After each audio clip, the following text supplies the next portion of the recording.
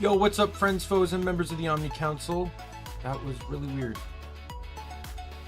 Sorry about that. I put some programs to sleep.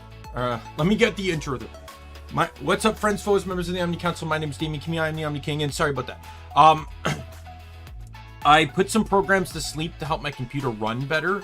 And I also just rebooted because I installed some new drivers, and my Stream Deck did not connect. So, like, I'm just looking at it. All the buttons are there, but they're not connected to anything. So it's like I clicked the microphone and it didn't turn on. It's all fixed now. Don't worry about it. Guys, I'm so super excited. I've been talking about this for quite some time. What is going on with my laptop?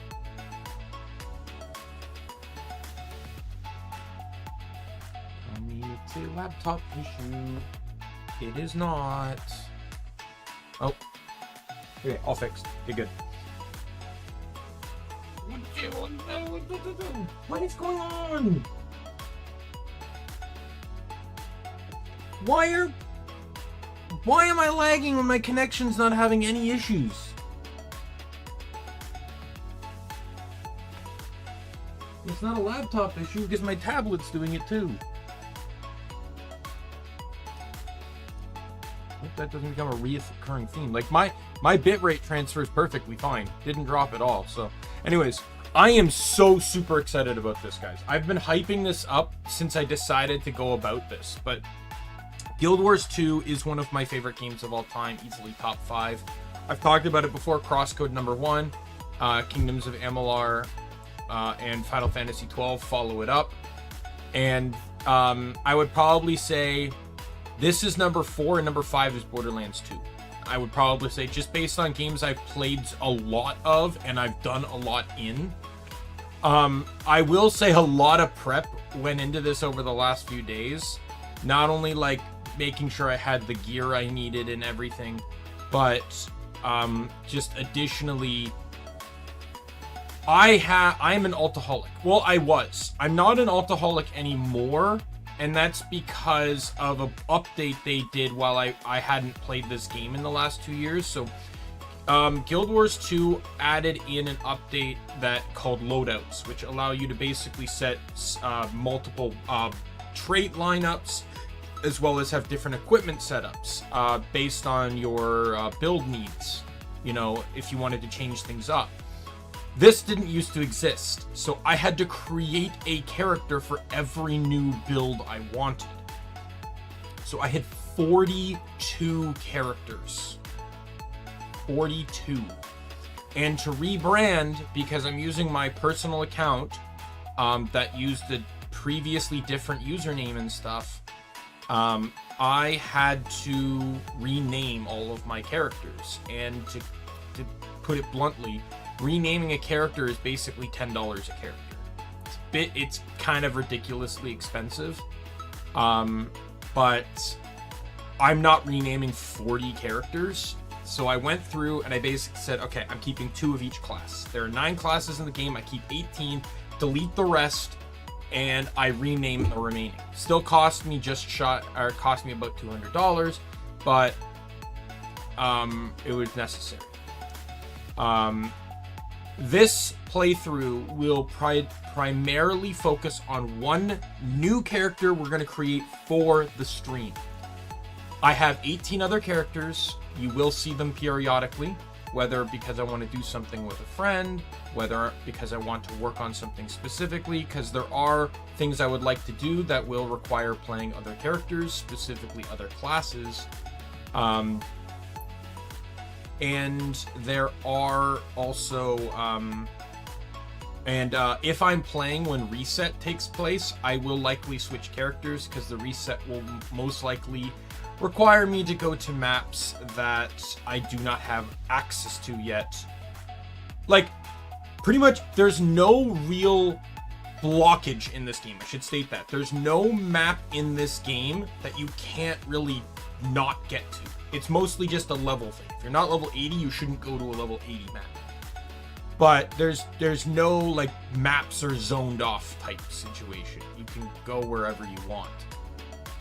Just the enemies will beat the shit out of you. Hey Nick. But I don't want to waste time having to like run. It also fucks with my routing when it comes to map completion. So I will likely on reset. So reset right now I believe is 8 p.m. Unlike Genshin, which is I think currently 5 a.m. So it's completely different spectrums here. If I'm still playing this in the fall, when daylight savings time switches, it will change to 7 a.m. But for now it's 8 p.m. So if I'm still playing today at 8 p.m., we will get to see reset. I did my dailies from yesterday, so you won't see those. But let's switch on over into the game here. Which audio is it? It's this one.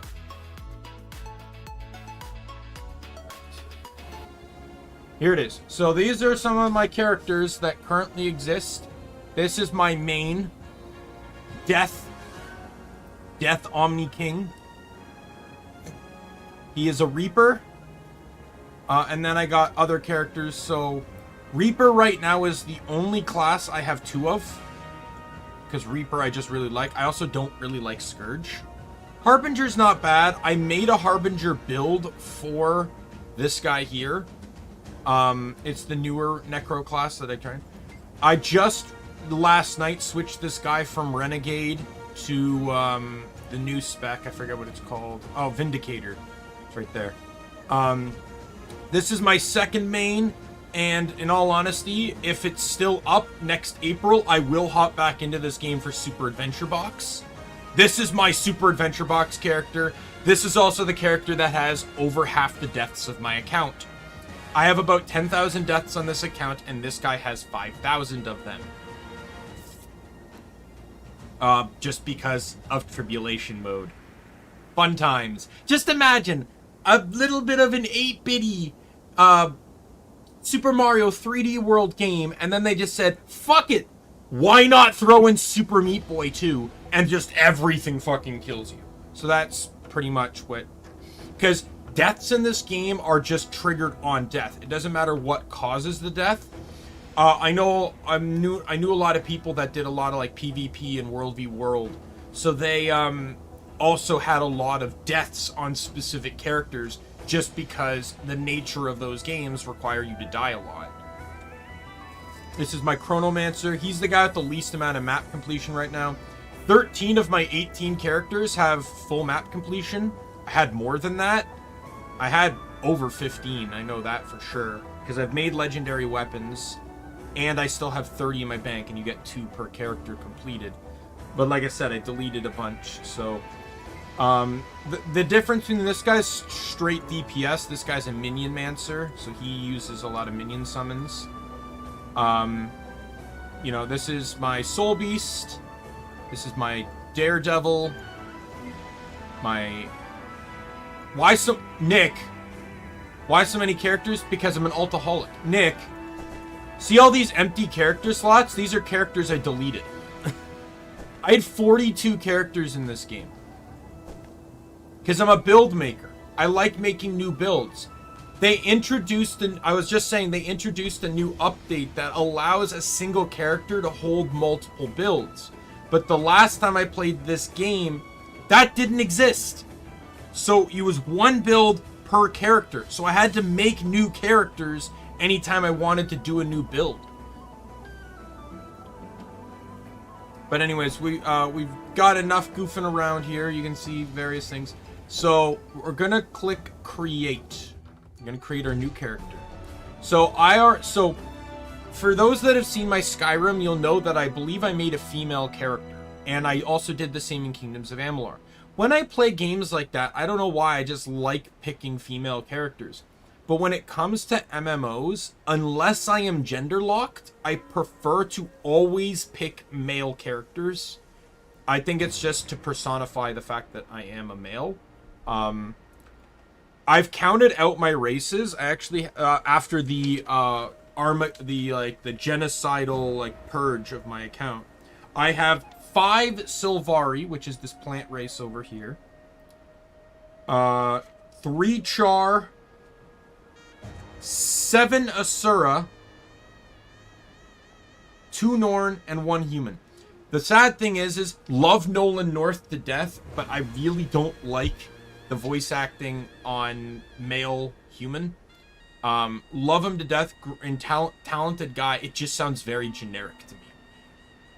And the Norn male sounds very dopey. You've been thinking about playing Black Desert? I had some friends that enjoyed playing Black Desert. They tried to get me into it, but I never got around to finding the time for it. But because I have so much into these, and because of Guard and Death, my 2 most played characters being Sylvari and Asura, I don't really have a main char. War, if we actually go back, can we go back? Yeah. War down here. Where's my Berserker? This guy. This is my oldest char. This is the first char I ever made. Spirit, though, I would say is more of a main now, because he's out of all my chars, he's my most frequently used. And then I have Pet here, who's a druid. He's focused on, like, basically buffing and healing so the pet can do the most amount of damage. But I don't really have a main char. So we're picking char this time around. And as you can see, there's male, female. Next. So here's our class system. You have Guardian. Oh, wow, they included a complexity gauge. Engineer, yeah, 3 complexity for Engineer makes sense. Elementalist is 3. Well, Ellie is what we're going to be playing as. So you got Guardian, Warrior, Revenant, Engineer, Thief, Ranger, Mesmer, Necromancer, and Elementalist. They're split in this way very specifically. The top 3 are heavy armor classes, the middle 3 are leather armor classes, and the bottom 3 are clothing classes. Basically, those are the types of armors they wield. The armor stats don't mean anything because you can make whatever armor stat you want for whatever armor for your character. I could literally make a healing thief if I so wanted to, and that was meta for the Deadeye class at one point in time, or at least a niche meta. Right? You can pretty much make anything you want as long as it works. That's why I love this game so much. But we are going Elementalist. So we'll click next. Body height. I am a tall guy, so outside of one character on my account, all my characters have always been max height. What body type should we go with here? Should we go bulky? Should we go skinny?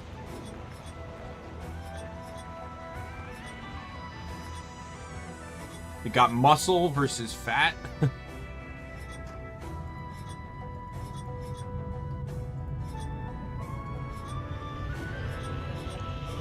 And that's the thighs versus the biceps.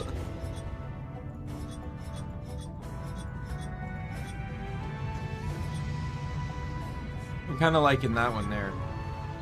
All right, here's the big one. This is the pattern we're going with on our char here, like the fur pattern.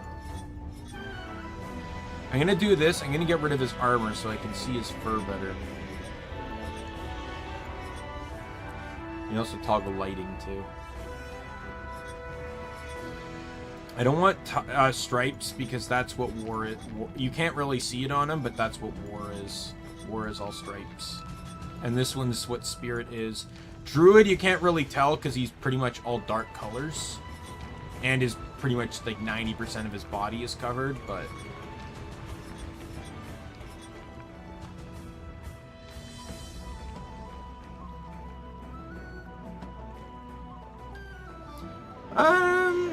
I don't really know if there's like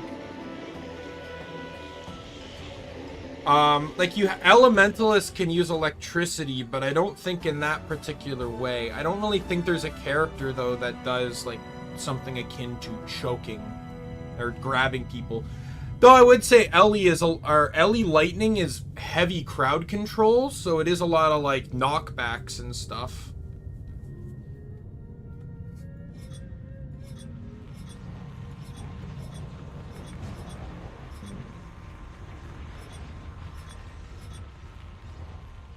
We need to figure out what color we're doing here too. I want to do orange because I always try to make sure my characters are all like different. I don't have a yellow furred cat, so let's go yellow.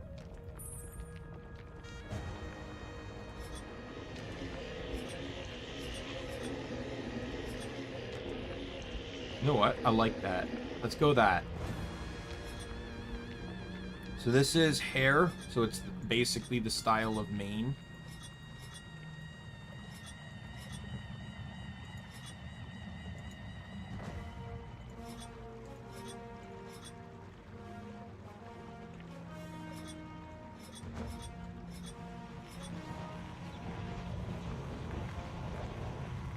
We can change the hair color here too. Looks really weird though. Like, it's weird because the cat effectively has like 3 different colors of hair.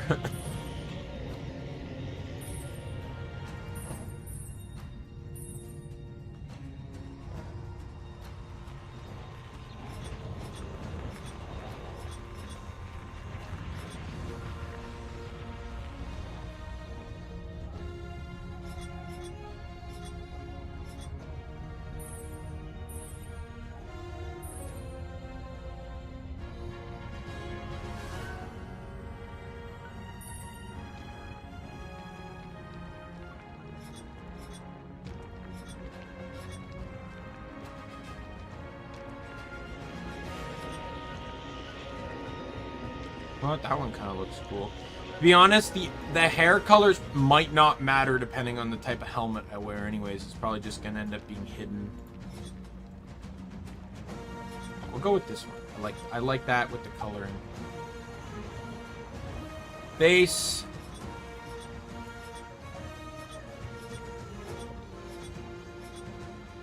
That's what War has. I think Spirit has this one.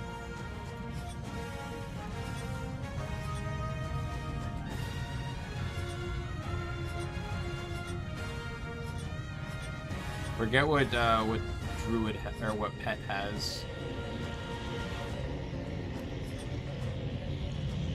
Pet might have that one.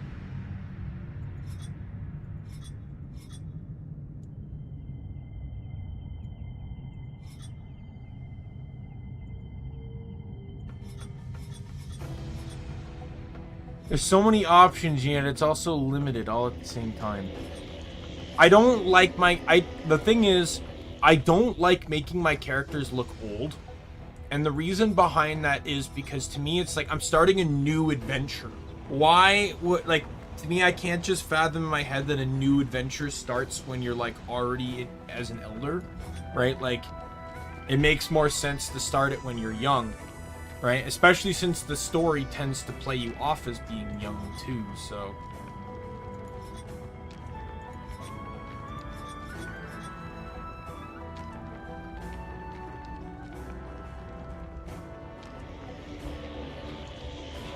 I think I can shrink the teeth. Right?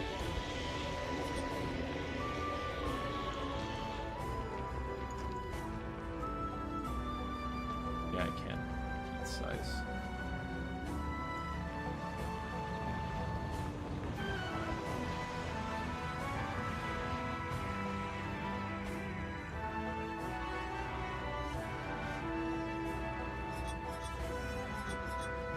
Oh, whoops.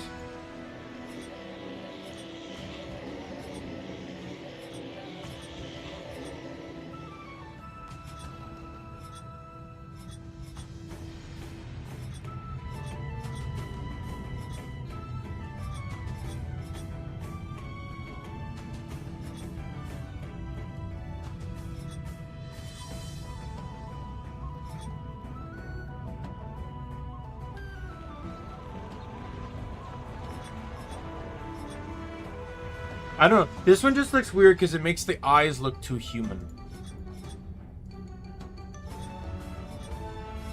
I'm leaning towards this one.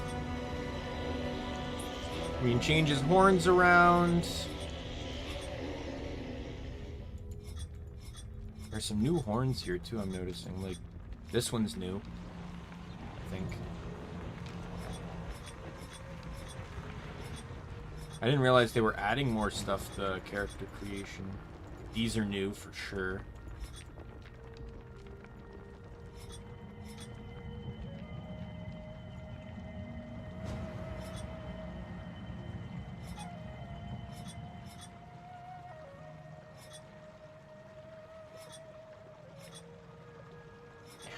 Base isn't doing it for me.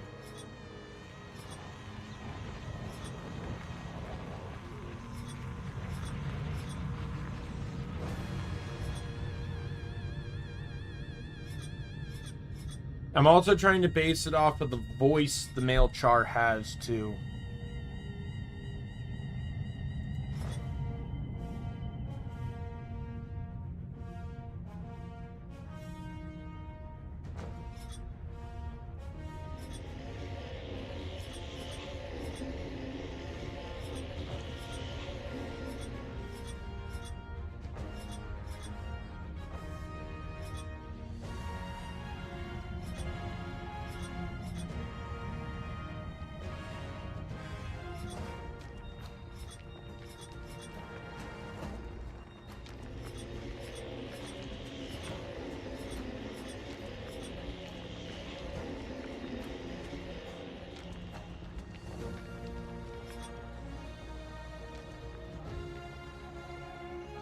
Like, I have one makeover kit, but I really want to make something I'm going to be happy with right off the bat. Otherwise, it's just going to be like...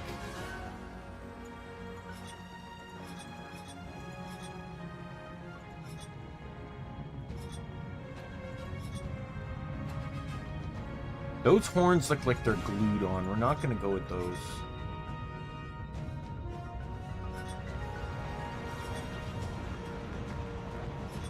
I like the idea of like a cat having gazelle horns. That's kind of funny to me. Like, those are ram horns. Man, is this where we're gonna spend like the first hour of the stream?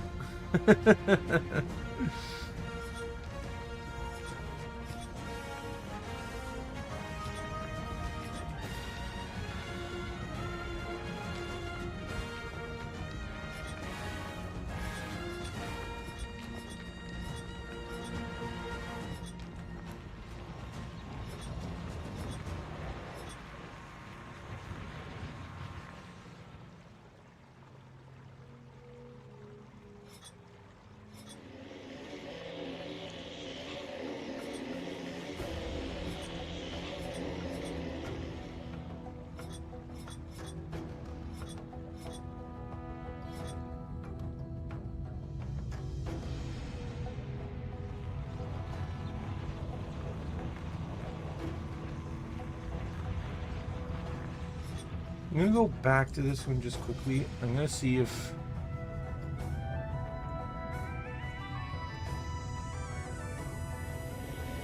I don't really like big teeth.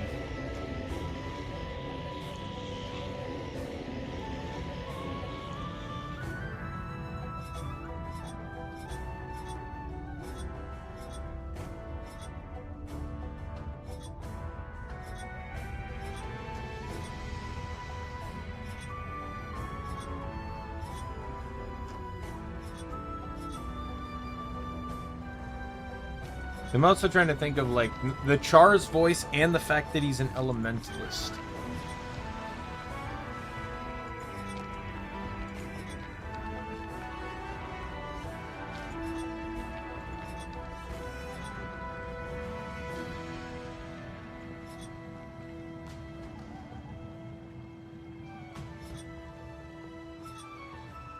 Go with this one.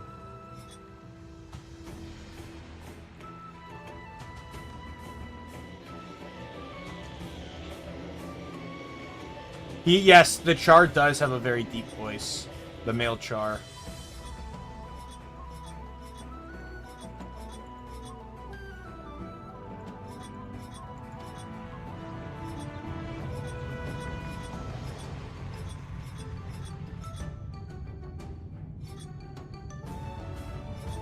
Just, I think...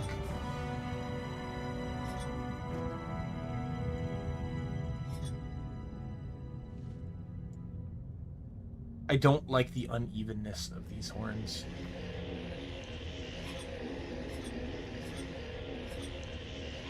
Oh, there's too much to think about when it comes to this guy.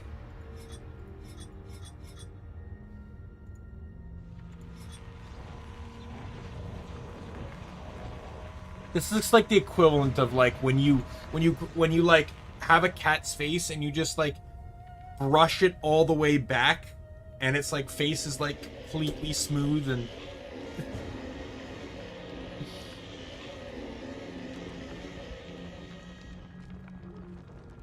I think that's good. Eye width. Let me shorten that, please. Squint. I want open eyes here. Eye angle.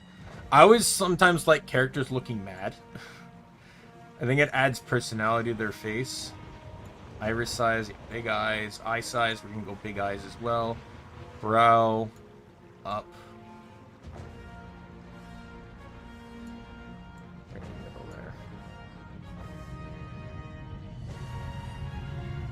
Eye color.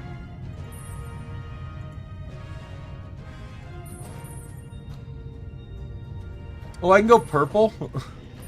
Yo! I can replicate my eyes! Which one does it look that looks the closest? I think it's probably this one, right? Sweet, we'll go that. Yeah, I want that.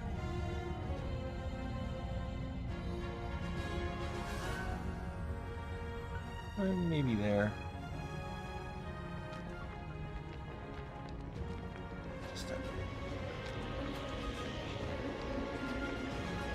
Teeth size.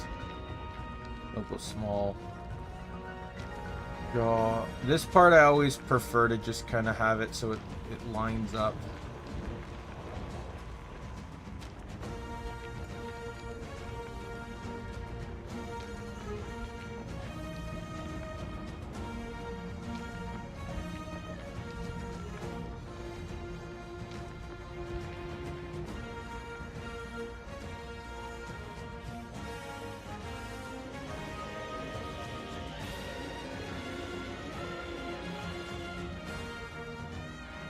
Ears.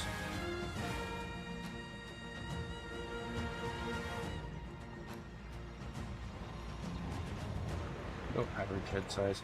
Armor dies. So this is the important part. Not really. This part gets replaced the moment you change your armor.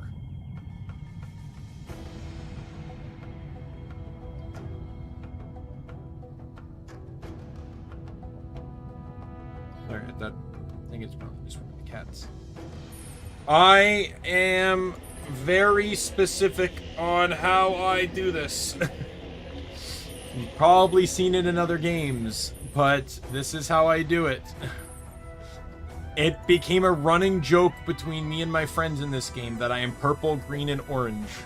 You've probably noticed that when you saw my other characters. They may be different shades of purple, green, and orange, but they are all indeed purple, green, and orange. Okay, so this just determines like the starting piece of equipment on your head. It doesn't really actually mean anything. So like, what element are we specializing in? I study all the elements, but I wear the gem that symbolizes my love of blank: water, fire, earth, or air. And they come with a little description down here. So water, whether frozen or flowing, is life, and its current run deep in us. Fire's hunger, its destructive burn demands respect. It immolates and clears the path for new growth. Earth is the foundation that supports all life. Stone fortifies us. Rock grounds us. Yeah, you're aware of my favorite colors. Yeah. I wonder what gave the idea. Air is the source of all life. It is invisible and yet can destroy whole villages. So the only real crucial thing that this does is... So, Guild Wars 2 has another name in the community, and it's called Fashion Wars. Because, in reality, it's not really about the equipment. It's about the... It's about the skin. Because you can reapply skins to anything. So, you would have to start at Elementalist 4 separate times to unlock each of these skins on like this little dot on the forehead. It doesn't really matter. I plan to get rid of it anyways, but I think I'm gonna run fire. I've always liked fire with Elementalist. Plus, I like the idea because fire means something very different for Char. Because so just you'll see it. I think next. Okay.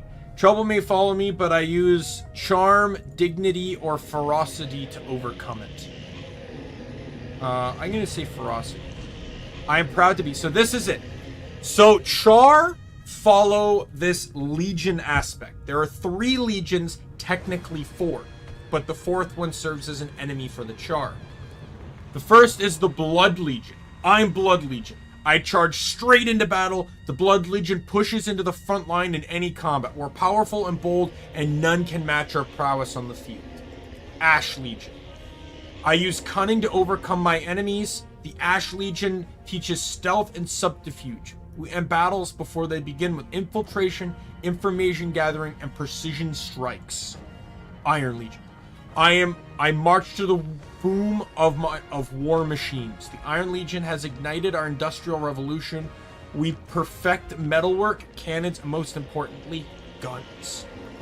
So these parts, this and the next 1 or 2 basically just kind of determine the early game parts of your story. I plan to go Blood Legion, just because I like that story a little bit more. But the fourth one is called the Flame Legion. As I said, fire means something for Char. The Flame Legions, basically, they special. So this one's about battle prowess. This one's about stealth and subterfuge and information. This one's about making, like, tech, like making things to do that for you. And Flame Legion was about magic. They ended up getting exiled from the Citadel when they were going too far with things. So we're gonna go Blood Legion. I would die for my warband, especially Blank, my sparring partner. Yeah. Though I will say the city we start in is called the Black Citadel. It is the home of the Iron Legion. So the Iron Legion kind of gets a little bit of favoritism there. There are 3 other citadels, one for Ash, one for Iron, and one for Flame. Flame Legion Citadel is a dungeon in this game. Blood Legion Citadel we will see far into the future in the story. I've not actually made it that far into the story. Ash Legion still has not been seen, nor is the location of it even identified. So this basically just determines who your starting companion friend is. You end up recruiting a few more of them anyway, but this is just like, who's your best friend?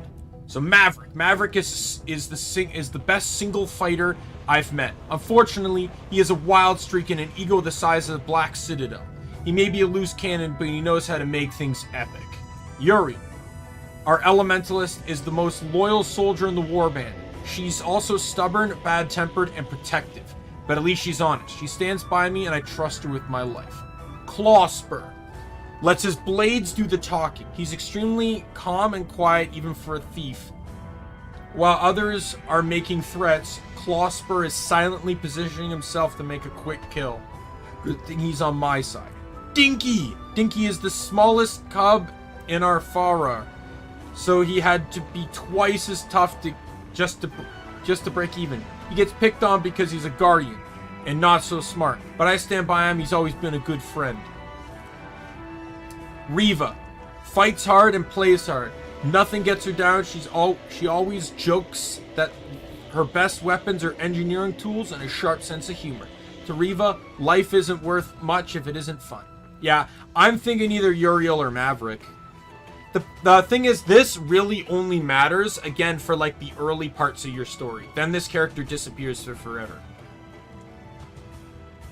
Like, Uriel would be kind of interesting because I'm also an Elementalist, but I really kind of like Maverick's character and the fact that we'll be in Blood Legion and he's a warrior.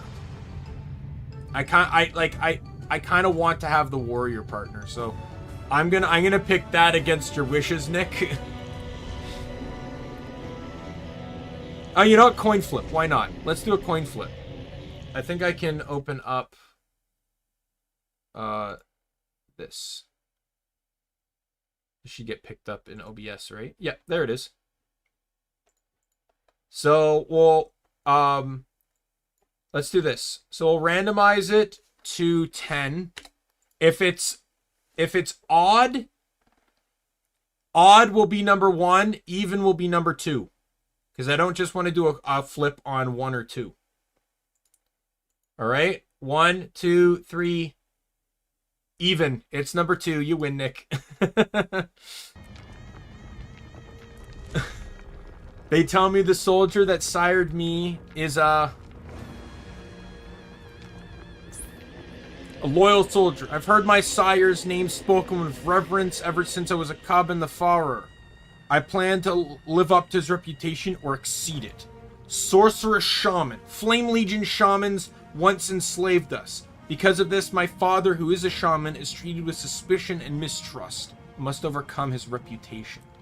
Honorless Gladium. So Gladium, so in this, you have war bands. That's like the Char society. You have war bands. You have the person that leads the war band, and then people that join it, and they're basically your troops. War bands are basically like small knit families, but also like troops in their army. Gladium is someone that does not have a war band, and Gladium has no war band. My father turned his back on his. Now he's an honorless Gladium with no respect for the chain of command. I have no respect for him. How should my parent be? Loyal soldier, sorcerer shaman, or an honorless Gladium?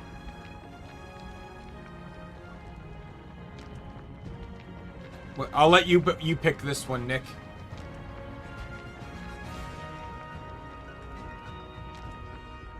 Like, I'll say this when it comes to the Legion to pick in. So I said that Black Citadel is the home, the second one. Okay, the Black Citadel is the home of Iron Legion, but the main Char mentor is the leader of Blood Legion. It's actually kind of funny because if you pick Blood Legion, he just basically helps you. But if you pick Ash or Iron Legion, he keeps having to find ways to weasel in to assist. It's actually really funny. Because like the other... So Tribune is the term of a person that leads each legion in the city.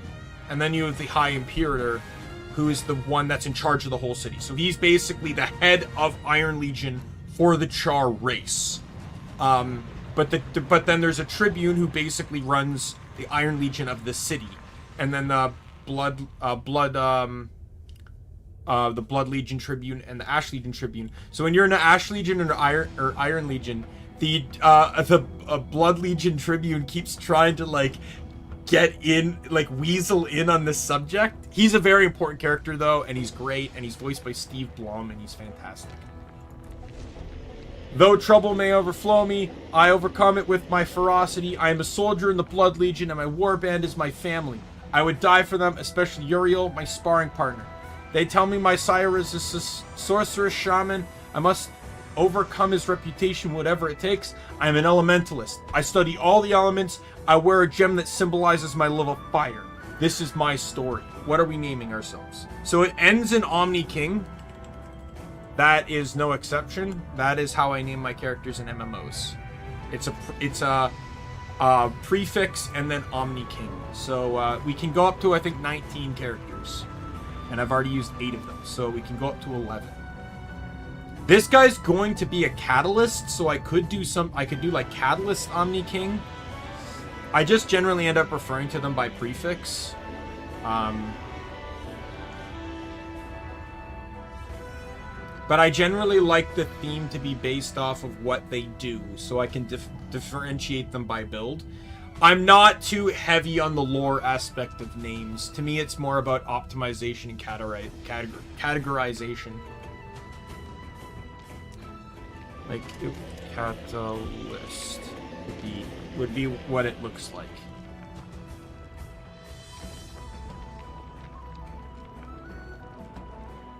Because the other two the other two mages I have are dual Omni King, who's a weaver, who can basically the class that can dual use elements, and then Warlock Omni King, who is a Tempest. I could also just straight up go like Mage Omni King. Or Shaman, or maybe Shaman Omni King. What's a good, like, magical term, Nick, that you think would benefit this character?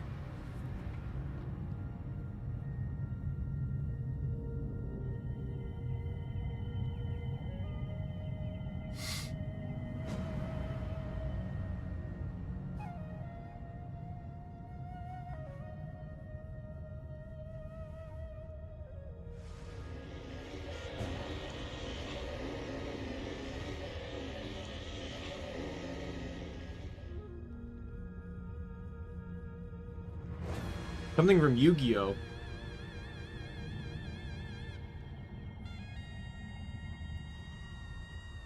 We could also go like Avatar, but I don't like to do that because Druid actually has a celestial avatar form. There's also Adept from Golden Sun. Adepts use the 4 elements. You know what? I want to do that one. Let's do that. Kind of a callback to my old, my previous Golden Sun playthroughs that I very much enjoyed doing. Adept Omni King next. No story skipping this time. I am a char. In this world of constant battle, I am the deadliest weapon of all.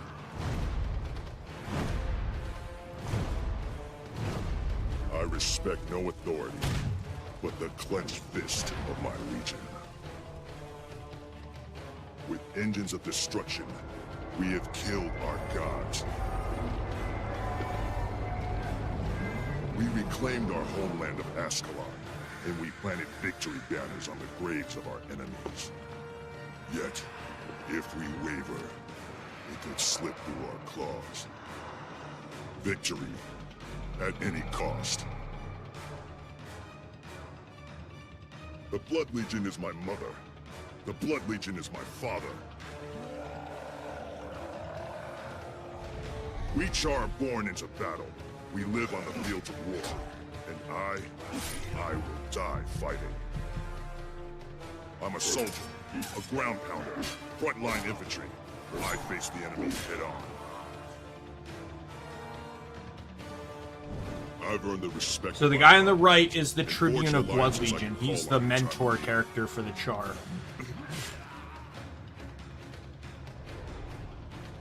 Ritlock Brimstone. We're taught the meaning of the word duty. We are relentless. Today, the soldiers of the Black Citadel assault the ghosts that plague this land. I've been assigned to reinforce the bulwark. So this whole ghost thing is covered in Guild Wars 1 and in the subsequent book. I have all 3 Guild Wars books, I've just never read them. Standing on the field of battle is me. This is my story. You can actually meet characters that were in the books. As a matter of fact, the mentor characters of each race were all friends, and one of the books is about them.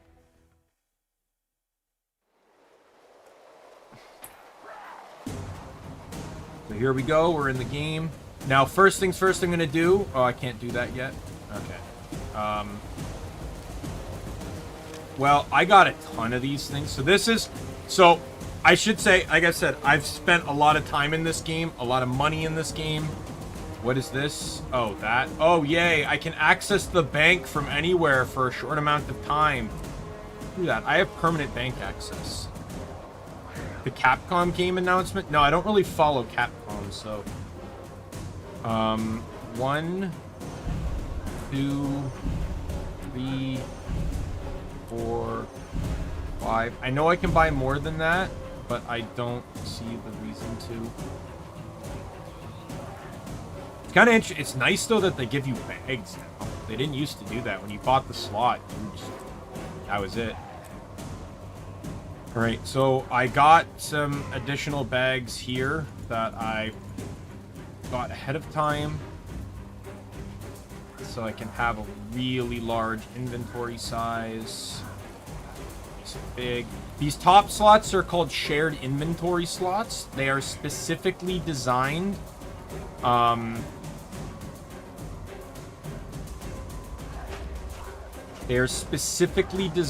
around here's my gear.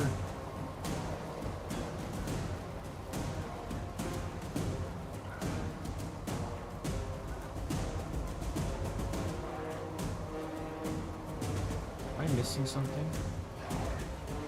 I'm missing another accessory.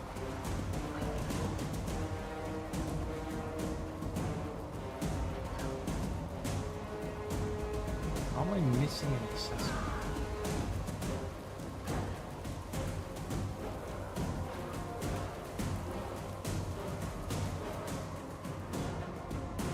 I have 2 rings, an amulet, a backpack. Where is the second accessory?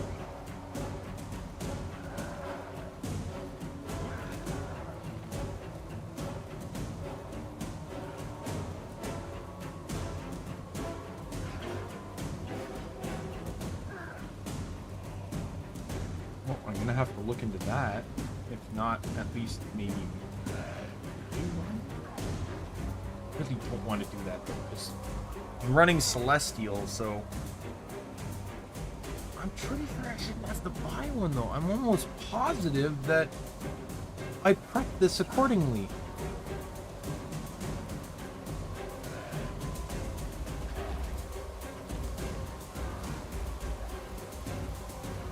Because I specifically wanted ascended trinkets. So I could get the most out of what Celestial has to offer.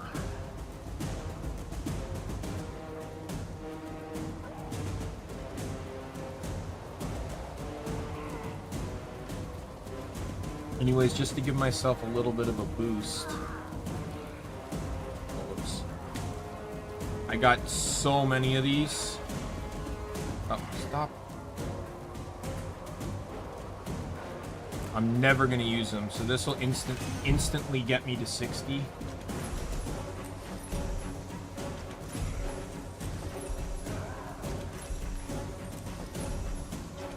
And then I'll use the level 80 boost afterwards.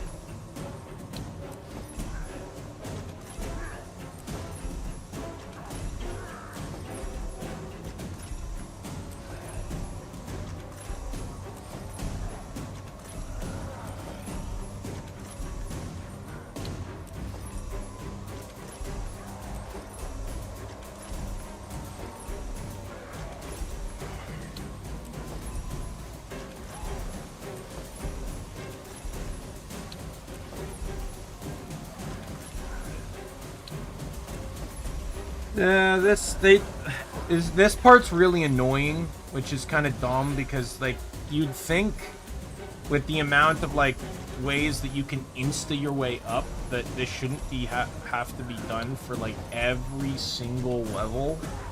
Like I'm not even joking, it's every single level.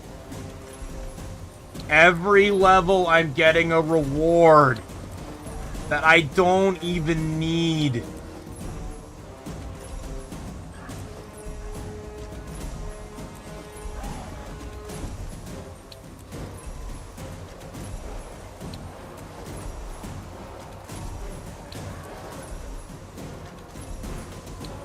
Yeah, I may need to go on another character to,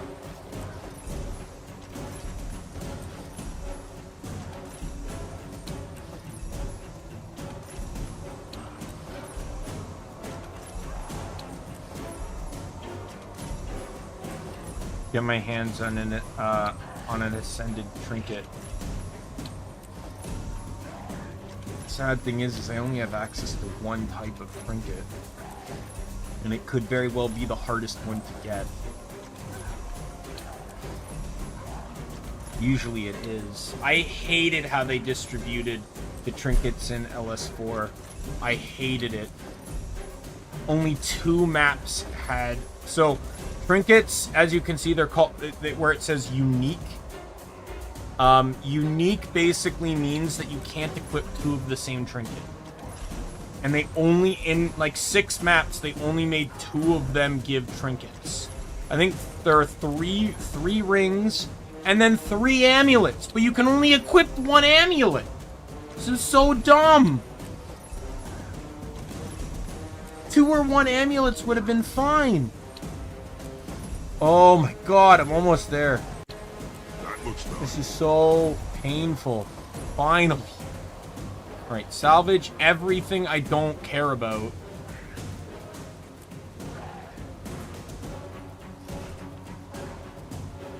This is most remarkable. Get rid of this.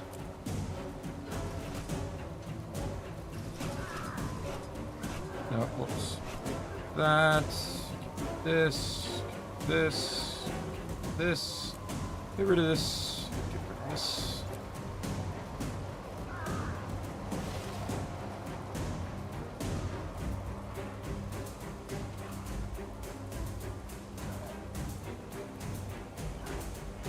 See, oh, don't open them on characters anymore. Oh, I get bothered by notifications just existing, so I'm gonna open them because otherwise it's gonna ding to the side of my screen and annoy the hell out of me.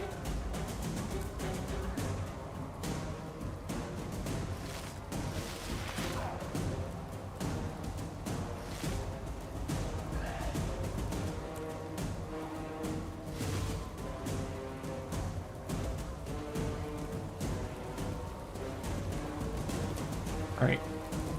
As much as I don't want to do this,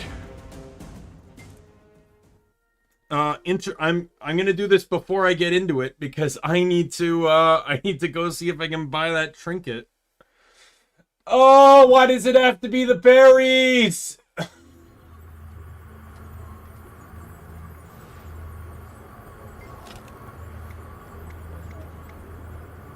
No, it's LS3. Ah! Actually, I think does LS4 did they have any like trinkets? It's been a while since I played Ray. Do these? Because if they have accessories, then I can leave it. Because generally I don't like wasting berries because the berries get you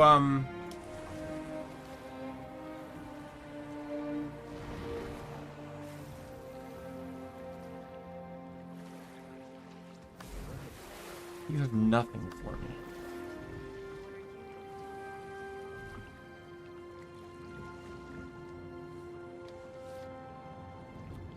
A ring. Ring doesn't help me here. Congratulations, we're getting sneak peeks on maps that I'm not gonna get to for fucking months.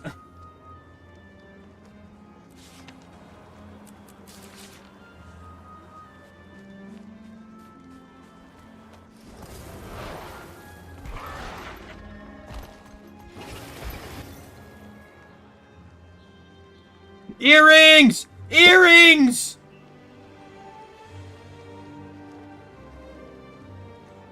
I need... How many more of these things do I need? I need 45 more.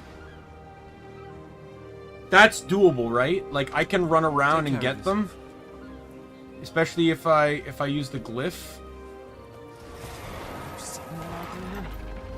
How do they not just root to a desert heat? Where do I find these nodes? Where do I find these nodes, Ray? All that gibberish talking.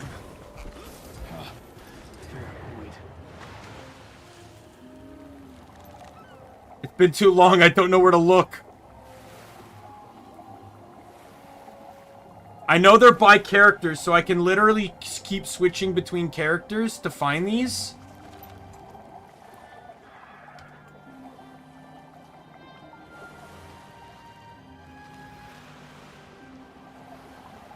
Oh, go to hell, shark.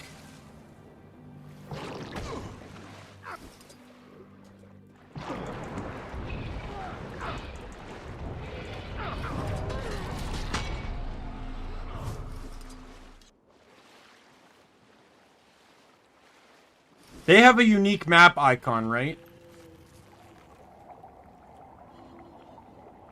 Like, it's not just gonna look like the mithril ore. God, I'm really upset that I had to do this. Yep, there it is. I see one.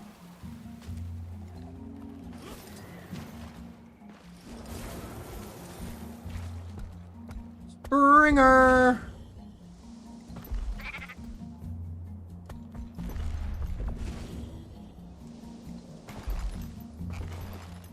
Oh, you stupid electric wyvern! I have no time for you! Die! Oh, it is mining. It is mining. Okay. Come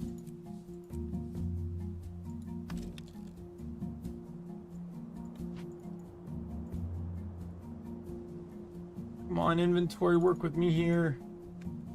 Alright. Small chance for a double hit.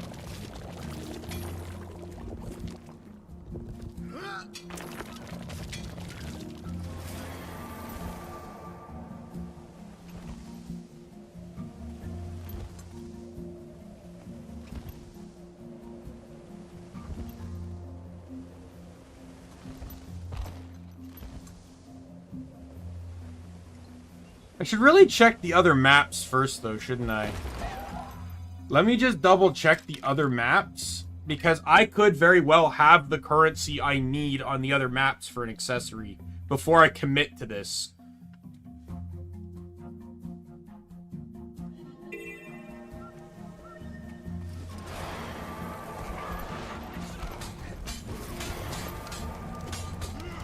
Got nothing. And then the buffs.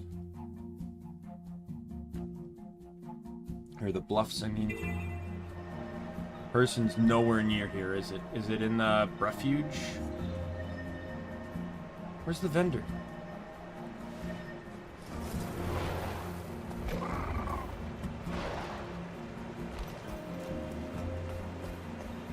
Oh, vendor, where are you? South? Oh, there it is. This is exactly how we want to start out a stream of a brand new character, is by going on old ones. There is nothing here. And I don't... This is the last map I have access to.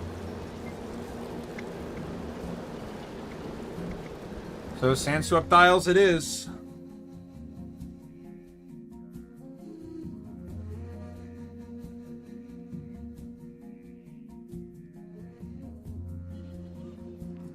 I wonder if I probably could afford the berry one. Like, how many berries do I have?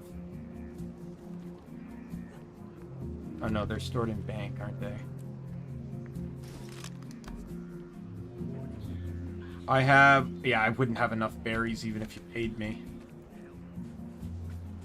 Your cub shows promise with the staff.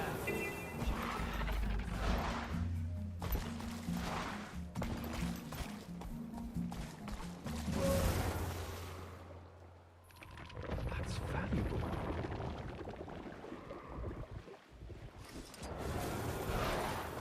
Man, this is really gonna kill me if they're not gonna give me what I need. Oh, you stupid beetle. Don't bother me. You are a brave soul, my one dude fighting a champ. Brave soul indeed. You are not getting my assistance this day.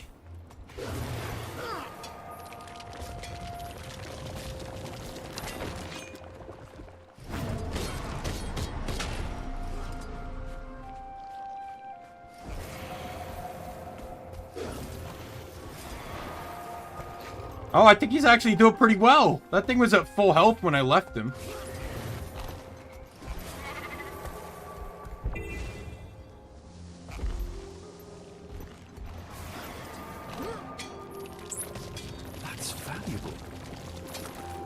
Not gonna lie, I'm actually making pretty good on the amounts here.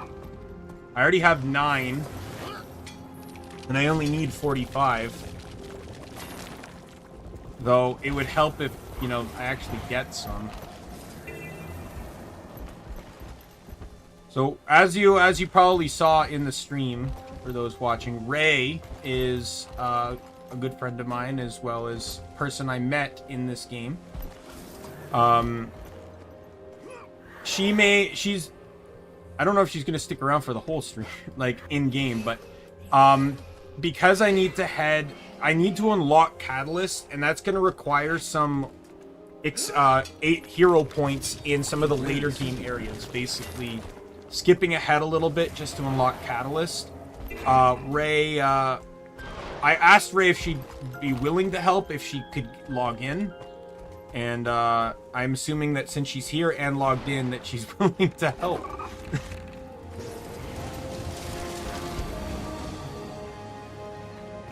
He won't be on call today, though. But we're already dealing with a delay of game anyways right now.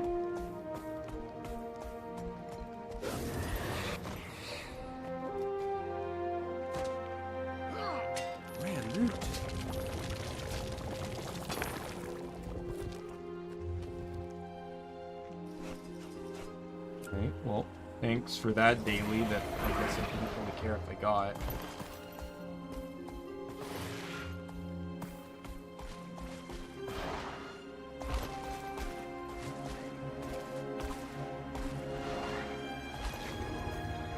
Oh yeah, that's that event that requires you to like fight a genie or something, right? And this is a class, right? Which class is this guy supposed to be again?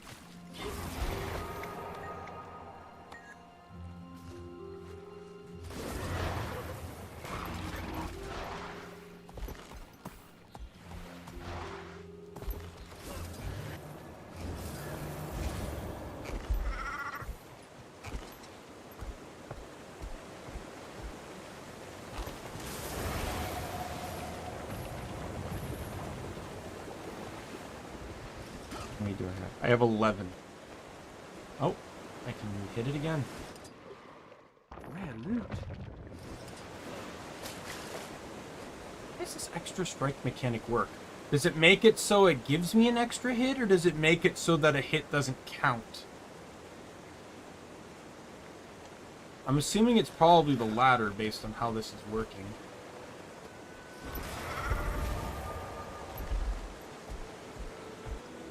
This is not the delay game I really wanted at the beginning, but this was necessary because... So one thing, and Ray, this is something I learned, was that Celestial equipment now provides expertise in condition. It never used to the last time I played.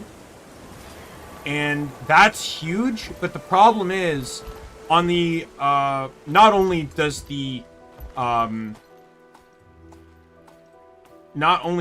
the exotic stuff require charged quartz, which you can only make 1 of a day, making everything absurdly expensive.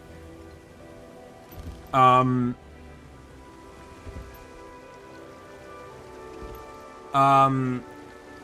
the accessory itself provides the bonus.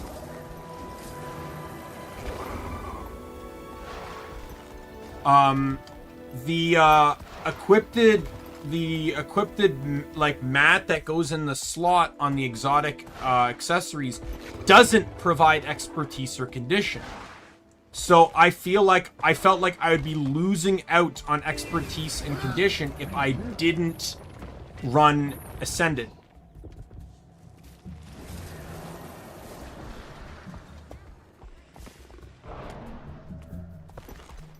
Plus, like I said, I'm running Celestial, and it's fucking expensive as hell to get.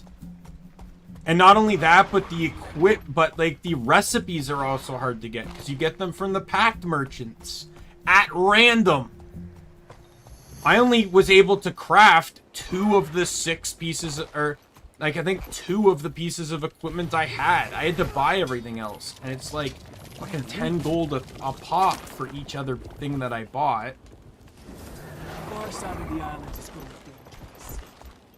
so? The Hydra's star collar is more aggressive. Someone should take care of that. We're gonna make those invaders pay.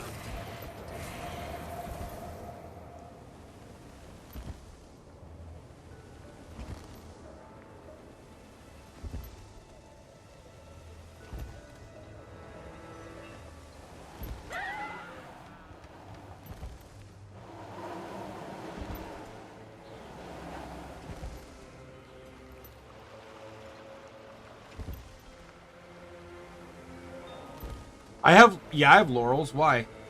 Can I buy them with laurels? I have 83 laurels.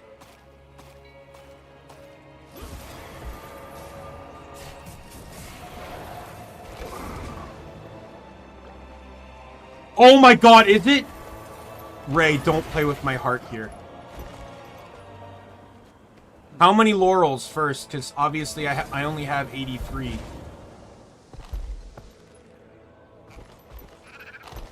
Okay, I can afford that. I'm already right here, though, so, Man, loot.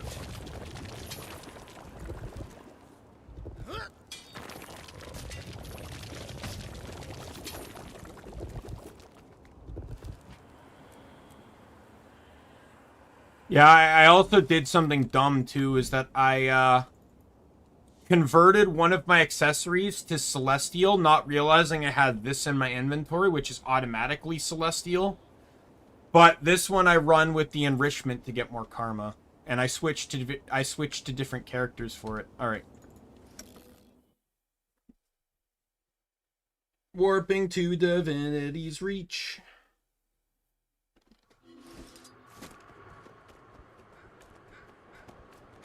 Hello, dear Laurel Merchant.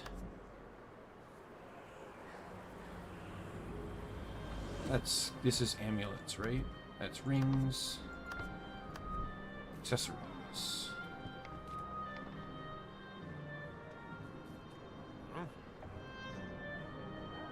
this one? Oh, there it is. So there's 2 of them. Which one do I want? Do I want the Ancient Mersat token or the Celestial Sigil? Prized possession of guilds in ancient times. Some warn that the Mersat will return to antagonize the people of Tyria once more. I'm thinking of buying that because it's excellent foreshadowing.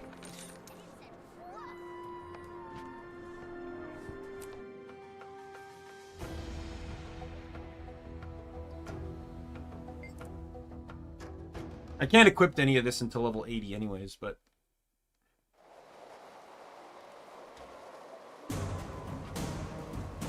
Perfect. Now, I also have this... I got this anniversary thing here. I'm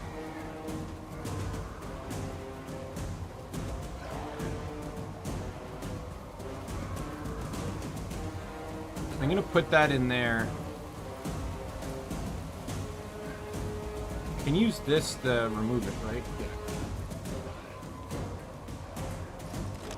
I have nothing to put in there right now, and I have no direct goals to do fractals anytime soon, so I might as well just reap the benefits of karma farming while map completing. So I can't equip any of this anyways because I need to be level 80, and I can't progress. I'm dumb. Do you sell weapons? You do not. Goodbye.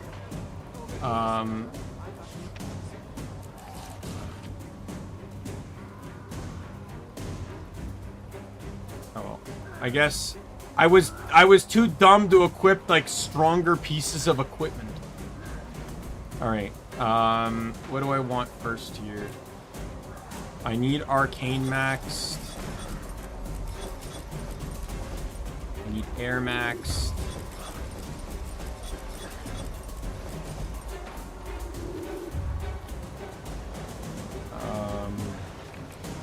Arcane. Lift. Guess I can do conjuration. Yeah, conjuration will be good. That'll get me a way better weapon.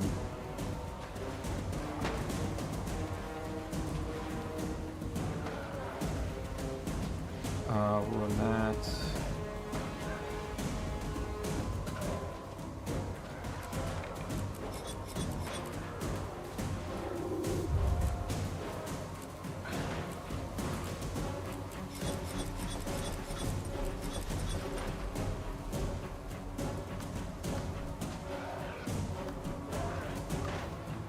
This one's going to be air, this one's going to be arcane. We are running this, we are running this, and we are running this. Here we are running this, we are running this, and we are running...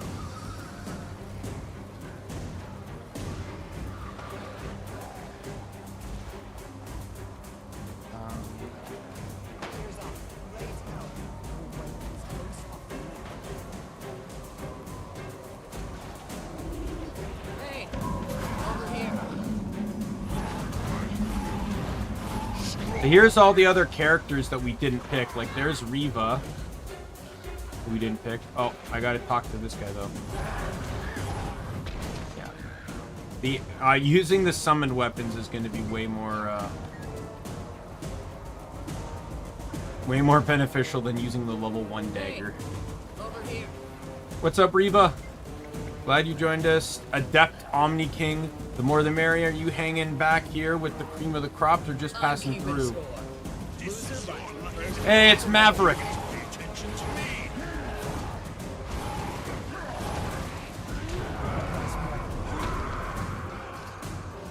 Dual daggers is my backup for hammer. Let's see. I need your help, soldier. Tribune Brimstone has ordered me to the crypt. So turn up to make it. What's so important that the Blood Legion Tribune is there? Ghost of Tuberidon is far more powerful than we thought. His army just broke through our defenses. Ridlock's about to fight him head on. If he succeeds, it'll be weeks before the Ghost reforms, and we can rebuild our perimeter. On my way.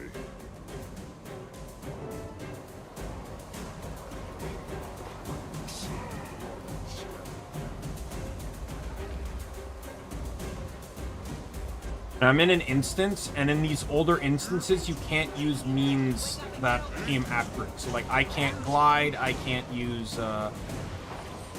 Well, play the Fashion Wars game after the fact. Okay. About time you made your appearance.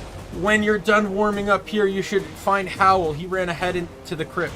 We're done to practice. I've been ordered to help Tribune Brimstone. Shout if you need help. I can cut a path through these ghosts like an Aegis blade through butter. Oh, an adept Omni King. If you die up there, our friendship is over. How a real soldier fights.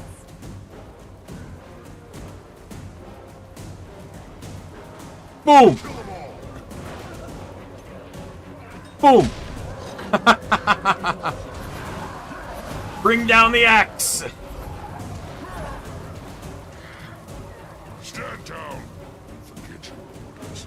No one goes into this crypt unless I command it.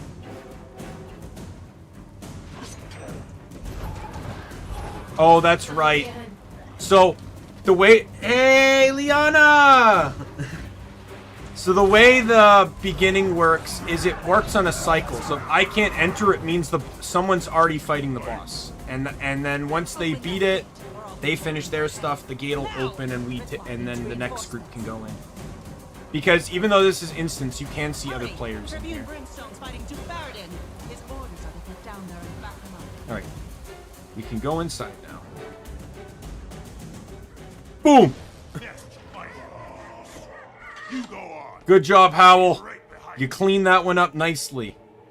That zap of power came out of nowhere.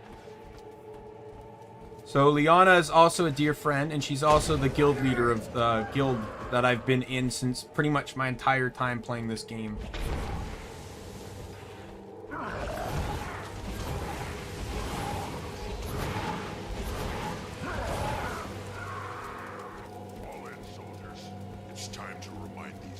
It's Ritlock. We're going to hit Baradin so hard it'll take him weeks to reappear. Move out. I have to probably say that Ritlock's probably the most badass of the mentor characters.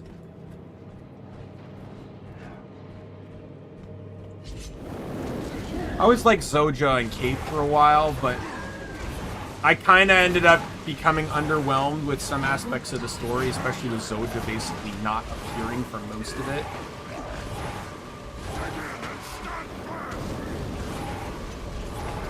Dropping the hammer.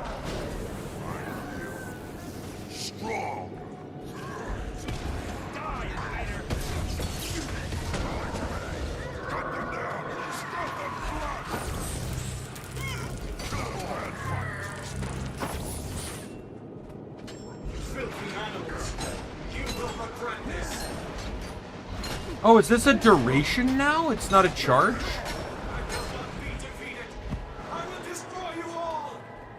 I remember the hammers used to have, like, a certain number... Like, the conjure weapons used to have a certain number of hits. That's an improvement, for sure. I always thought it should have been a duration.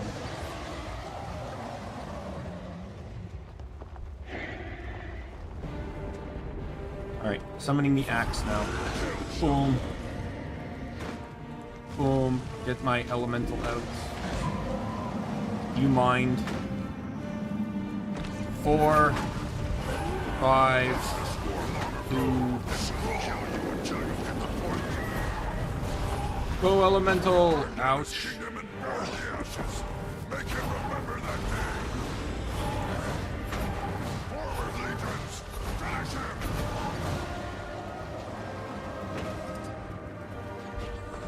There we go. He's dead. So now we're gonna take a big, like there'll be I think a couple more cutscenes, and then we're gonna take a big break from story to get my catalyst set up, and then just like how it took half an hour to decide the look of my character, it's probably gonna take about 2 hours to decide the look of my armor. I heard what you did down in that crypt, soldier. Impressive. Tribune Brimstone was calling the shots. I just did my job. Don't sell yourself short. You were part of the team that took down Baradin and stopped the Ghost Assault. Smokestead is safe now, and you helped make it that way. People are still on edge, though. It'd help if they saw someone like you making the rounds, lending a hand. The quicker we get this place squared away, the sooner the Legions can get back to business. You can help. I'd rather have volunteers. But if I have to issue an order, I agree. In the hindsight of picking Char, I did realize Char are the hardest classes to armor customize for because their models are vastly different. Okay, so now I'm going to use my level 80 boost. So unlike other games like World of Warcraft and stuff, the level 80 boost is actually really unique. You're not actually consuming it. You're trialing it. Meaning when I begin this, it allows me to, it warps my character to Silver Wastes, and I basically just get to goof around on this map at level 80 to decide whether I like the character or not.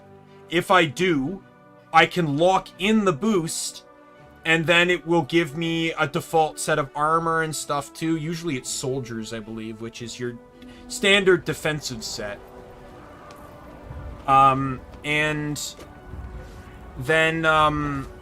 And then that's it. But if I don't, I can back out and it doesn't consume the boost. So I can try another character. The only thing you can't test is specs. You cannot test specializations. Oh, it's Celestial now? Okay, I feel like that's a bit better. I don't know. Soldiers wasn't too bad in the first place because... And a lot of new, like if a new person's coming in and wants to, like Soldiers is a good surviving set. Like Dan used to live by Survivors. I remember he'd always tell me like he would run Survivors on, or Soldiers, I mean, sorry, on his Thief in World v World. And then like people would come up, gank him thinking he'd drop in one attack and then he doesn't. And they just beat the crap out of him. Alright, so I'm already locking in, though, so... How do I do that again? Use. Consume. You can always buy more level 80 boosts, but I don't need to, so...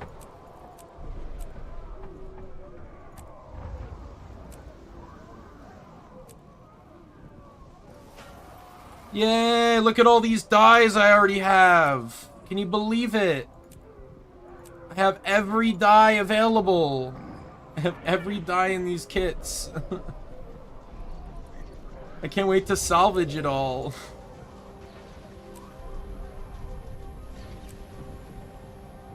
Why did I get more teleport to friends?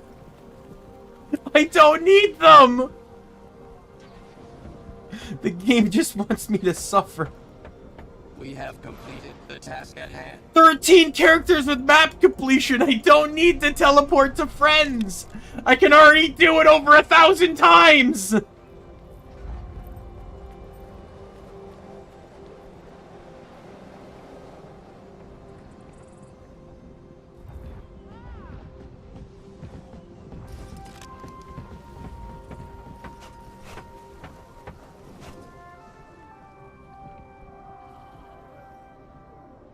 All right. There are some items you can sell, yes. There are others that you can't. Generally, I don't sell much, though, in this game. You generally want to salvage it, because it means that you can then use it to craft other gear.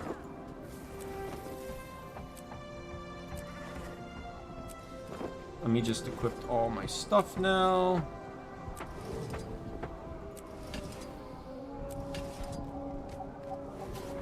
So I can't do anything with the hammer yet until I become a catalyst.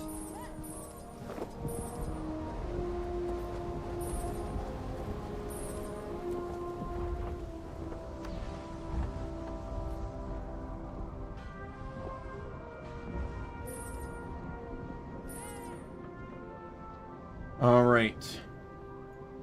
Fashion Wars now begins.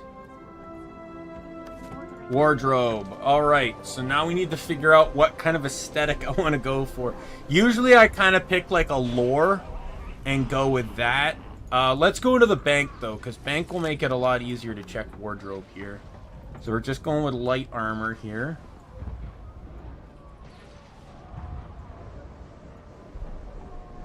Okay, I need to get my colors in though. Right, we gotta get the colors in. So we're gonna just start with the basics here. The color shades can change as needed based on.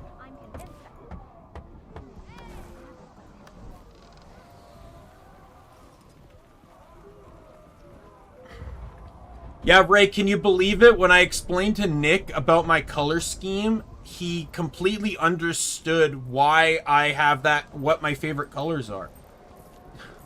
I don't know where he got the idea.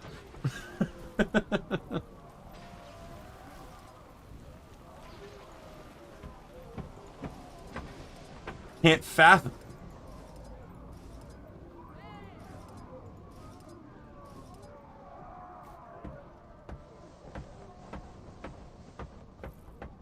Now, I did kind of want to run Elementalesque. Like, I have lightning gloves. Storm gloves there.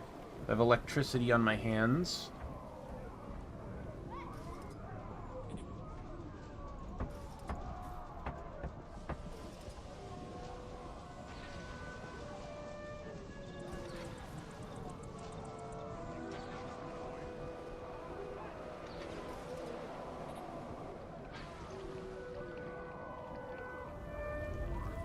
Oh, do they? I'd be curious to know which one. Oh, this is the hardest part of the entire game.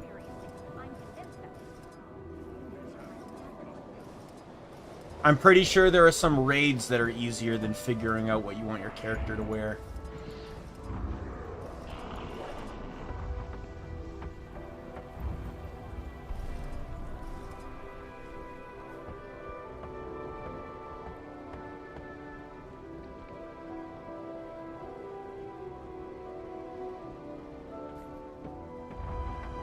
The bank will also show me, like, gear that I don't have, but I don't want to rely too much on that because a lot more stuff came out since I last played.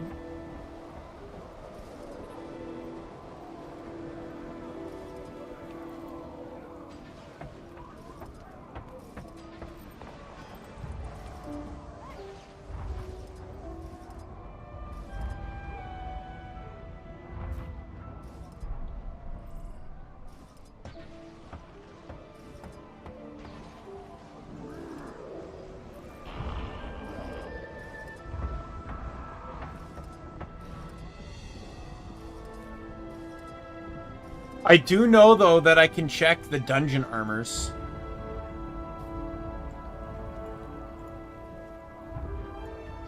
Because I noticed, Ray, that they combined all the dungeon currencies into one currency now. So I now have 4,000 in dungeon currency, which is more than enough to buy a few pieces of dungeon gear.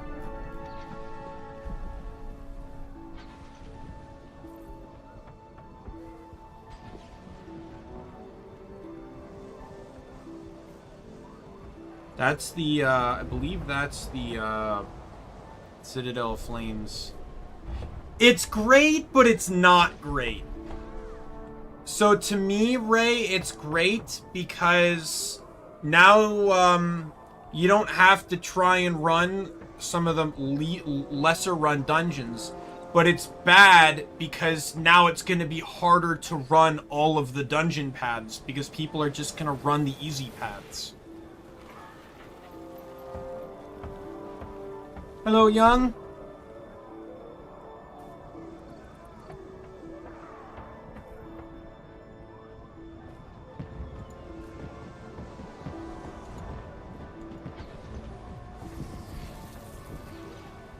Like, the only reason I was able to get the Dungeon Master title was because, like, by running a Raw, was because people were willing to run a Raw.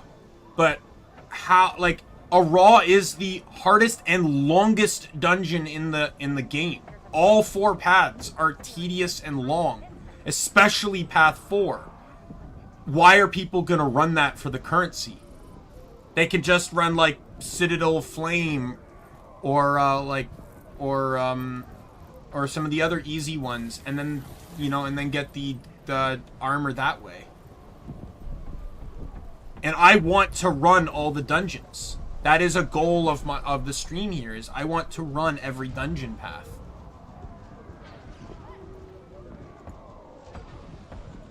I don't like cuffs. I don't want cuffs on my armor. That is one thing I am, like, vehemently against. What is the Char race armor? I want to see that, because generally, like, that's designed to fit a Char better.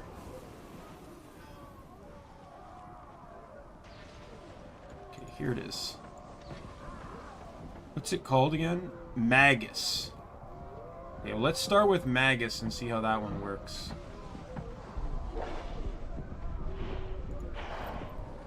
Let me see how this all looks.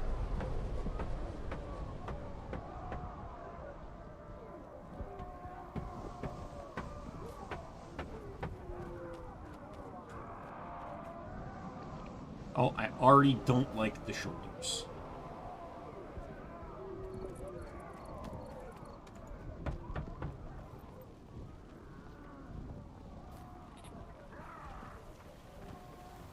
Now there's also there's 3 armor types per, yeah, there's Archon is the other one.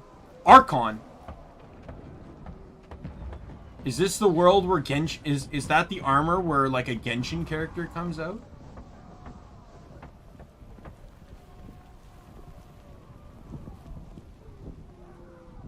Magus, and where are the Magus? So that's one Magus. Doesn't look half bad. What now, the it was Archon next, right?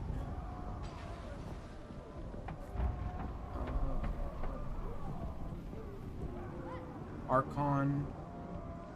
Oh, this is going to be the Ash. So the one I have on is the Blood Legion one. This is going to be the Ash Legion one.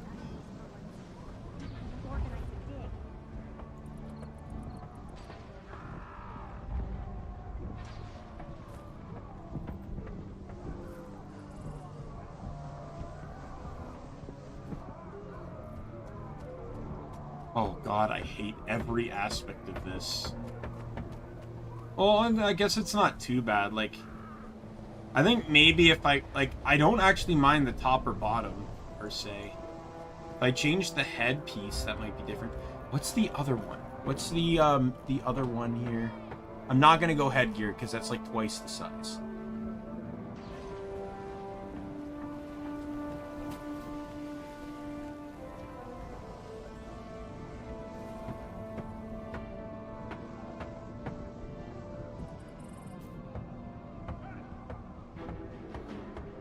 Invoker.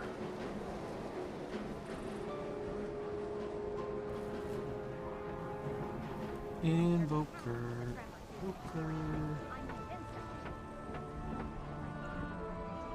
Oh, is this one also Ashley? What?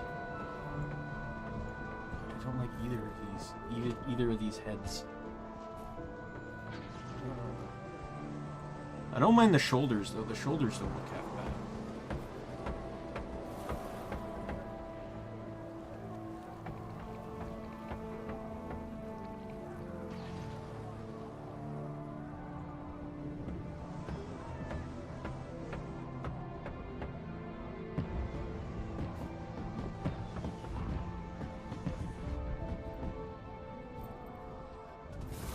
Oof. Not a fan.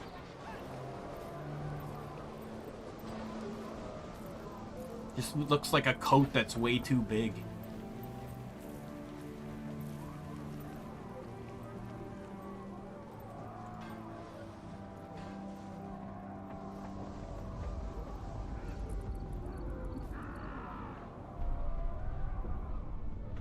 And last.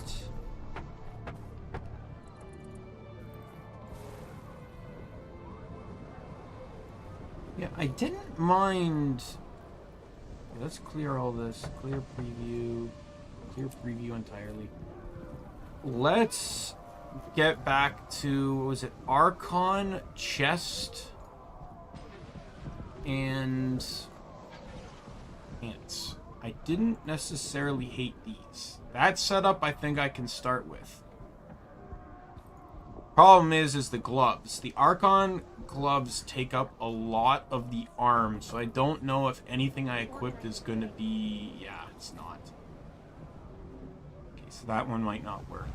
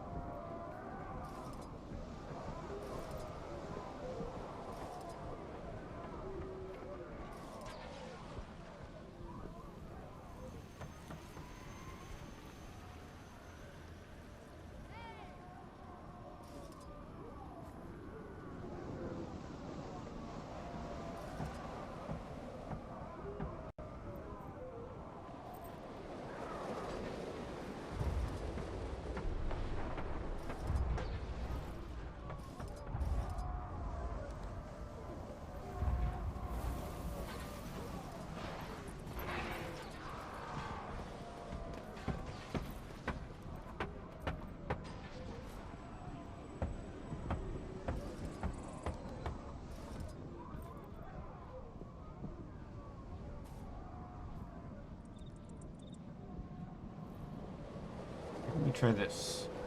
Let's try what I got equipped it on right now. So what was it? The Hellfire Van Braces.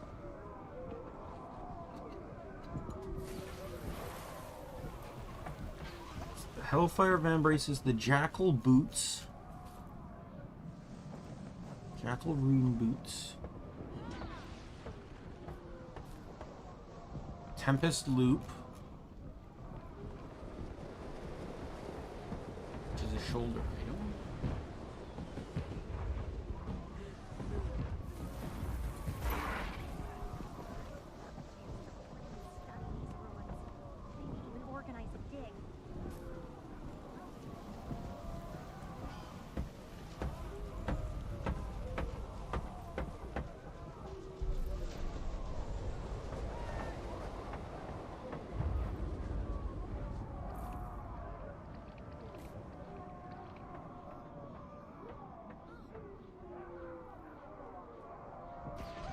Not gonna lie, I don't like the Jackal boots in this. What are the Jackal gloves?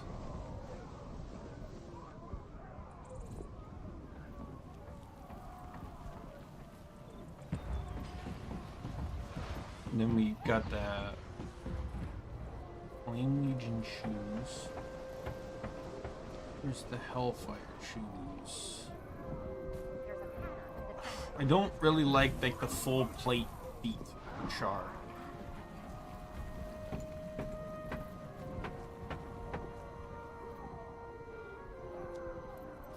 I love the Mersat dudes. They look super good on Char. Like, I need an idea for a backstory on this guy so I can start, like... Because I think that would give me a huge push towards, like, where I want to go with this guy.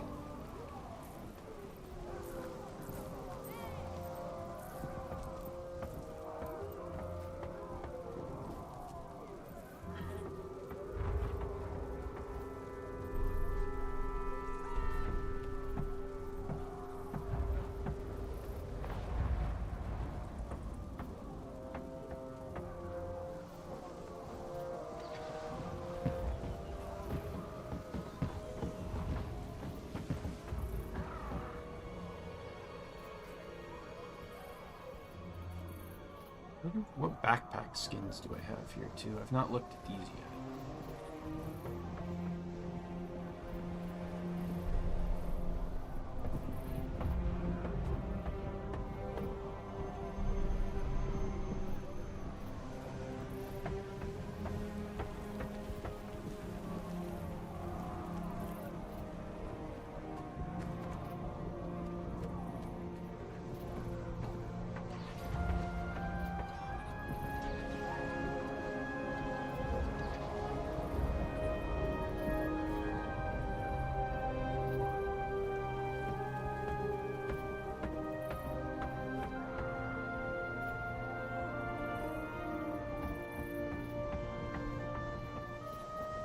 Why does this have to be such a difficult thing to accomplish?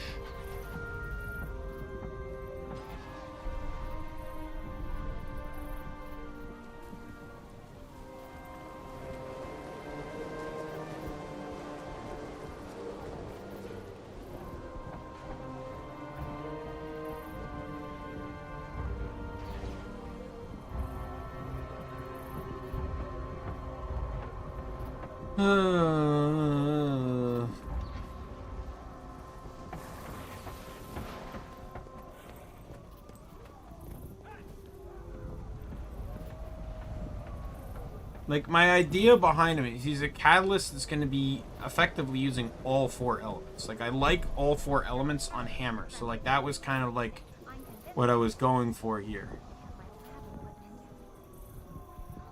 Oh, look, it's clipping through the pants. Great.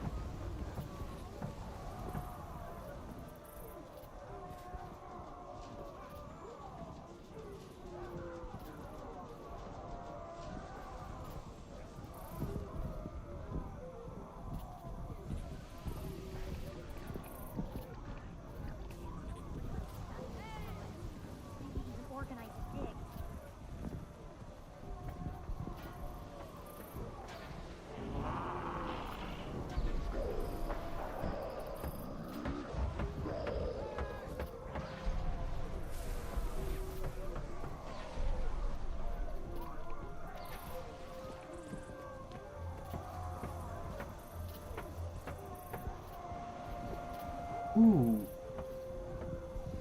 It's an MMO about, like, basically, I don't know, it gets progressive, but it's about stopping these dragons that are trying to take over the world. Or not take over the world, destroy the world.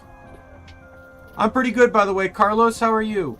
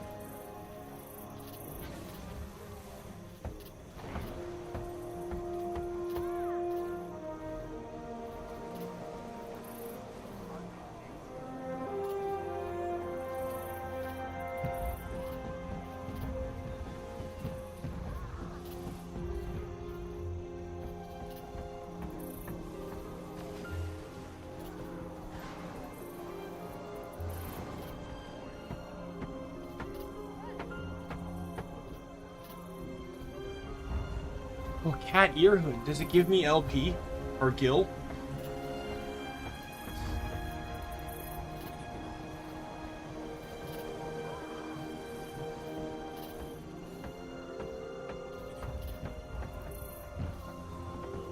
In all honesty, when it comes to char, headgear is best to just go pretty much as simple as you can get. Like the eye patch, for example. Because a lot of these are like gear pieces that are designed for like horizontal heads, and because of their vertical head, it ends up not looking great.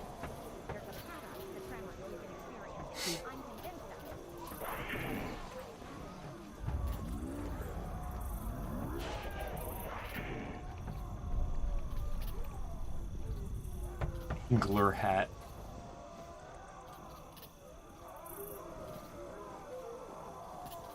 You know what? That could be an interesting head. That's actually a really cool headpiece. I bet you anything. I cannot get that at all.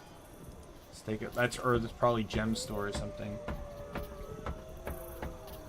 Astral. On to it.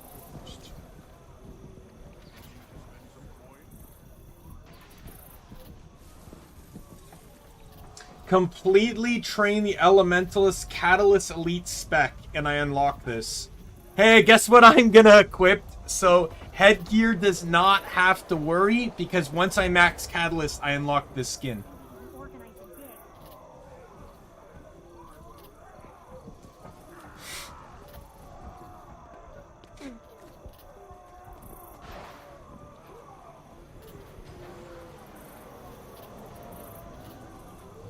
So that's what I'm gonna run there.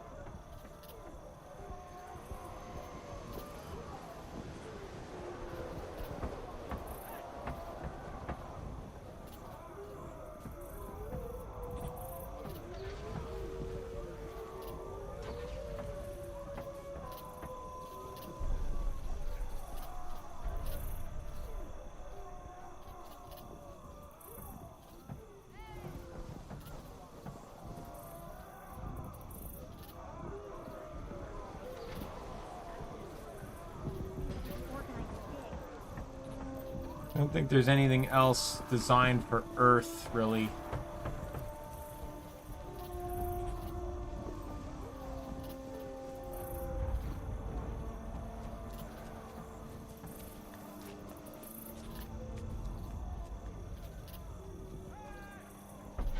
What's the other char one that was down here?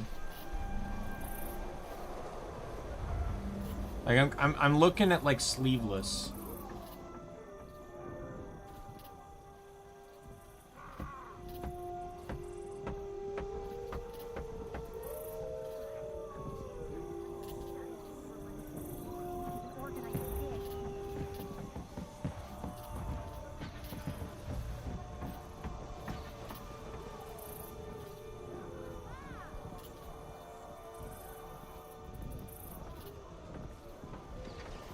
Magnus.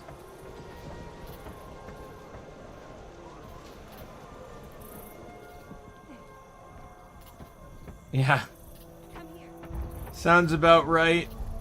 What was the Magnus bottoms? Because if I can have the top and bottom match, that's probably ideal. That has clipping issues.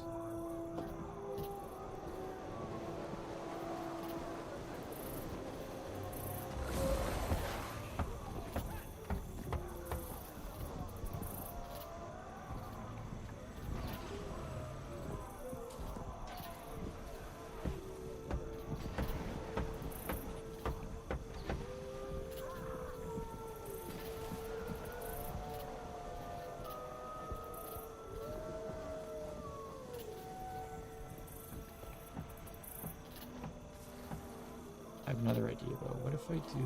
Where's boots?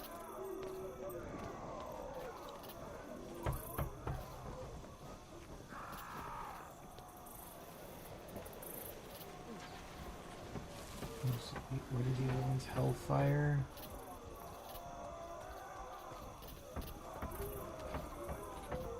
I can also do faux fire.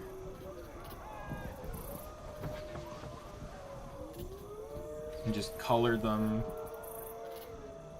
red.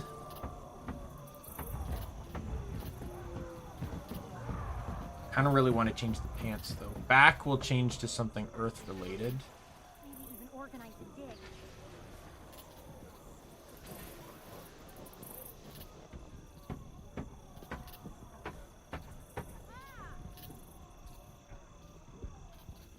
Provided I have something earth related.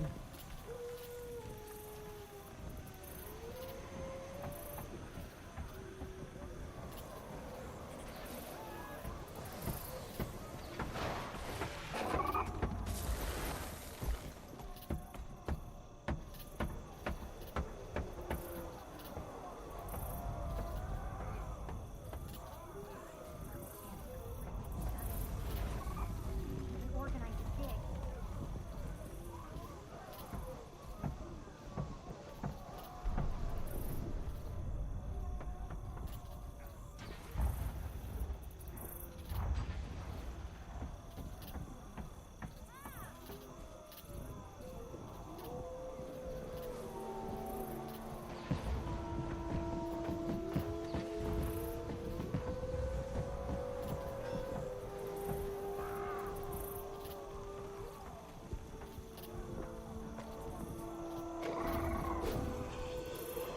And I'm trying to get every element represented here.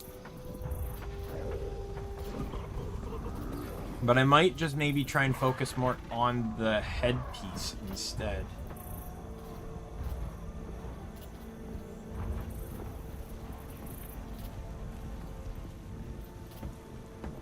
I really like... I'm gonna probably go and buy it, but I really like the Magnus.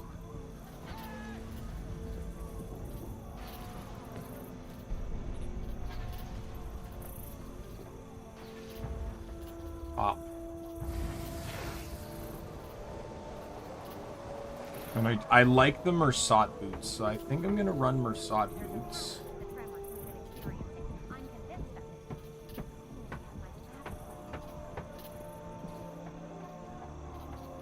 There's some clipping issues I'm noticing.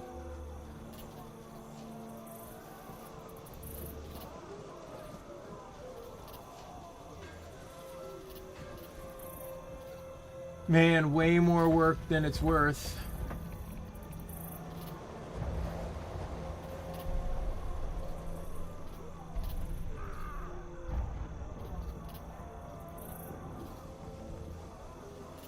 Yo, wait, Weaver's gloves do that? Are you serious?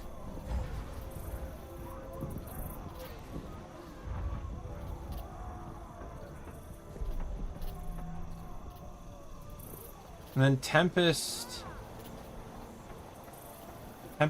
thing has the electric shoulder piece.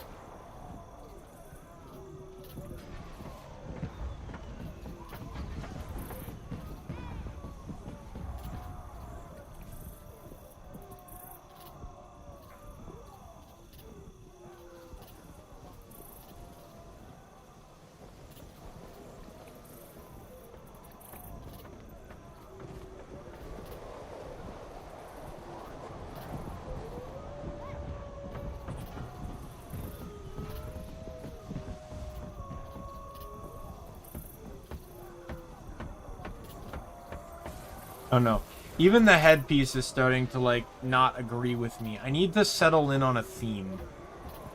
Otherwise I'm gonna be at this for forever.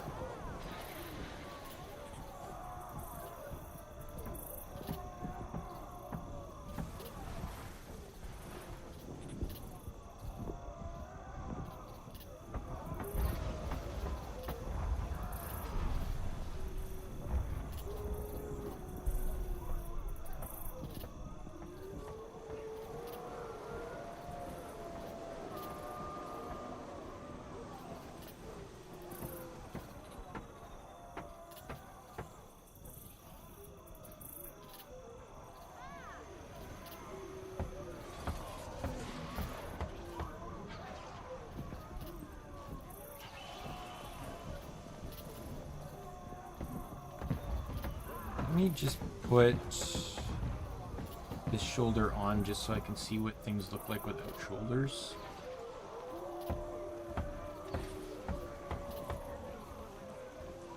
Organize a dig.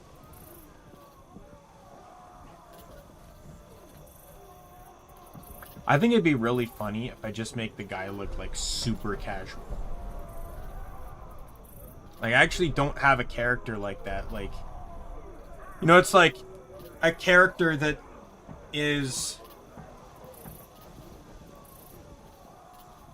like a, you know, almost like a traveling merchant, but is secretly like super OP. So he has no issue like traveling around by himself. But in reality, he could beat the crap out of anything that comes across him.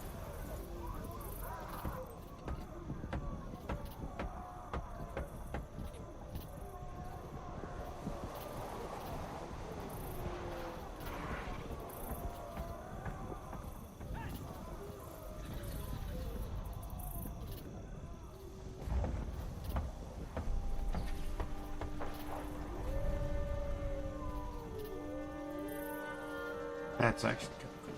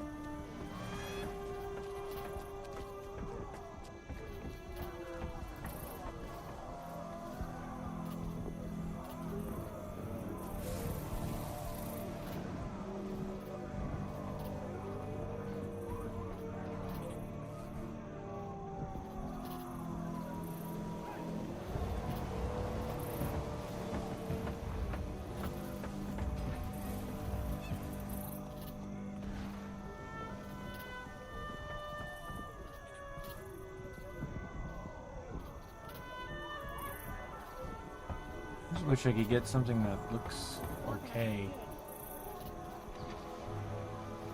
What's the funeral ease?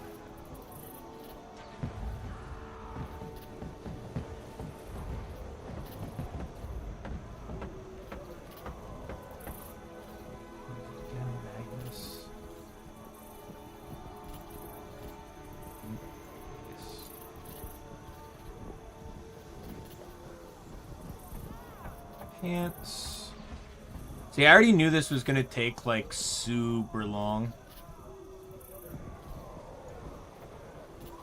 You know, I don't like those. I was thinking of the Archon. I actually kind of like the Seer.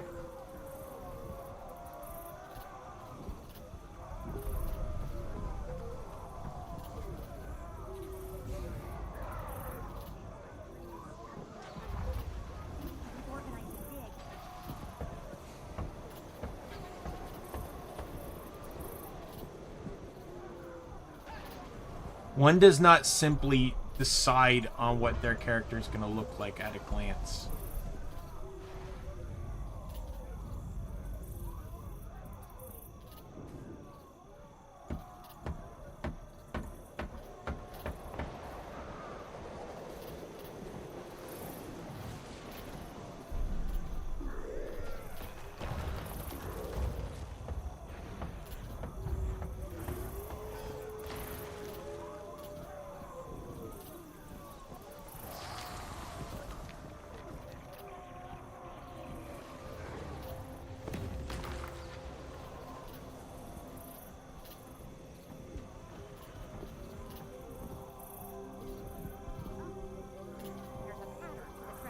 I'm not keeping Ray waiting. I hope she's found something to do in the game while I figure out what the hell my character is gonna look like.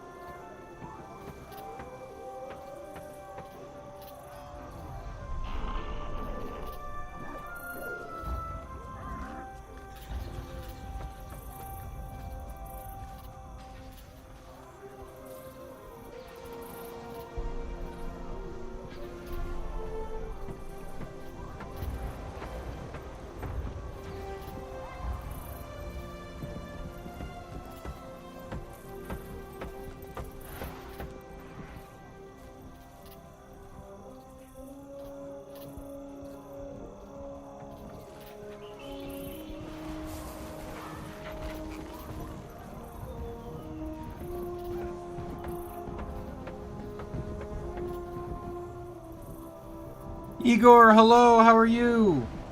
2 hours in and I've not really done anything. This is a great stream. What do the funerary shoulders look like, just for the sake of this?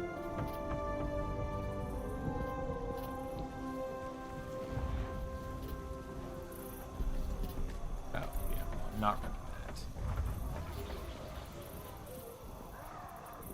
To the least shoulder of the shoulders. The shoulders always end up looking really bad on Char.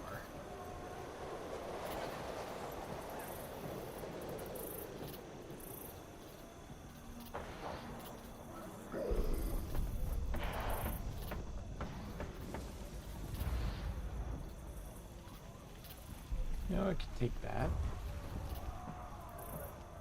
I feel like it's just the boots and the headpiece that I need to figure out now. Much as I'd love to run the Mersat boots, I don't think they're gonna fit.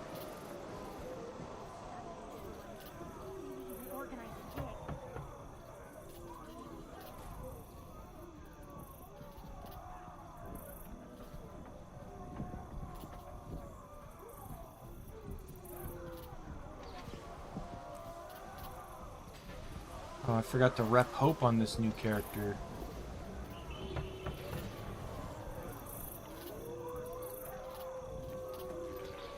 Someone new logged in.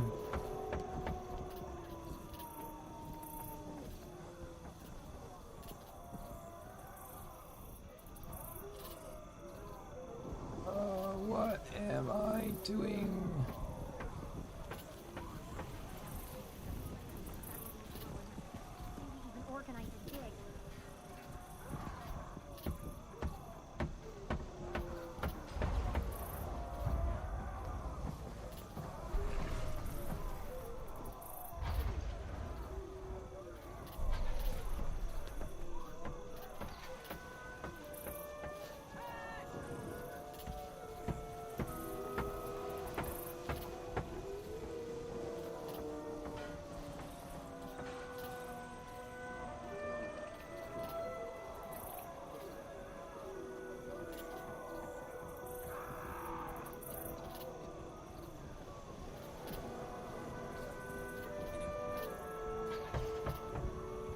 Pegleg doesn't look half bad.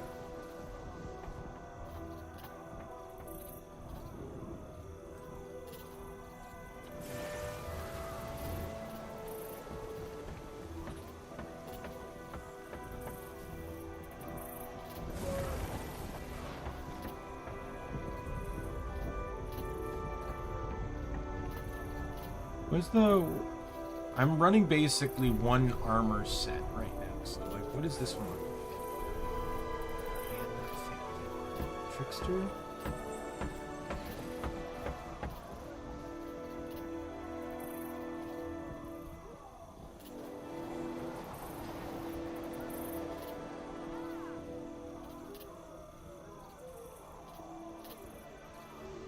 Yeah, I gotta be very careful here because there's gonna be a lot of clipping.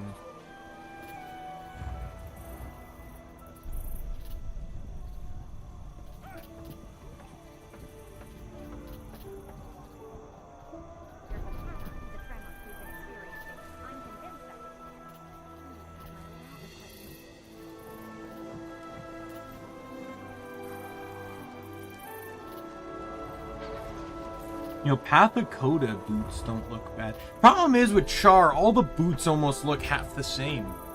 Alright, see you later, Nick. Thank you for joining me for figuring out what my character's gonna look like. And no actual, like, real gameplay.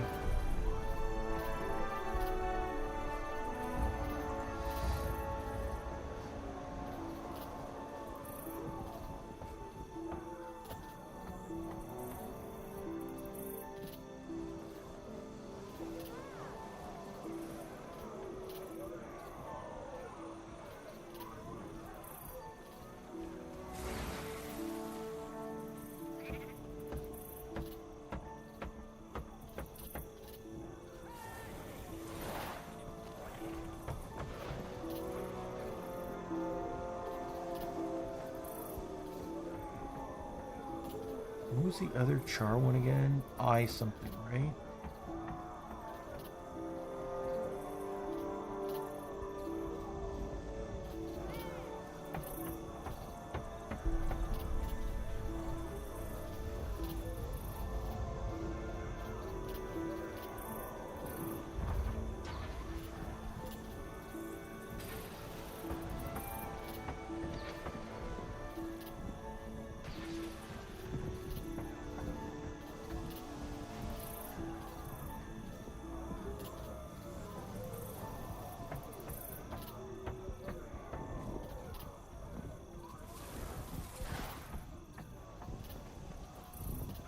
What do the Priory boots look like? Where's Priory?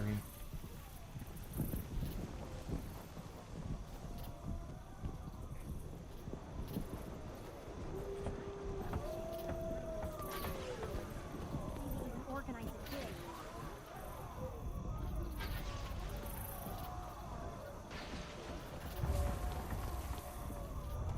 All the boots look terrible. They all just look the same.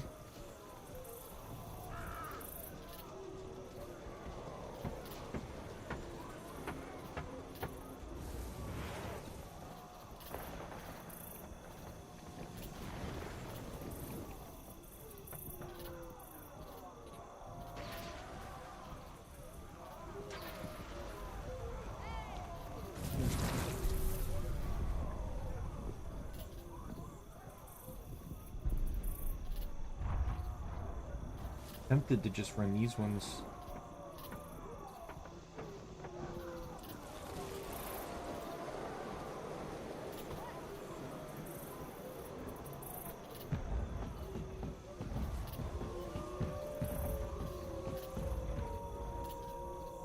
Headgear time.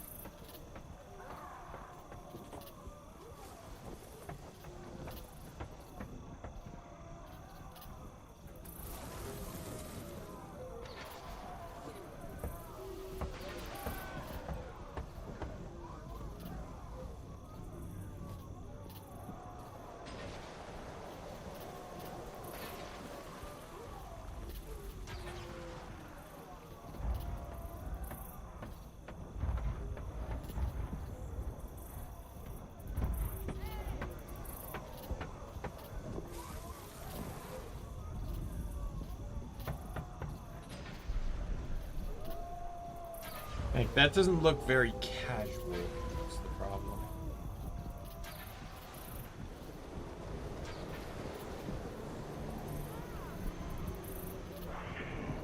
Oh, should I put a beanie on him? Where's the beanie? Don't I have just your generic beanie? Guess not.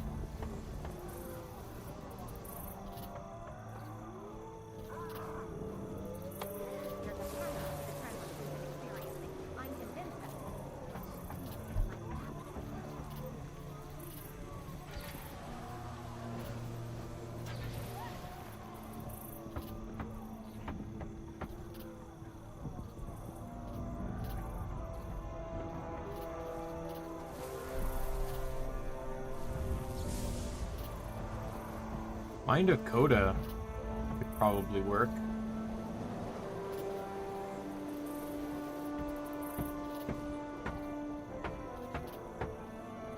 Oh, there's the beanie.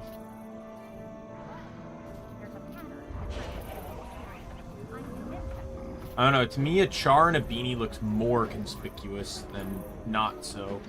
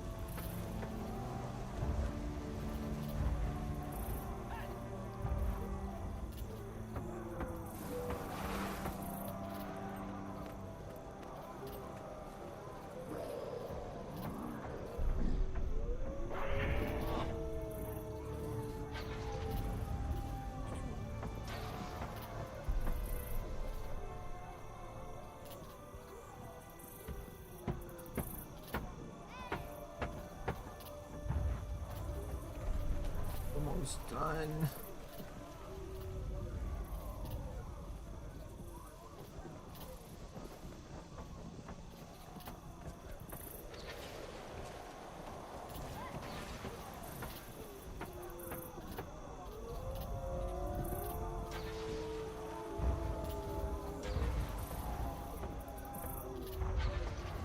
I think the eye patch is probably the best one. Alright, right or left eye? There's a pattern to the tremors we've been experiencing. I'm convinced of it. Seems to have my lab equipment.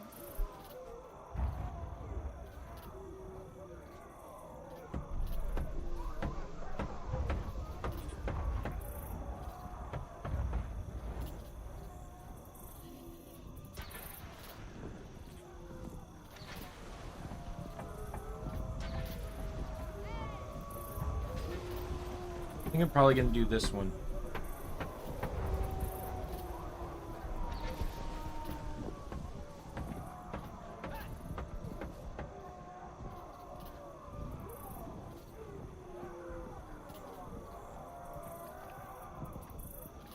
No, we'll do that one.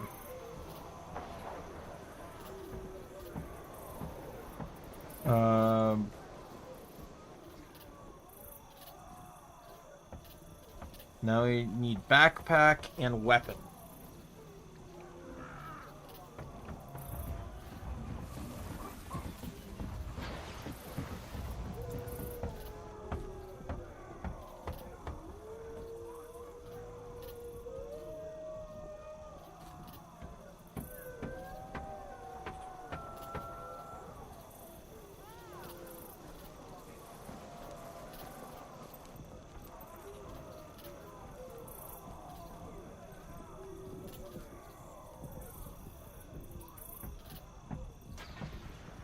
There's a pattern to the tremors we've been experiencing. I'm convinced of it.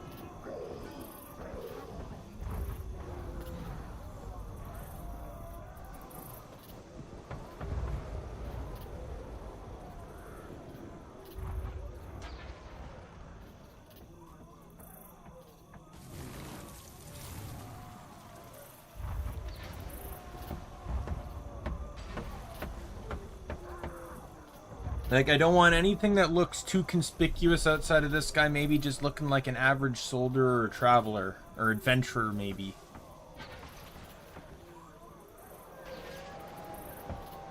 Maybe something that kind of matches his shoulder pads there.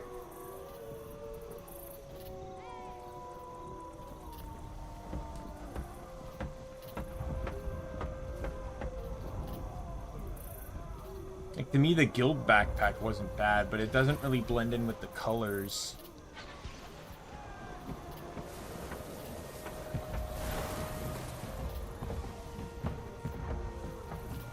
Even organize a dig. Sharper still.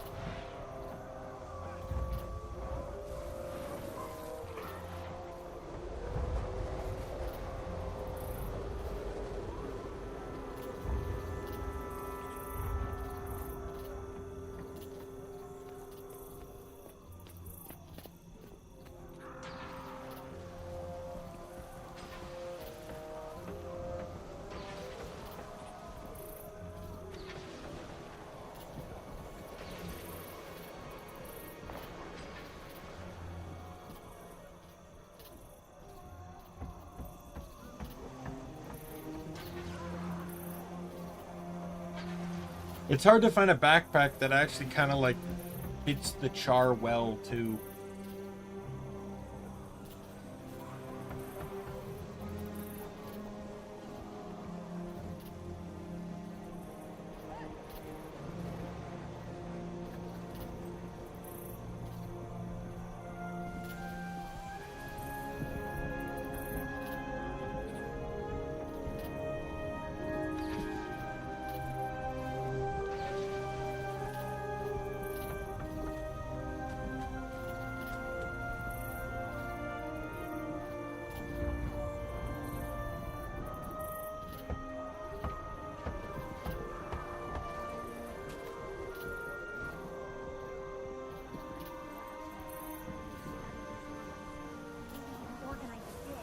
I think I'm gonna run the guild backpack. I think it fits him aesthetically as an adventurer. To like have something to represent kind of like the guild he's working for. Alright, well, we're closing this one. We're keeping that one open. This one, this one, this one. This one closes, this one, this one, this one, this one, this one. This one. Maybe we can organize a dig.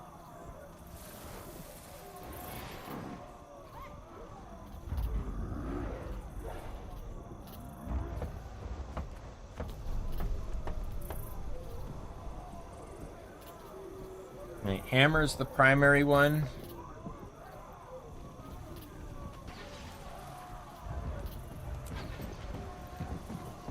Why does it have to be so big?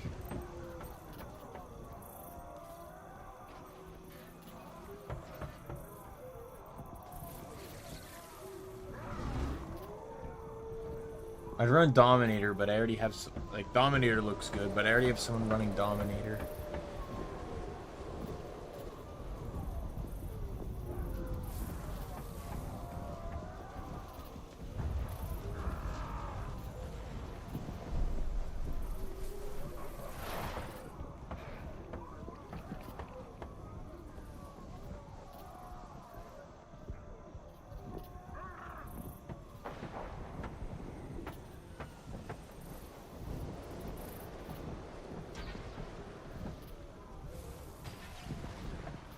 I want something that looks good, because this guy's no, like, half-rate, you know, half-baked adventurer.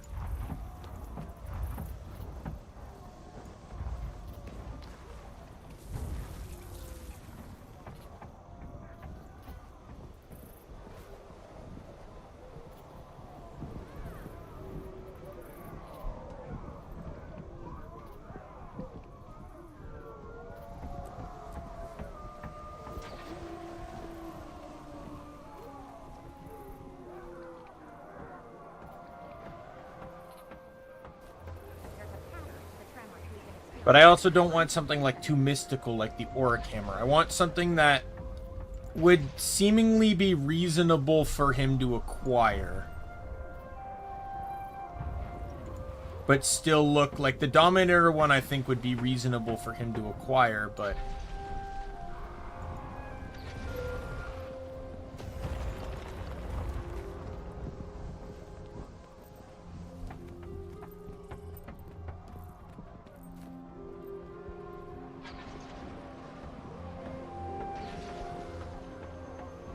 I think I have an immortal weapon case.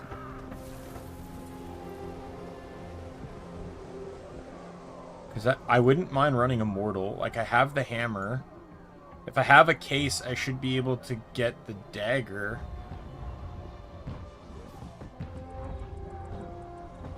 Yeah, right there. And then I think I have the trident. Oh, there is no immortal trident. Well, that's fine. The only thing though is if I end up wanting to make builds later on,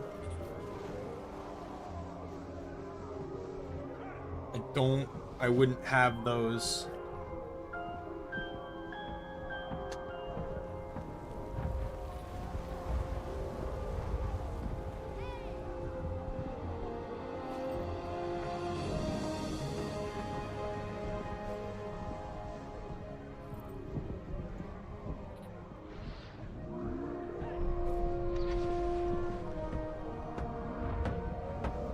Yeah, but I wouldn't mind running immortal.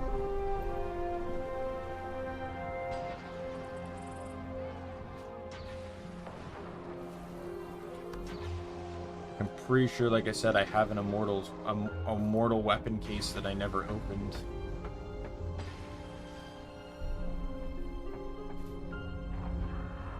Yeah, right here. Let's do it. I think that kind of, and then I'll customize the color to match more towards maybe the hammer, like a lighter color.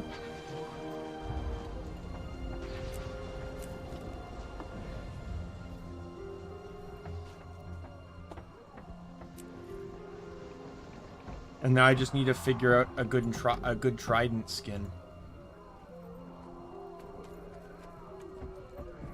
Because I can't run Immortal, right? Maybe Chaos? I think Chaos is pretty similar. There's a pattern to the tremors we've been experiencing. I'm convinced of it. Yeah, I'll do Chaos.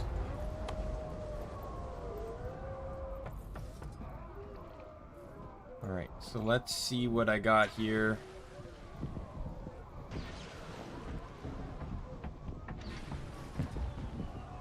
Eye patch, it is this one. Shoulder.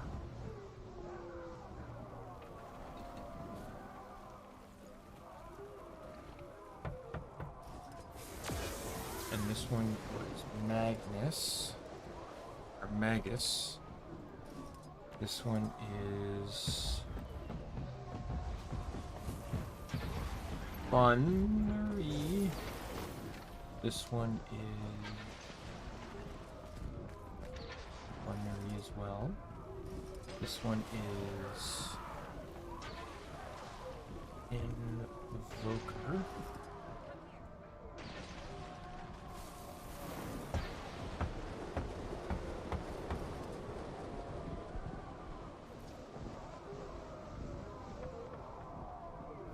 Immortal.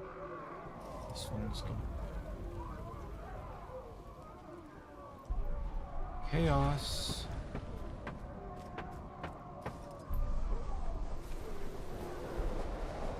Guild backpack.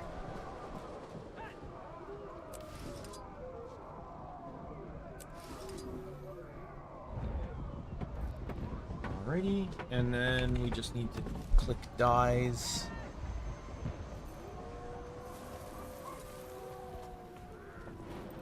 So now we just need to find dyes that kind of match the color aesthetic. So let me get the, where's my bank? Let me get my bank back open so I can load up one of the immortal weapons in the preview. I'll load up hammer.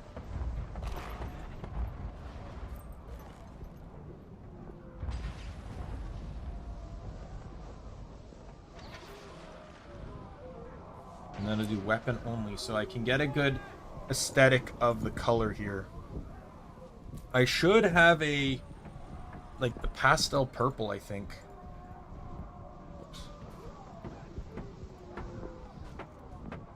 That's close enough, right?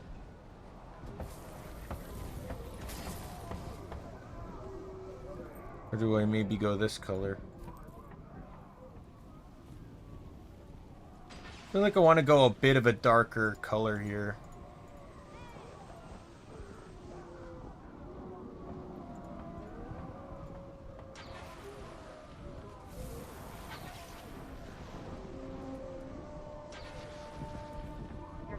Let's favorite that one for now. I'm convinced of it.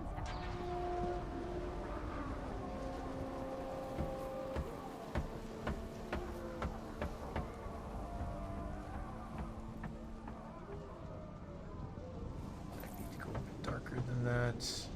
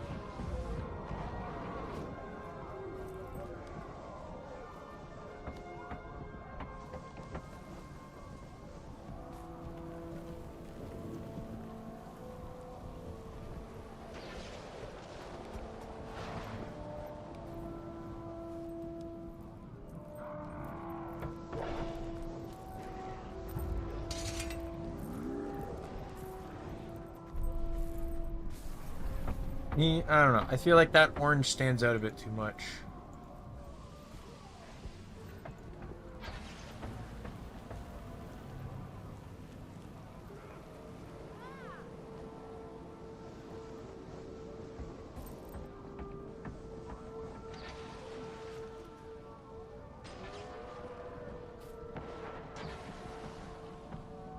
There's a pattern to the tremors we've been experiencing. I'm convinced of it. Only they have my lab equipment.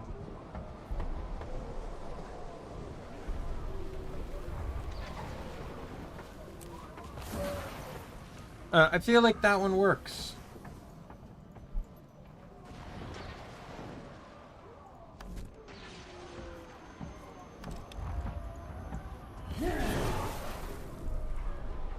I like it. That'll do. Now we just need to get into a more... Now we just need to finish... Oh! Sweet, did it completed everything for me. Well, that's nice. Alright, so my build was air, arcane, and then I guess I'll run fire for a bit. I don't know why it had to completely respec this on me, but...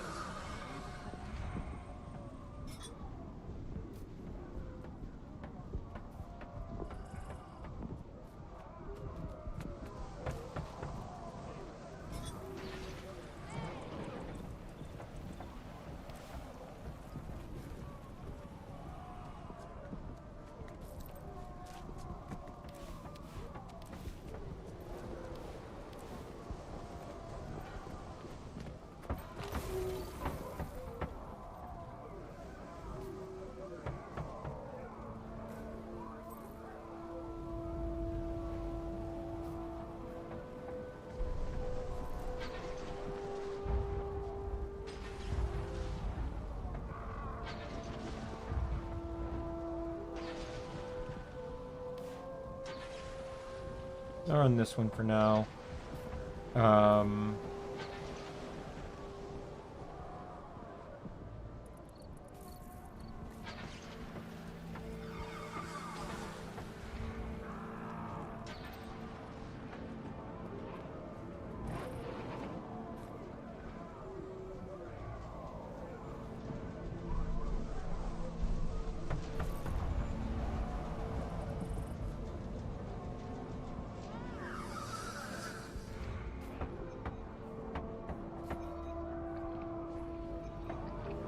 Go forth, my lady.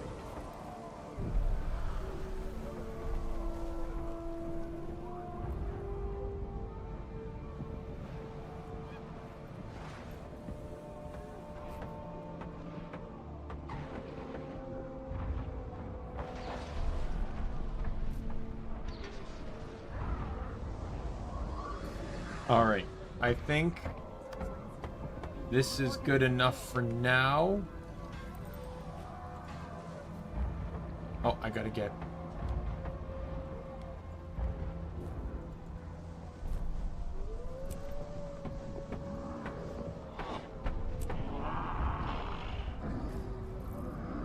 I have to equip my runes and stuff.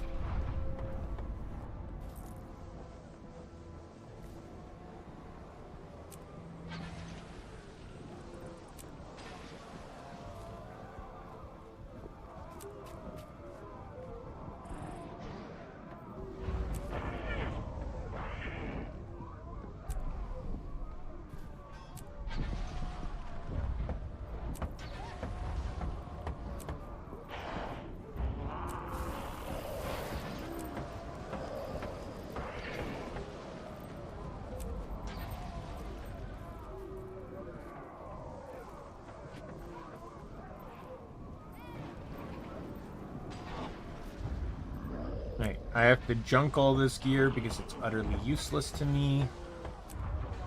And I can't salvage it.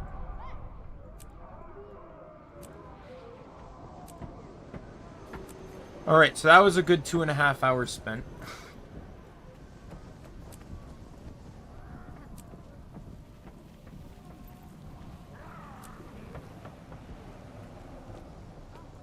There's a pattern to the tremors we've been experiencing. I'm convinced of it. Only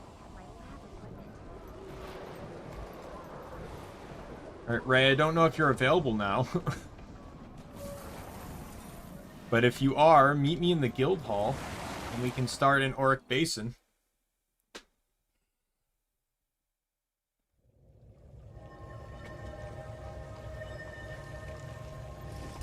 I'm gonna go get these waypoints while I'm at it. Oh, yep. I got a little bit more to do as well. I have to decide on my mounts and my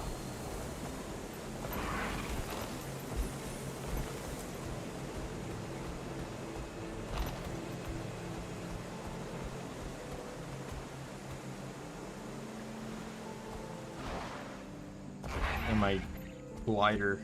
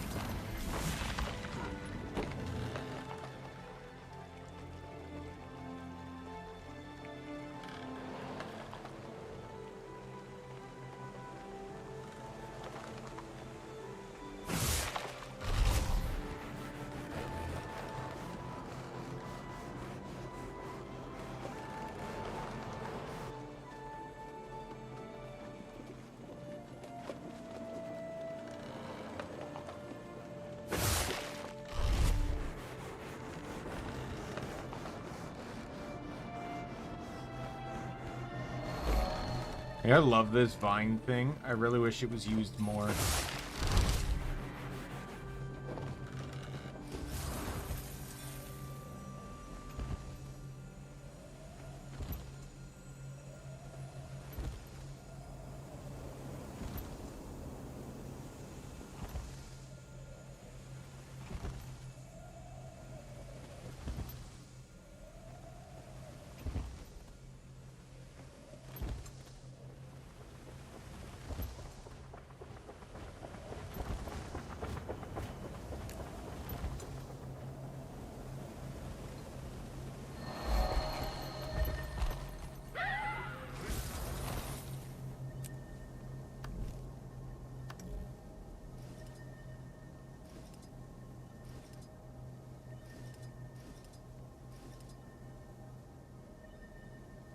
I don't want anything unique, but I don't want anything too over the top. Like, I want something unique, or, yeah, like, I don't want this. Like, that's way too over the top. That's, I think that'll do. I think the Orca one can be nice.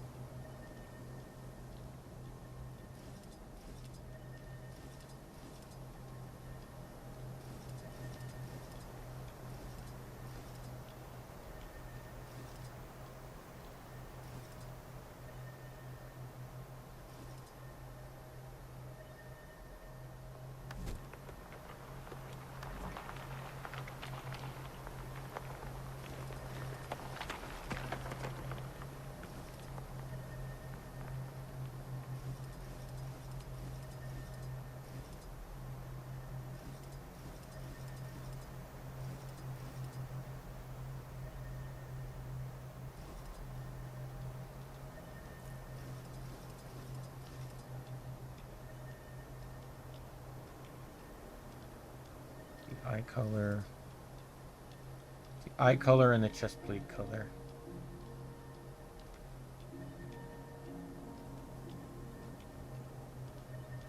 Or it's the color of the mount.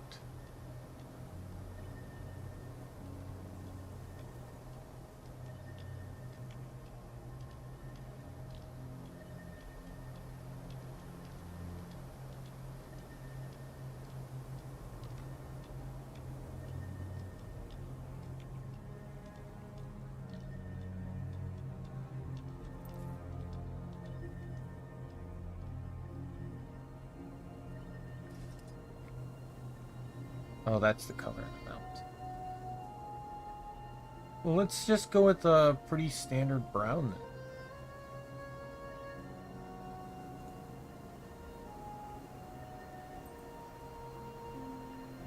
For the mount color.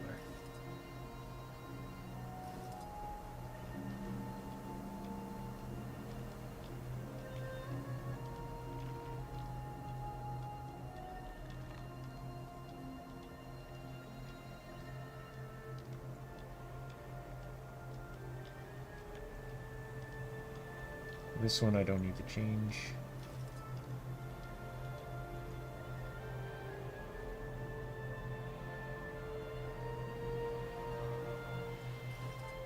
Now you know what? I'll add in these little spots will be brown. They'll all have a little bit of brown.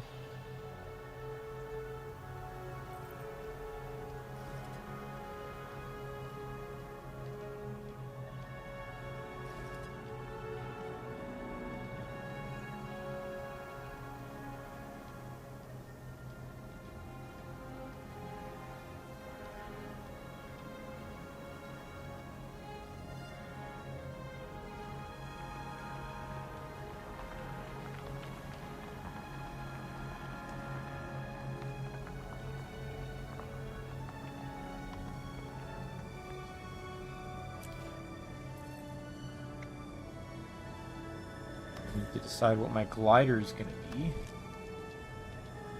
A lot to pick between here. I don't even remember having this one.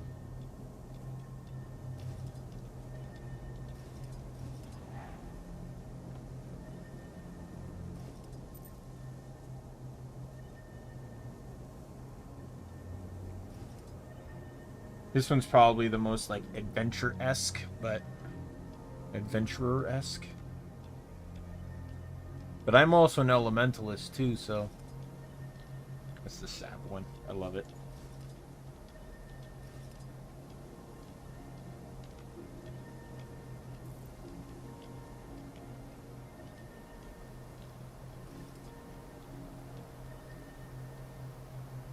Like using the elemental ones, like you got this one where he's controlling electromagnetic frequency to be able to glide. That one where he spouts fire wings. This one where he summons a rock, like a volcanic rock.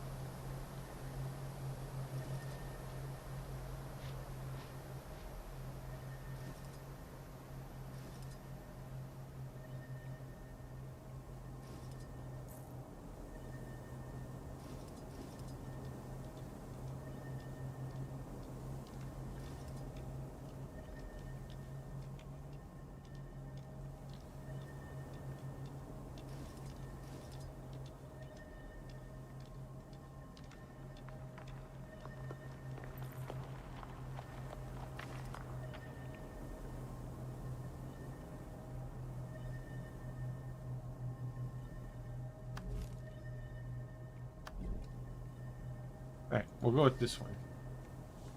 Alright, let's go get some hero points. Oh, he's already in Orc base.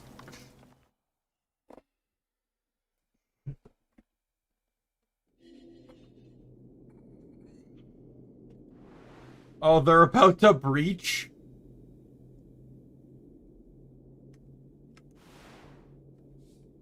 Okay, I'm adding Ray to the party. Because then I can teleport the friend. And I don't have to deal with... Well, Yeah, because I can't get through here, right?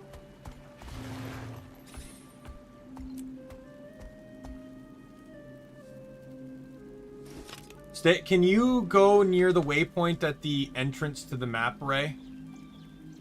Like at the waypoint near Verdant Brink. Let me know when you're there, and then I'll teleport straight to you.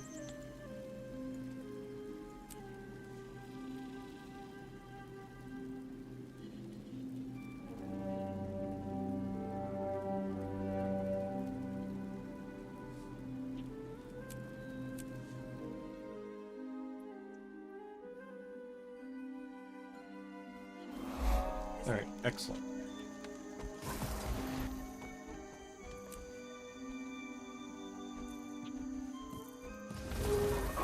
So how does my character look from your angle?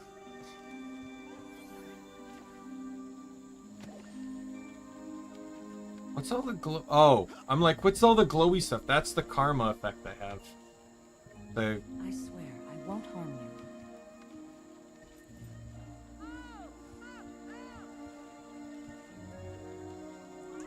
you.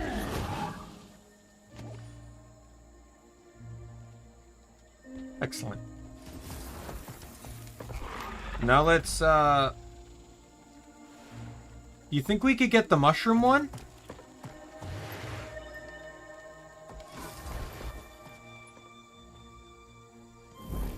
You think the two of us could handle mush?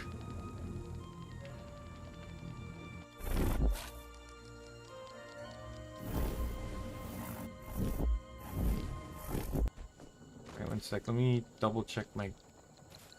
Yeah.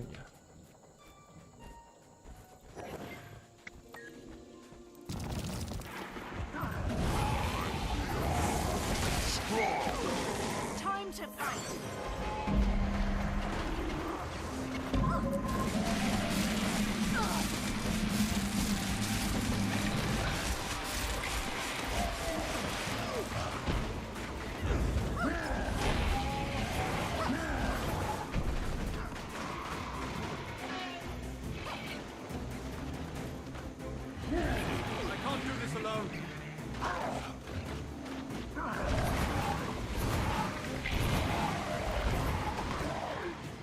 So what was that about us maybe being able to do mush alone?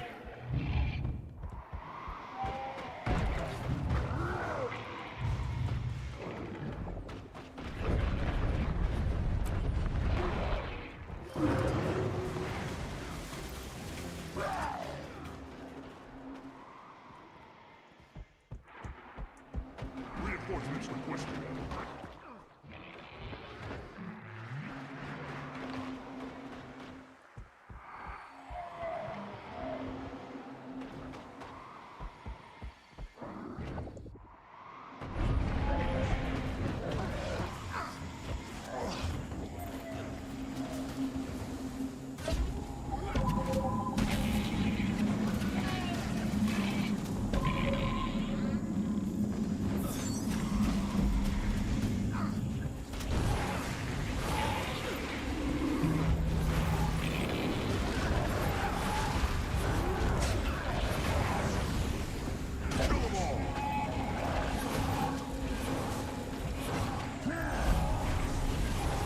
That was close. Way closer than it had any right to be.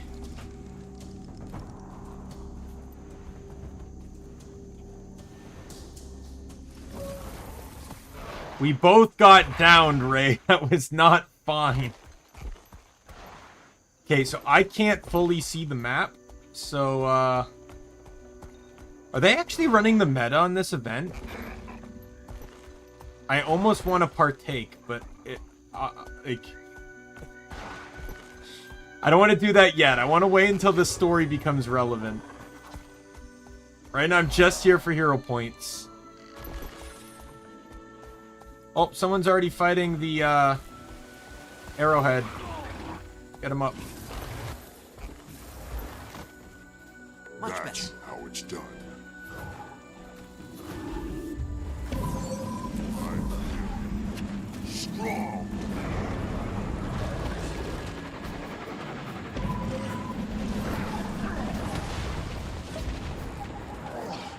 Quiet! This will end.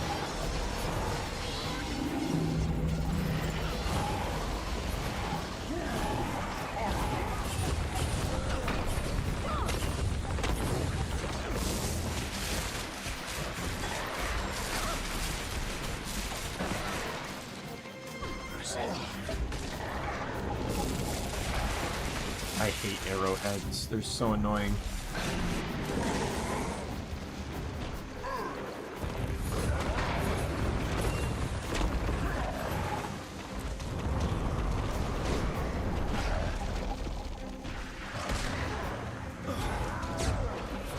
Got him.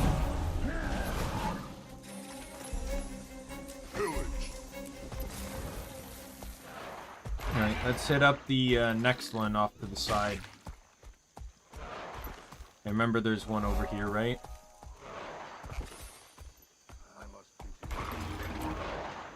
I think somewhere over here.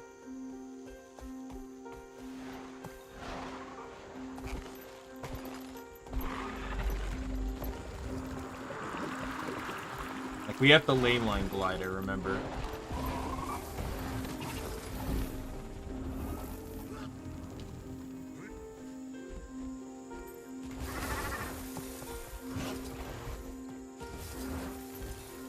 Oh, it's over here. Yeah, that's right.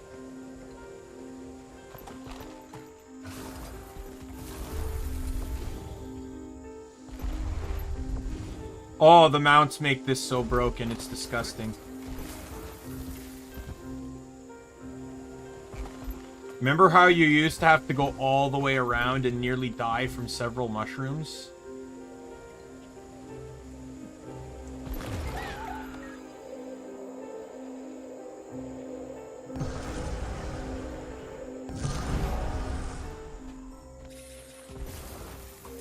Alright, what's... There's two that are super easy to get in the city, but we need to wait for the meta to end. What do you think the odds are of us getting Tengu? I know the Tengu one can be pretty tricky.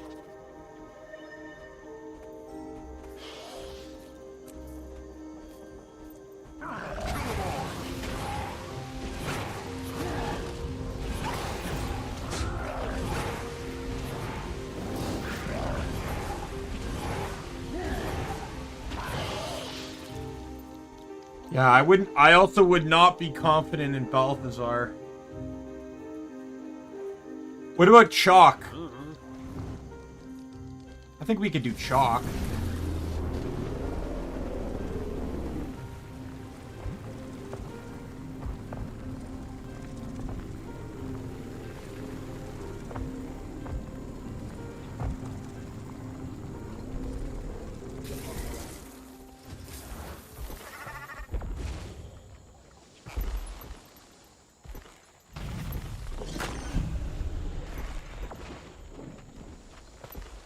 You mean just like stealth get it?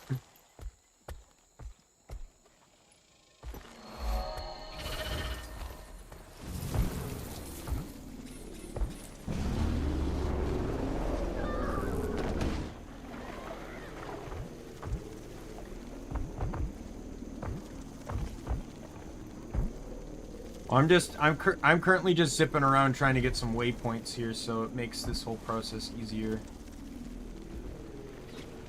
It's a vine tooth.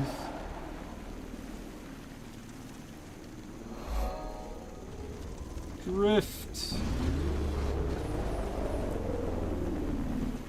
I'm super upset right now that they're doing the meta when I don't want to do it just yet.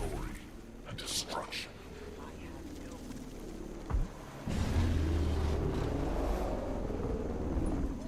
Like, this is a full meta map. They got 4 tags up and everything.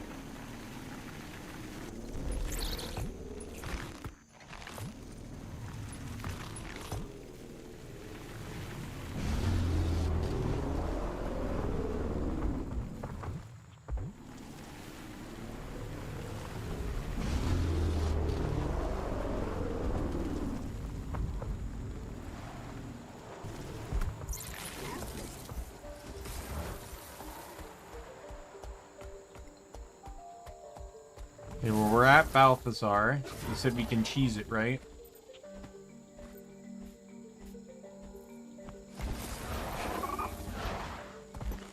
Oh, he's already dead.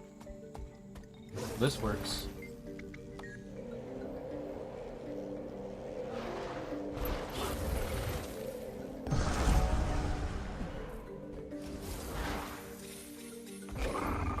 Balthazar, I would argue, is... I would argue Balthazar is the hardest hero point on this map. So getting him done now is... Like, if you have to fight Balthazar, you can't do it alone. We should easily be able to do Golem, though, right? Like, Golem's a joke.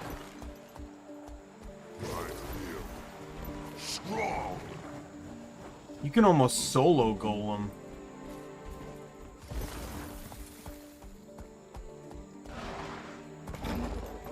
Okay, one second, I want to get this waypoint.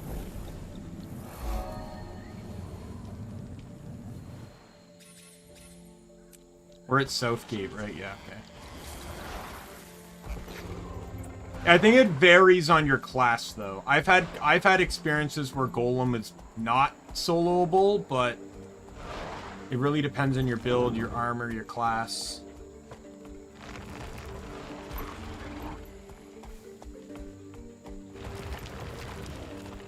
Okay, where am I going here?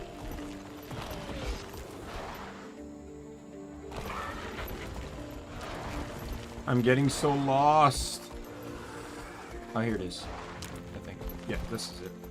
Oh, it's Pocket Raptors! Get away! No! Go away!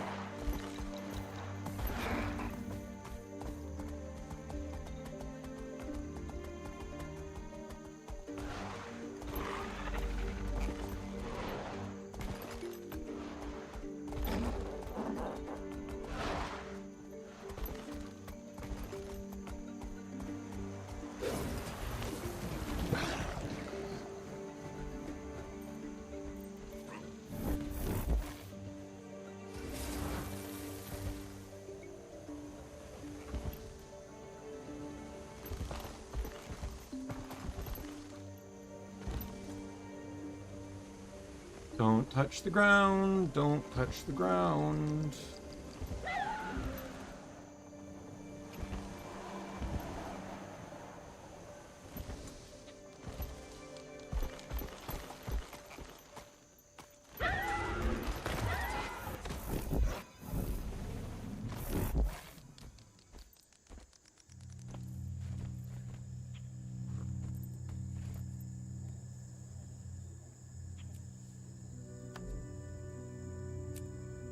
It's easy when you know how.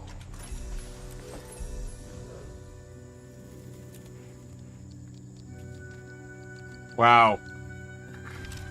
The hammer can come with Celestial, so I got a Celestial hammer even though I didn't have to. I'm a little mad.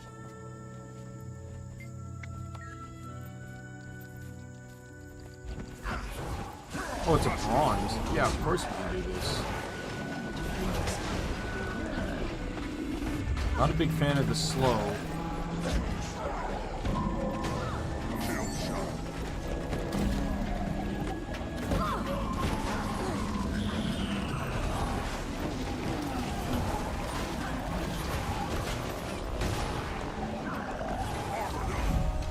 I will end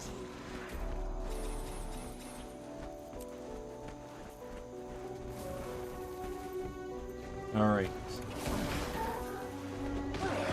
Oh god.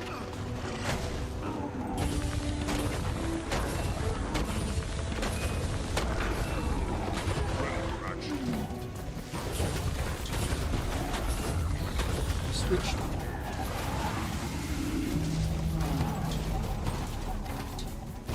All right. What other? We got the two in the city. We got Chalk. We have. What's the one to the bottom on the right side, like opposite Tengu? That one's doable, right?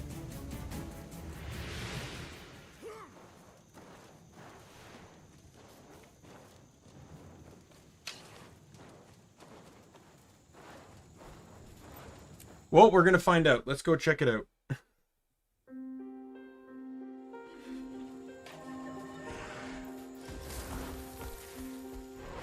I want to try and stay in the map until the meta's done, so we can actually, like, get underneath Auric. Or get in and underneath Auric. We have protected Tyria for over a century. It will not fall this day. Too strong.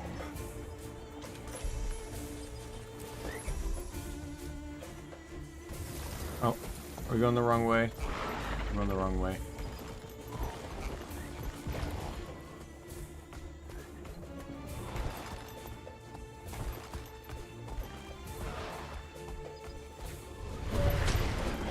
Oh, isn't this Terragriff?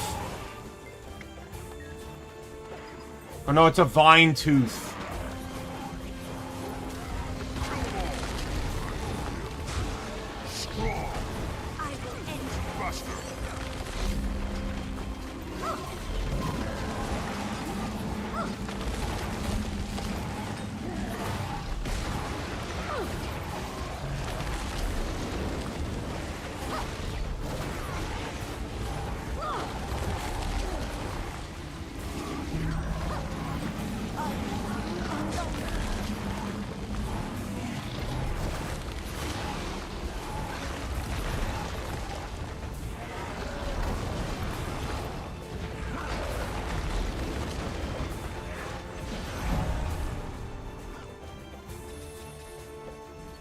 Alright.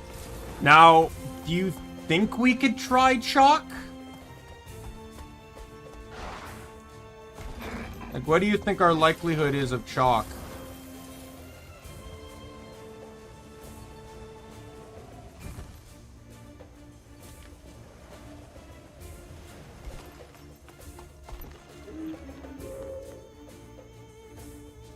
Alright, let's give it a shot then, yeah. Chalk's not hard, but it can be brutal. It's the fucking, like, AoE splatter that it likes to do that makes Chalk viciously annoying.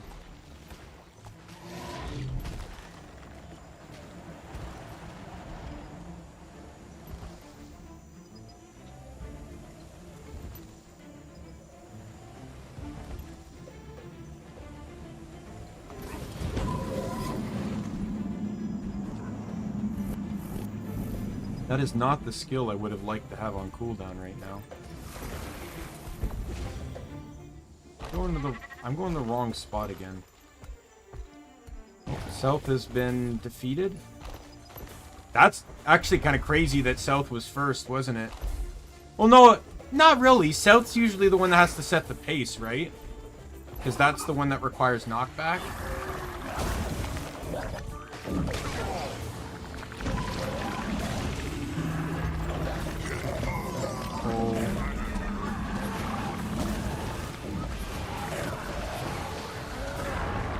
Yeah, we're not doing Shock.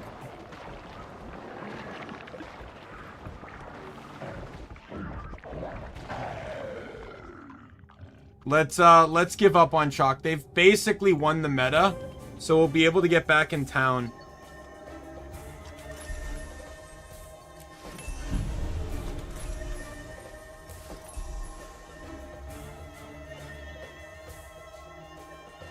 I'm gonna head in through Northgate so I can glide over to the one that's up.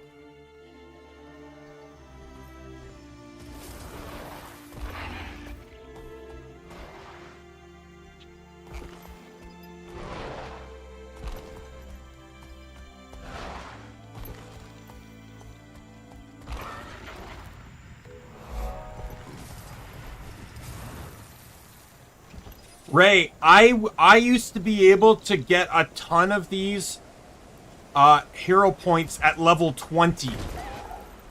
I would bring in level 20 characters to get hero points on these maps. I knew exactly which ones I could get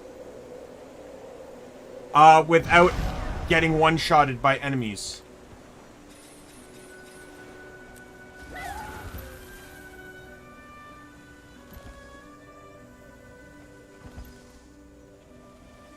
why Verdant Brink was so good, because a lot of them are channelable.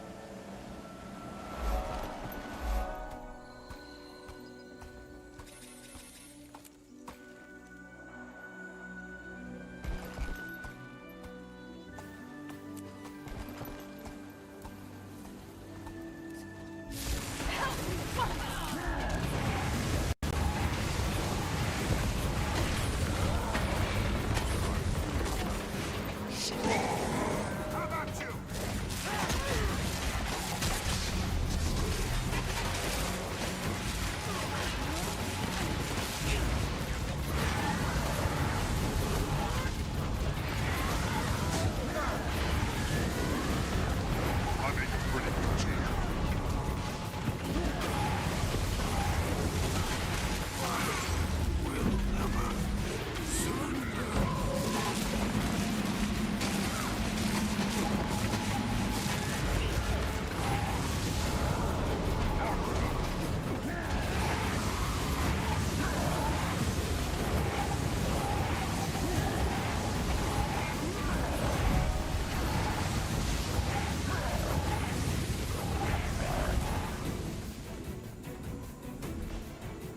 Let's go to Verdant Brink now. Now, one cool thing I really like about Verdant Brink is that when you enter it from Auric Basin, it automatically gives you the other side of the map.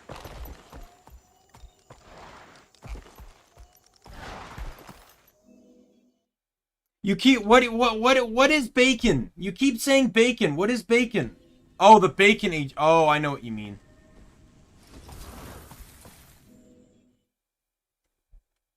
I just remembered.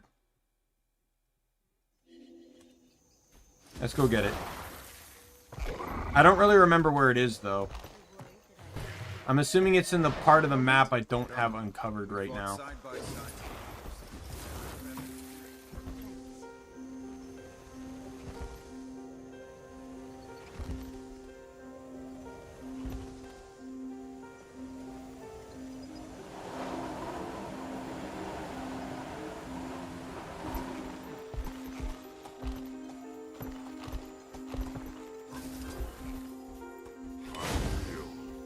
Strong.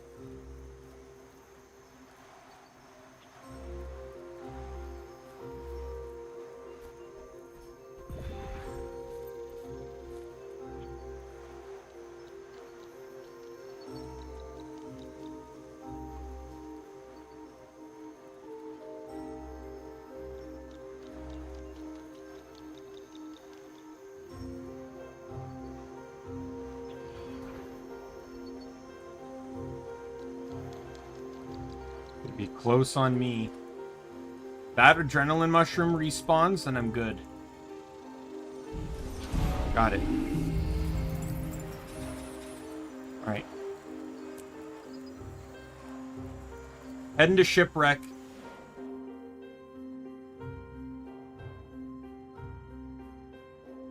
Yeah, Verdant Brink, it's like 7 or something of the hero points here are like gettable as like level 20 character. Alright, we'll head for the bottom of the map bronze.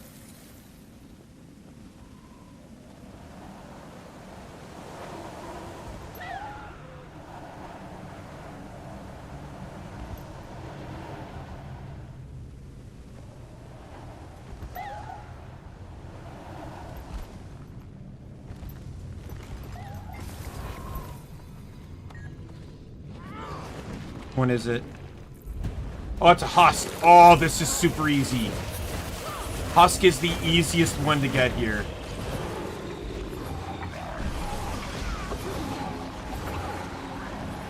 Hardest ones are the Terragriff or the flower one. Because of like the way they attack. Right back up. 1 second.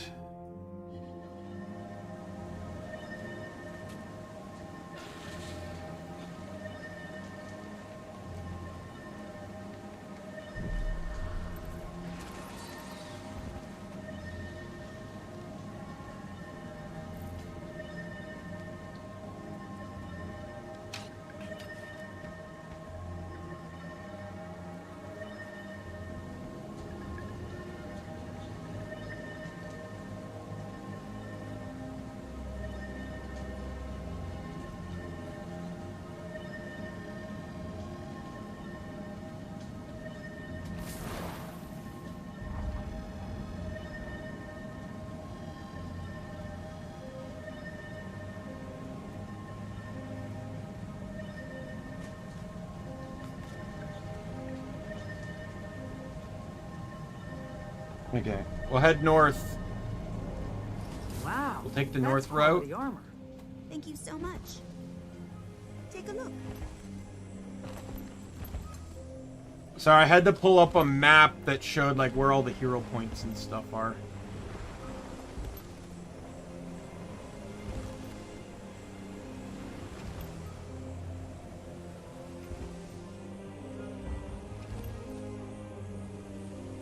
A lot easier than just wandering around, especially in a map like this that basically has 3 layers to it.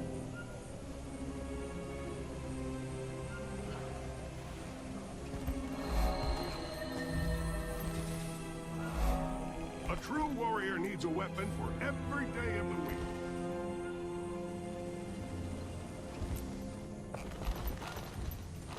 Oh, did they get unlucky?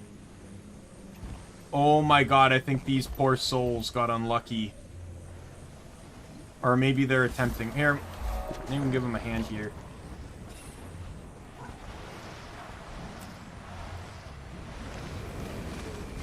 Oh no, there's enough up here that no one got unlucky. Oh god, really? I just got up here! Really?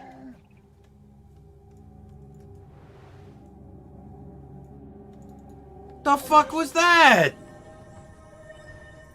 I swear I saw Tuco attack our village last night. Can't be. She climbs. She tends the water lilies. She has no violence in her. She was different. As if made of vines and leaves. I'm obviously getting no credit for this Tell it thing. was her. She did disappear a few nights ago scouting the jungle. No. Can't be her.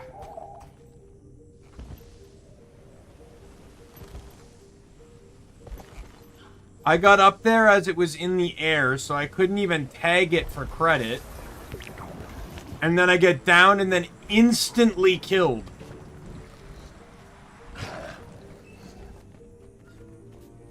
I don't really care. It clears up this area for me.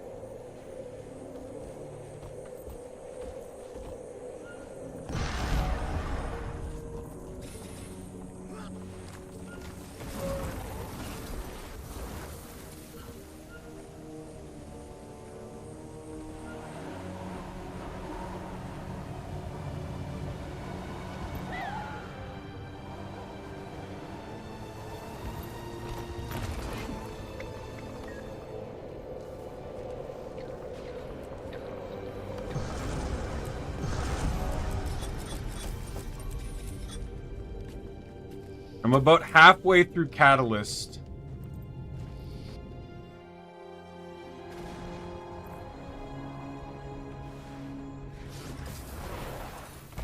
I want to get over and get the waypoint over here quickly.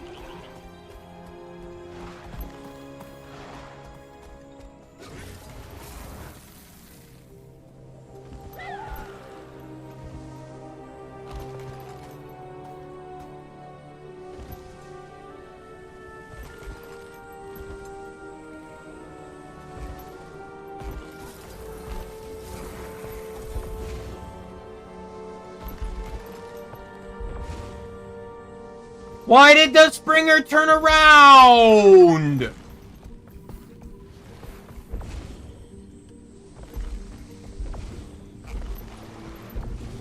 It's turned one direction, and it was not the one you turned.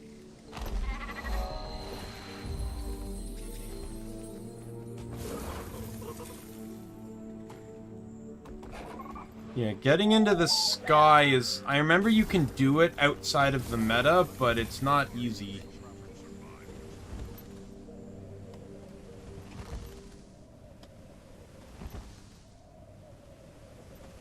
Let's head to top right. I remember there's an easy one to get over here.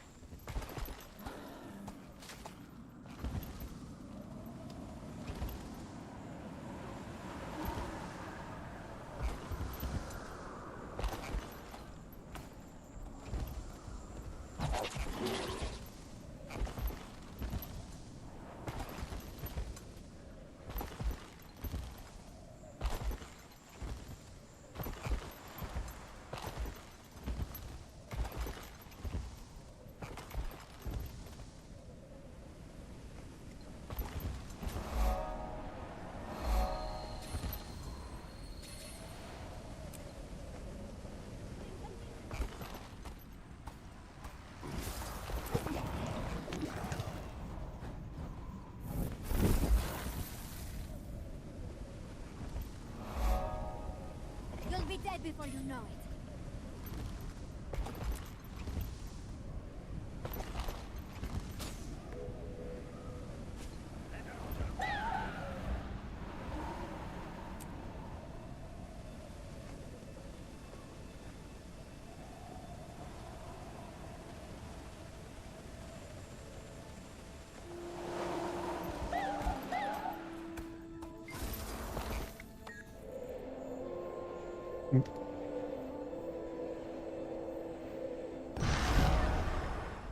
Alright.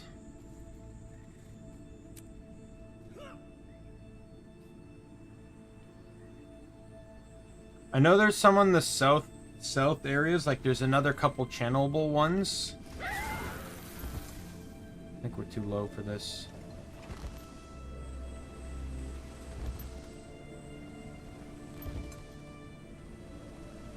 Or at least I'm too low for this. I'm the one without a sky scale.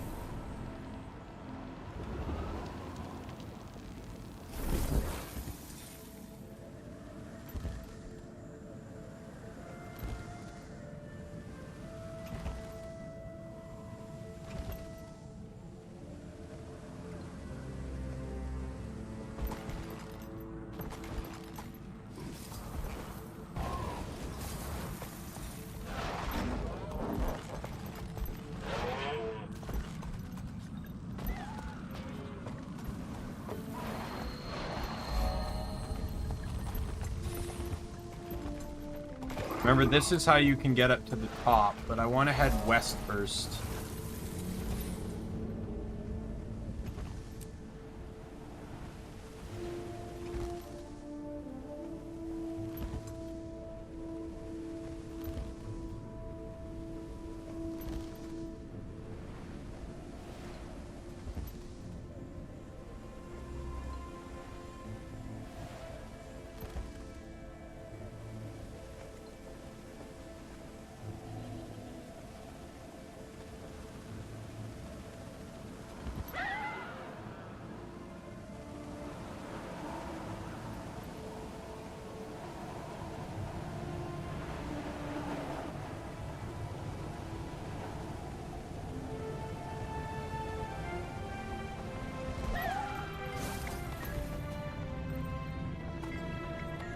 Commune!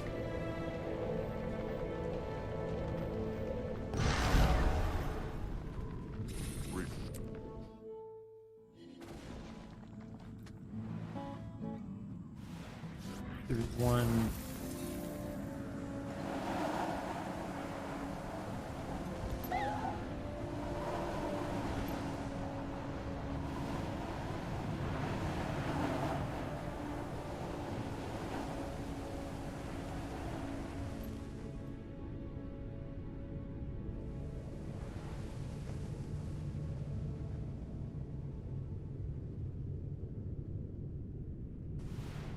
Oh, yeah. I know which one I'm looking for. I just need to loop around.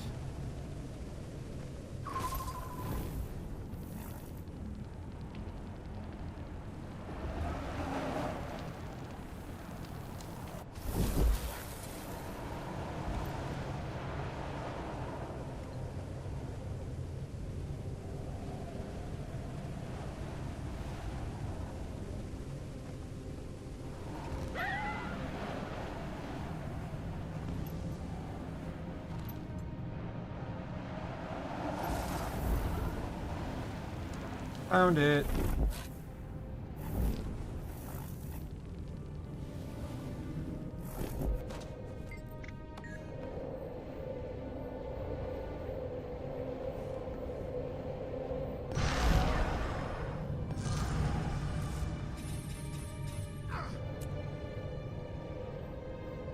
I'm gonna head back to Shipwreck and travel south this time.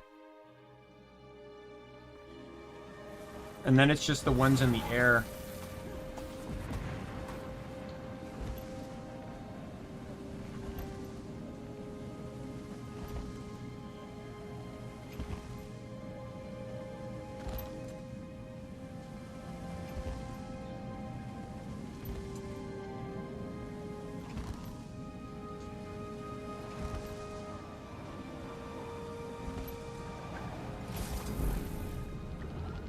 On recon.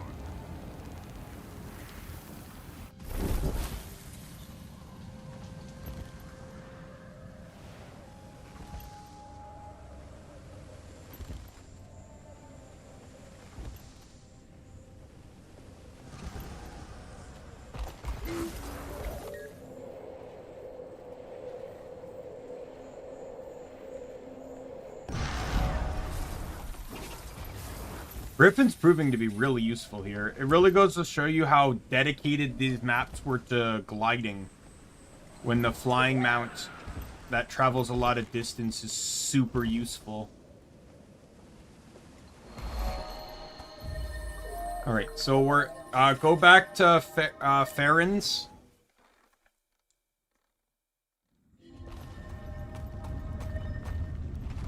Because we're gonna need it to...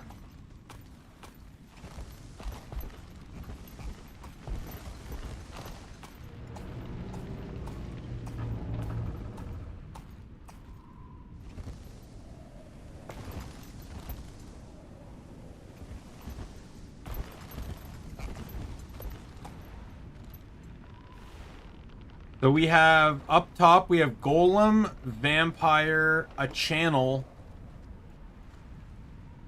And I think that's it. Yeah. You think we could... I don't think we can do Vampire, because that one usually required a full squad. Do you think we could do Golem, though? Golem never usually required too many people.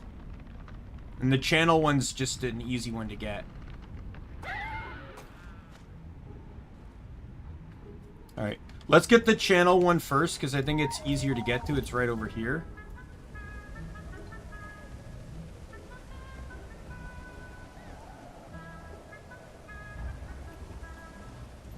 Isn't it amazing how much I remember all of these types, like pretty much most of these hero points, even though I hadn't had anything to do with them in like 2 years?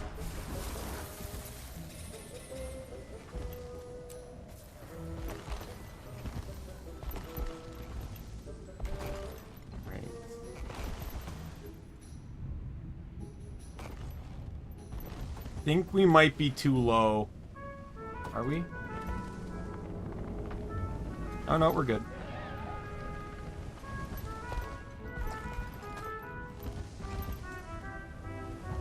Oh, it looks like someone else is heading over there too. This is good.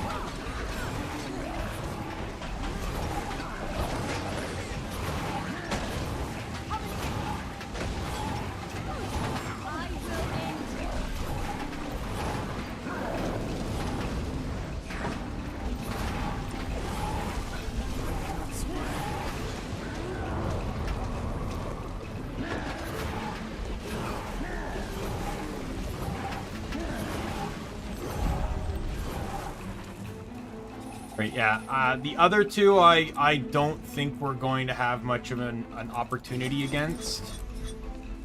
I only need 7 more. I think we can probably snag him in TD. If not, Dragon Stand.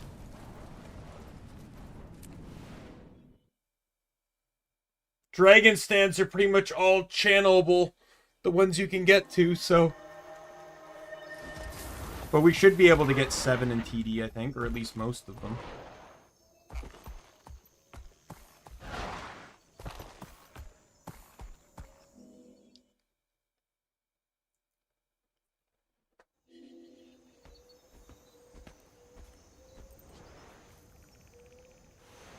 Troll, I believe Troll should be doable. Troll is one of those ones, again, that didn't ever really require too many people.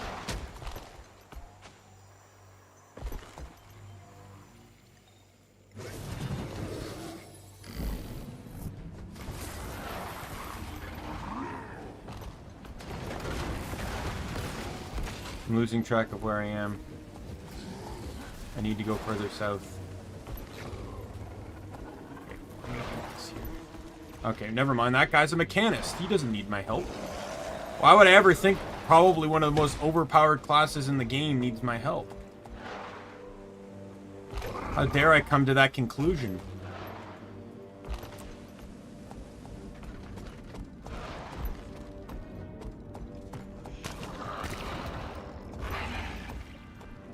Yeah, we just got to be very careful.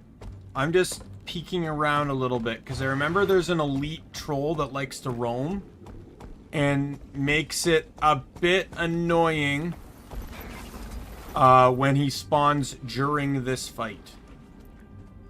Buster. Kill them all.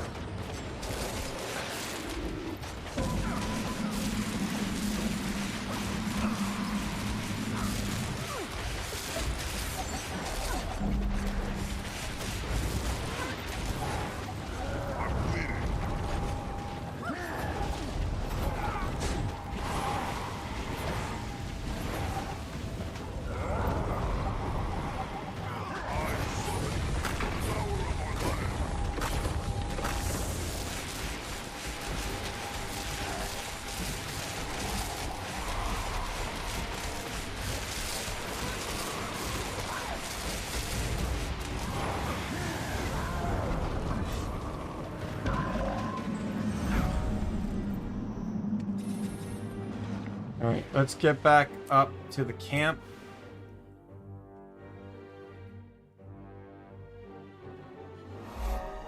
Let me pull out the map again. Where's the map?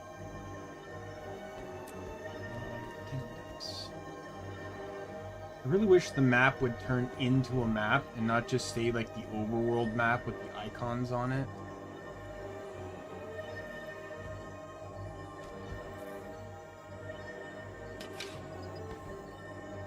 Trying to remember like what Guild Wars 2 map I used to use. Oh, here it is. Guild Wars 2 maps.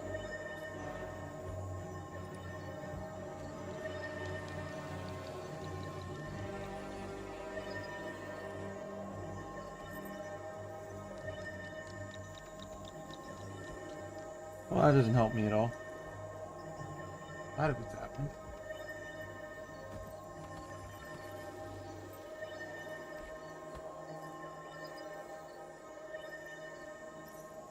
Quiet, guys.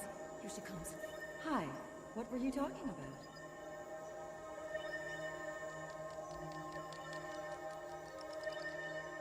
Oh, that's Guild Wars 1. Doesn't help me at all.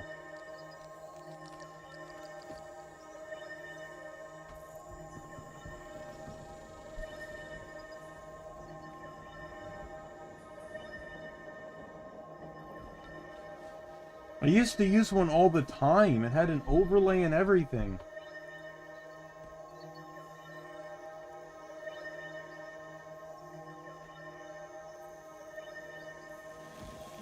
Oh, here it is. I think this is it. Yep, found it. Oh, hey there. How's it going? Guild Wars 2 Timer. That's what it is. Nah, no way. Okay then. I'll be over there if you need me. Go forth, my minion.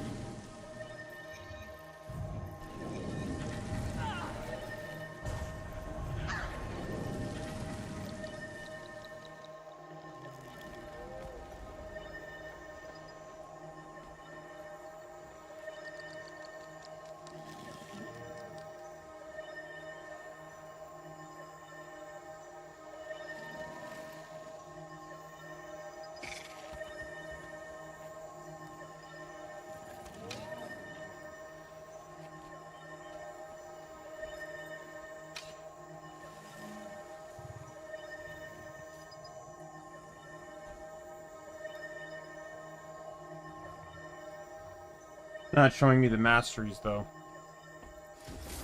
Or the not the masteries, the hero points. I think there's some this way if we go this way.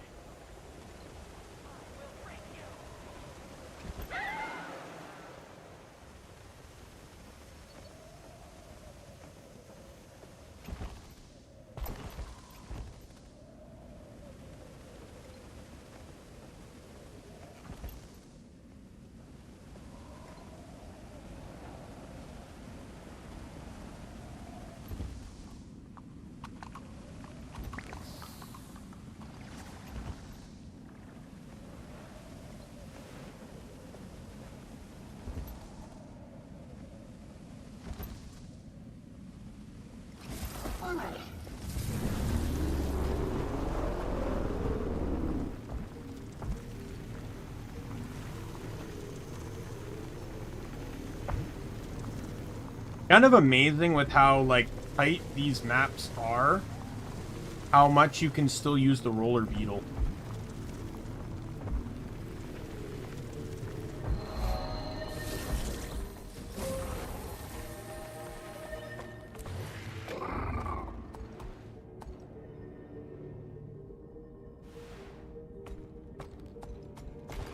Let me go to the passage, because I know there's the one in the north, at the top of North Lane. I think it's North Lane. Where the chalk are. Or mid lane, whatever it is.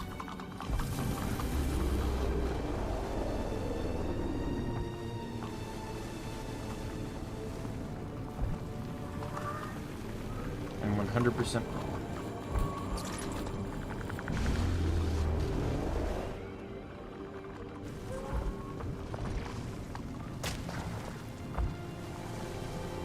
Oh, there's this one up here.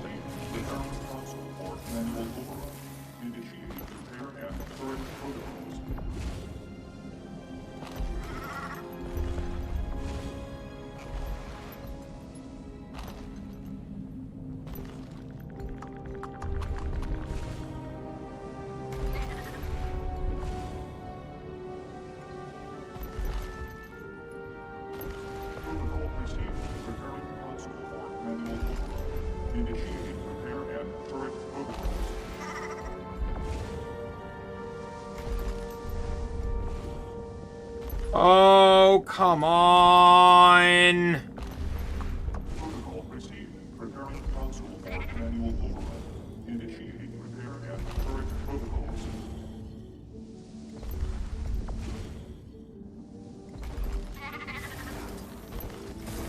Protocol received. Preparing console for manual override. Initiating repair and turret protocols. Okay, well, I'm nowhere near this thing because it's saying I need to go higher, but it won't let me go higher, so...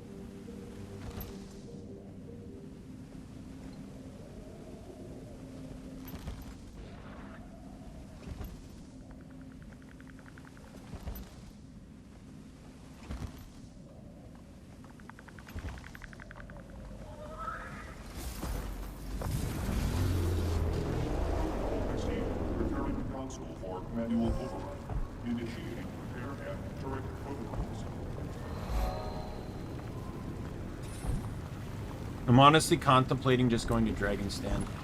Well, like, there's a couple we can get near the exit to Dragon Stand, but...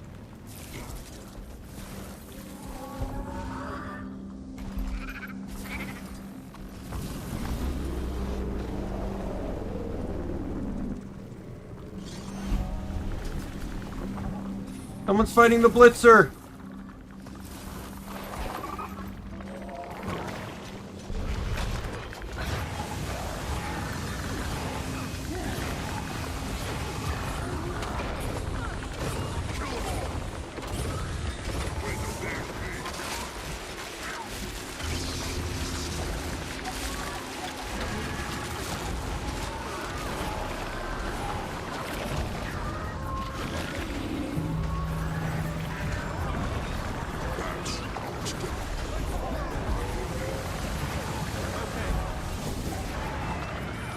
Yep, that sounds about right.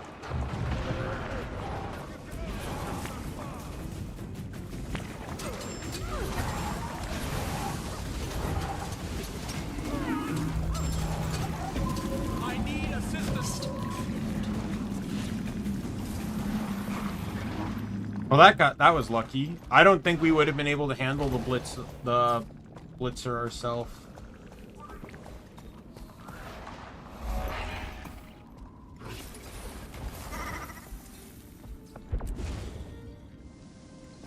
Takes way longer to get hero points than I remembered it. Now, I don't think we can take the Mordrum Sniper. I don't remember this one being too kind to low player numbers.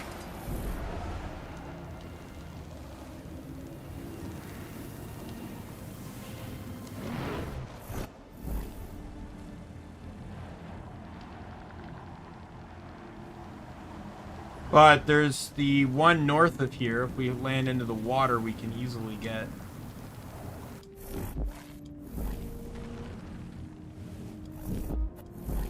Oh, that's not the water I want to land in.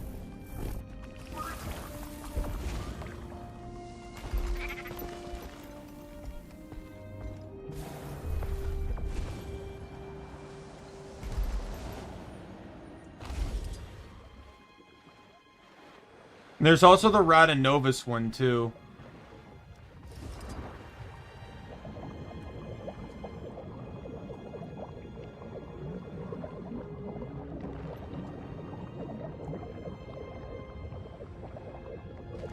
Buster.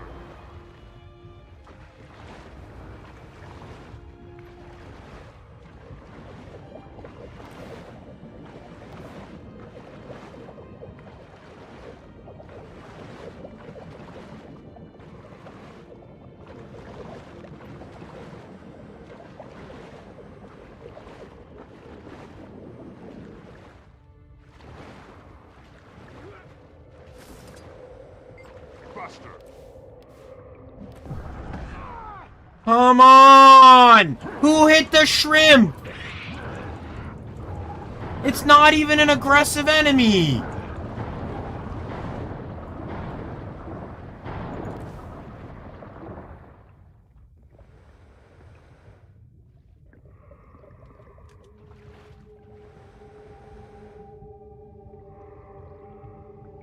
One second, I'm trying to figure out what I want for underwater traits for the time being.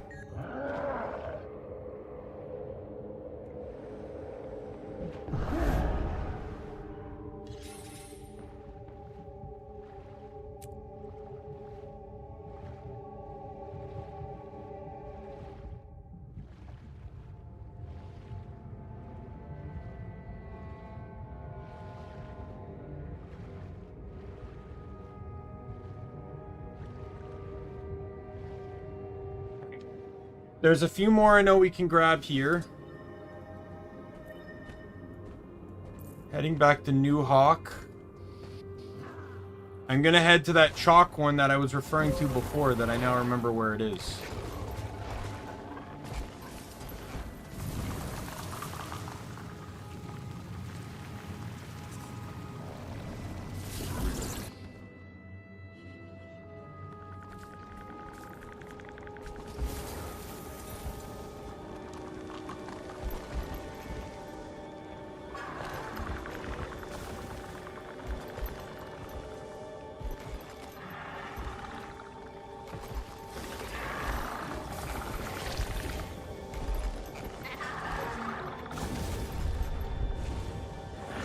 Oh, come on!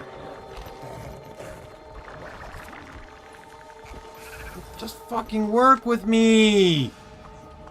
Great, now I'm in combat, so I'm never gonna leave it. It's not the amount I wanted. Oh, come on!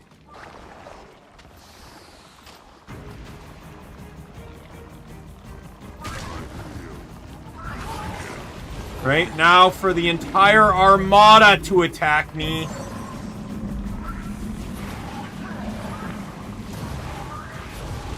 Go away.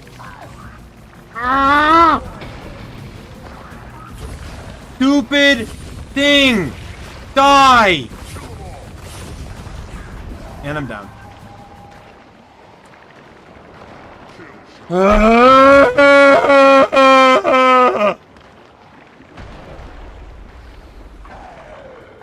And I die just as I kill something.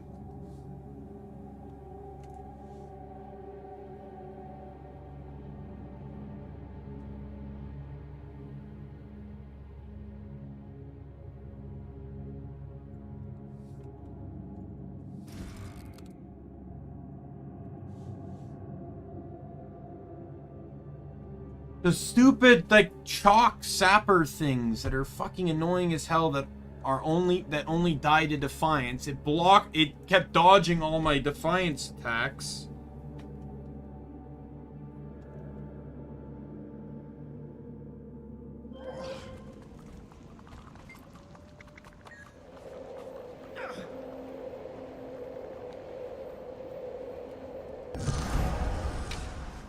Believe it or not, this is actually one you can get at level 20. You just have to be super careful, though, because when you're level 20, enemies aggro you from a much further range.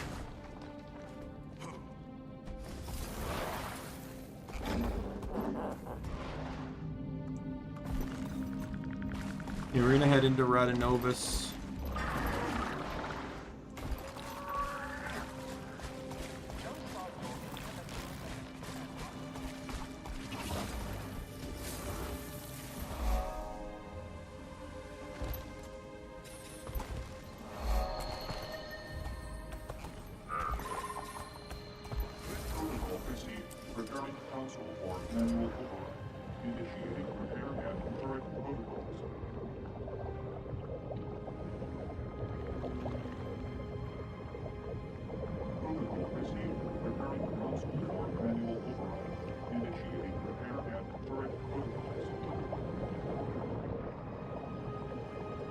We missed it.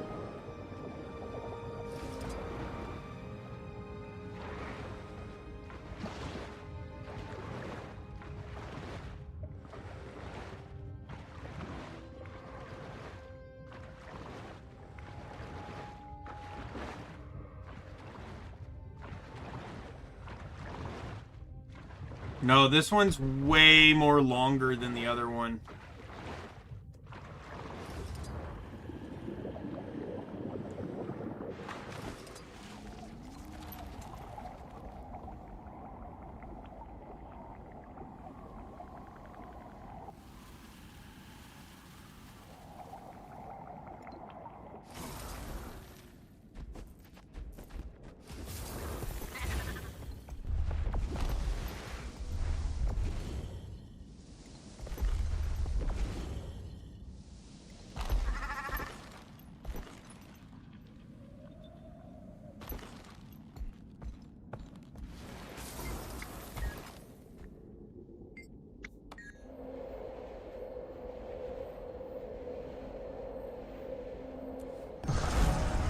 Alright, I need 2 more.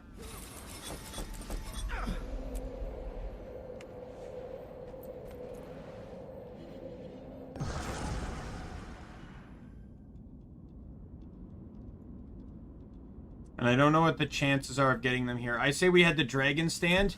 2 is super easy to get on Dragon Stand. We can just go down one lane and get them.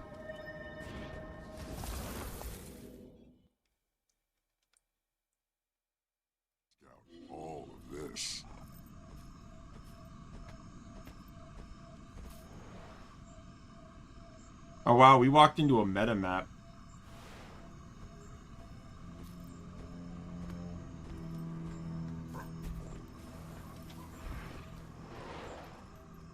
See, I'm not happy with this because I don't particularly like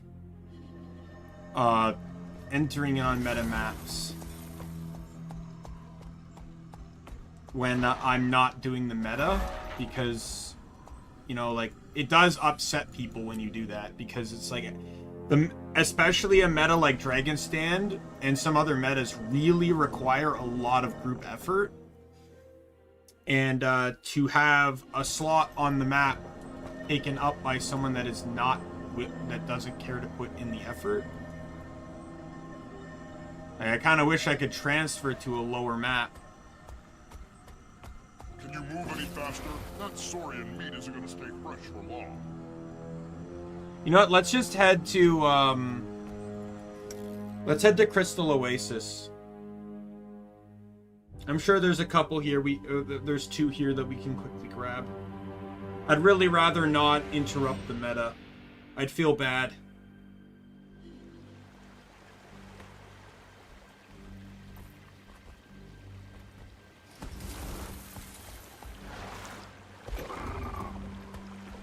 As someone that's run and even tagged for events like Dragon Stand, I can't in good conscience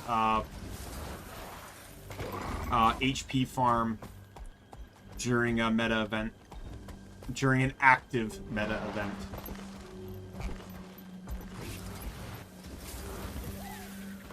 Especially since it would require me running ahead of the group, because all the hero points are further down the lanes.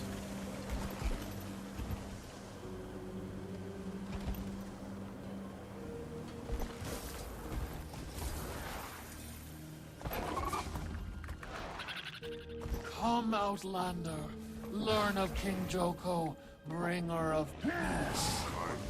Give yourself to King Joko. So short-staffed. Faster!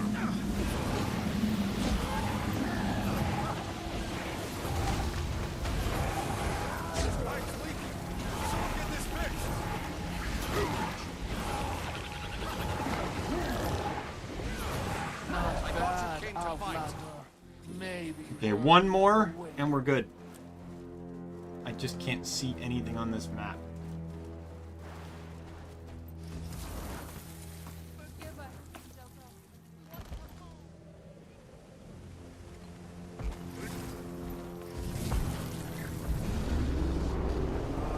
Another leak here. Guess it's up to me to keep the water flowing.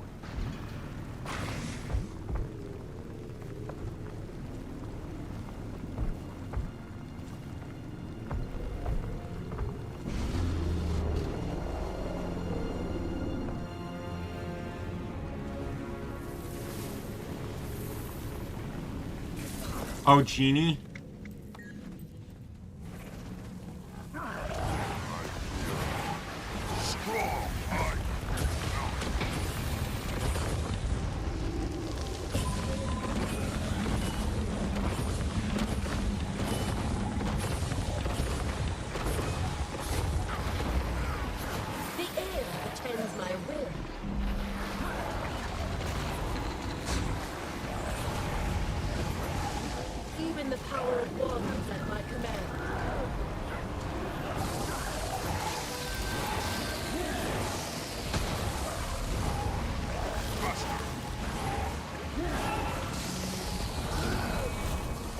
And that is it. I'm returning to my bottle. Catalyst completed. Thank you for your help, Ray. Now I get to go back and map complete all the towns and the first maps.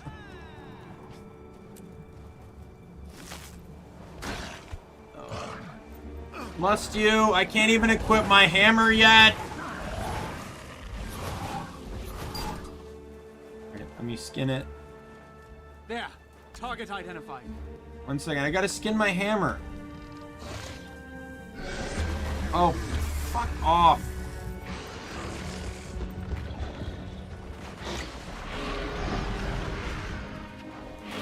Oh, this is fantastic.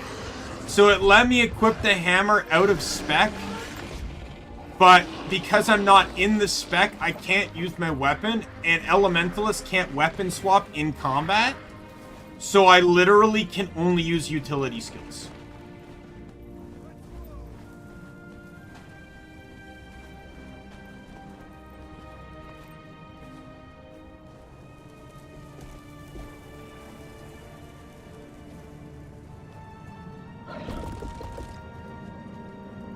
Let me change my spec now. Oh, no. Let's do this. And what was it I was running? It was... I think it was this one.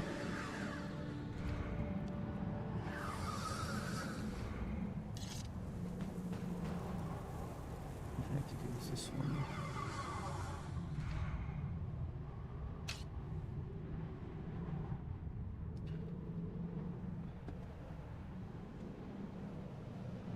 Like, I like it's like there's so many good disabling traits in this one, but it's just like, okay, but there's like no means of disabling on this class. Or like very little.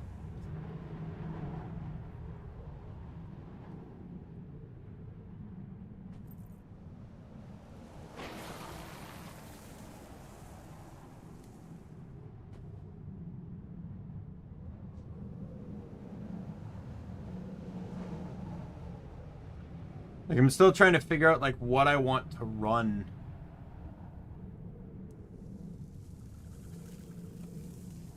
Like, I want to keep air, because air's pretty neutral in terms of damage. But all the other elements, elemental trees, are very niche to what that element does.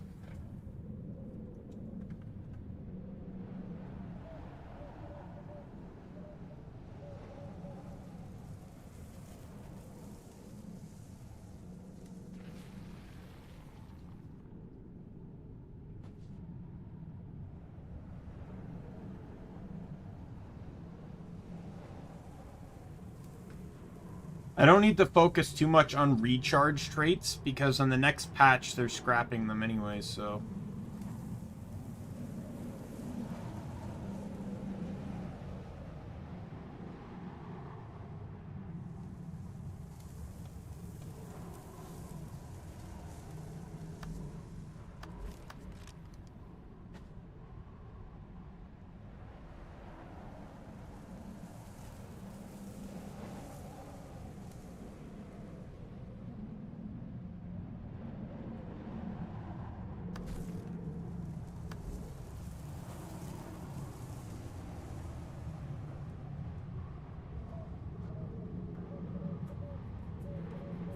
I don't mind arcane, but I feel like it's lacking a little bit. And like, water is going to be way too into healing, which I don't care for.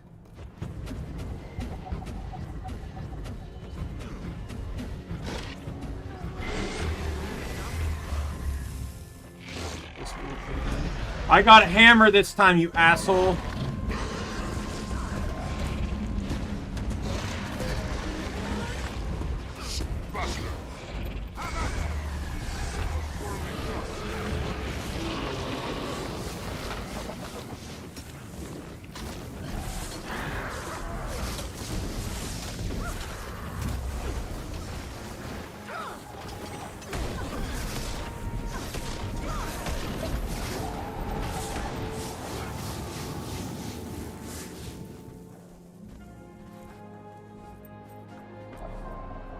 Like, I kind of have it set up how I wanted it originally, but...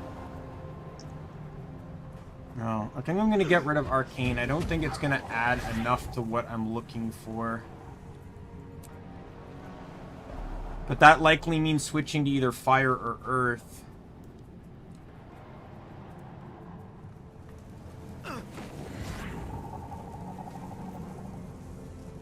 Fire allows me to get burns on crit regardless of class.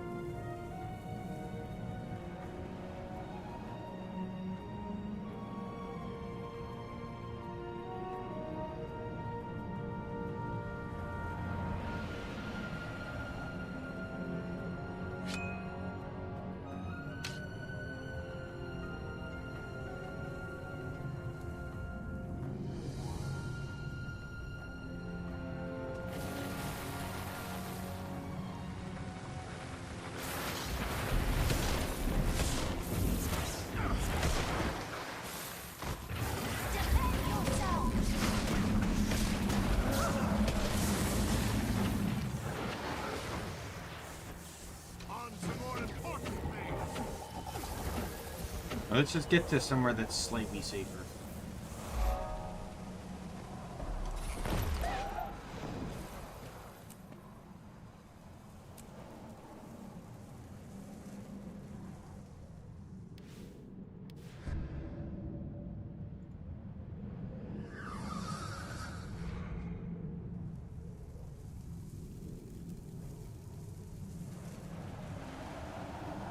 Like, it's like, a lot of this is like, oh, when you gain an aura, oh, when you disable an enemy, yet there's like barely any abilities you have that can do any of those things. Maybe like 2 within your entire loadout of elements.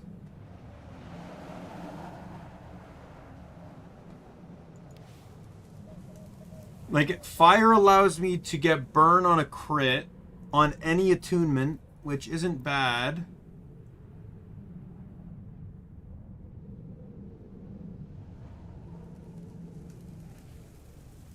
But a lot of it heavily favors fire. Like, I need to be on fire for it to work. Earth, on the other hand,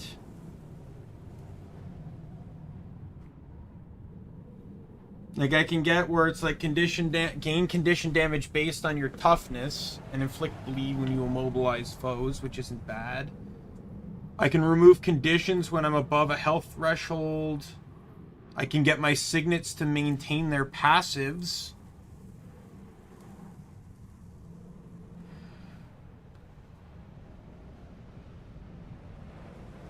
While they're recharging.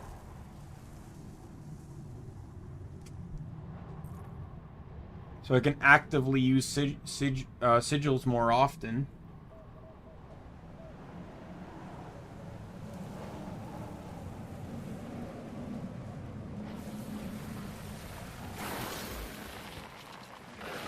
Oh my god, they don't give up.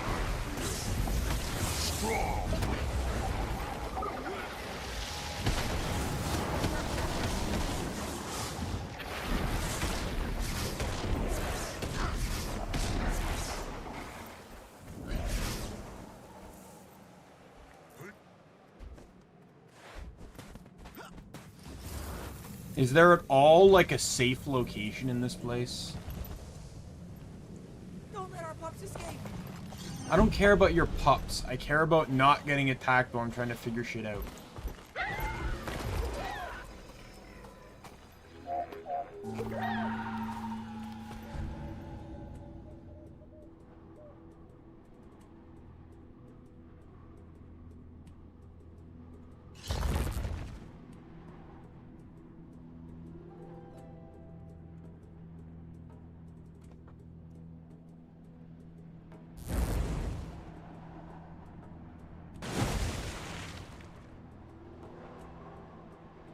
I have one skill that can inflict invulnerability, so that's not worth it.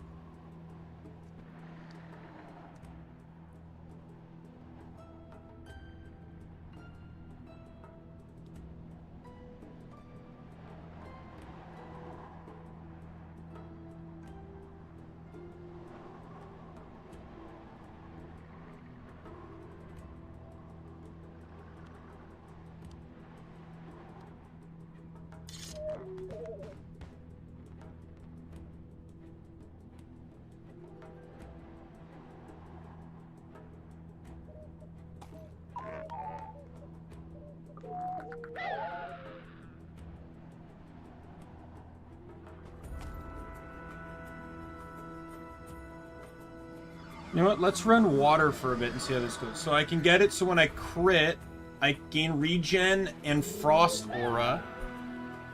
I deal higher damage to enemies that are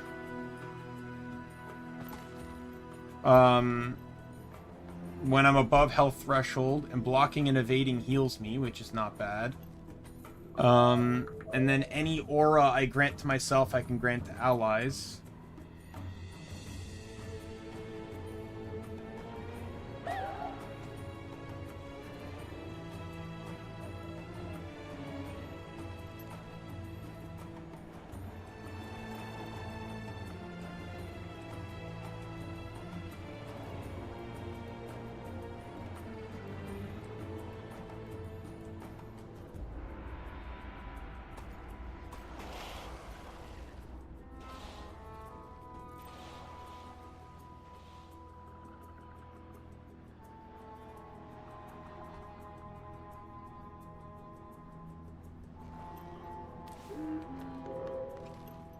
I just wish there was a trait that just gave you an aura. Like, our utility skill, I mean.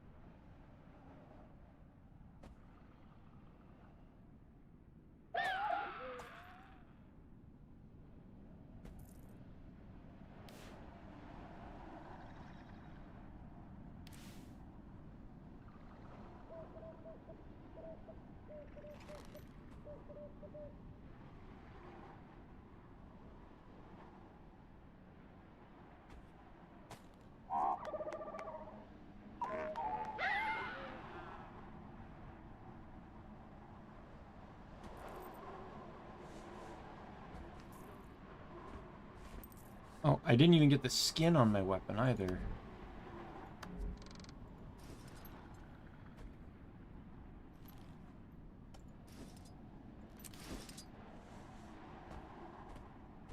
Yeah, there's some sand eels here.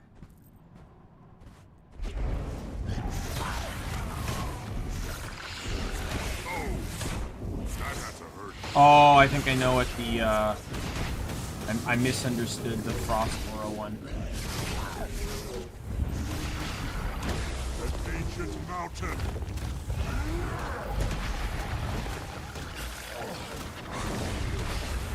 Strong.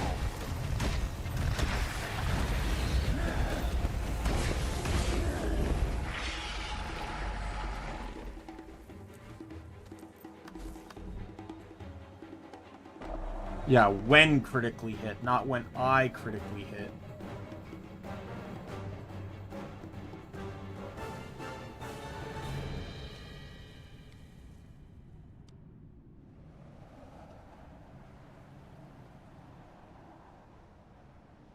Like, DPS-wise, the best one is fire, because it just allows me to burn even outside of my own,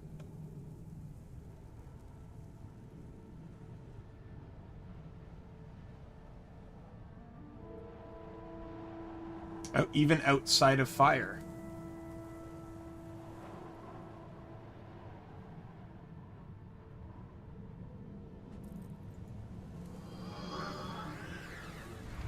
And then there's like one where it's like, you know, when you have might above a threshold, but like there's no way to actually like really generate that much might. You have to have 10 might.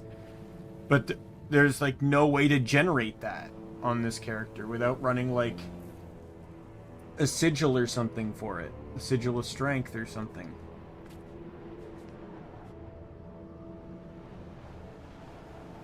Or using Pyromancer's thing, which causes you to... You basically have to stay in fire.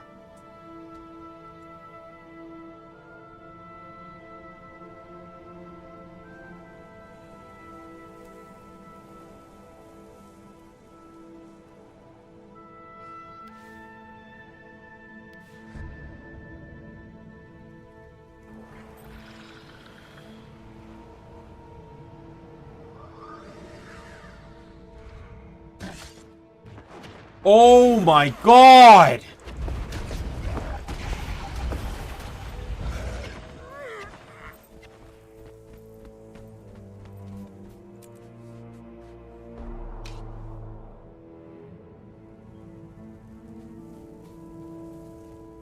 When you disable a foe, gain a boon based on your current attunement. When the hell am I disabling someone on fire? Like, explain to me where the disable is on fire. Pretty much the only way to do that is to utilize the glyph of elementals on one of your, when on earth or wind, and then switch to fire.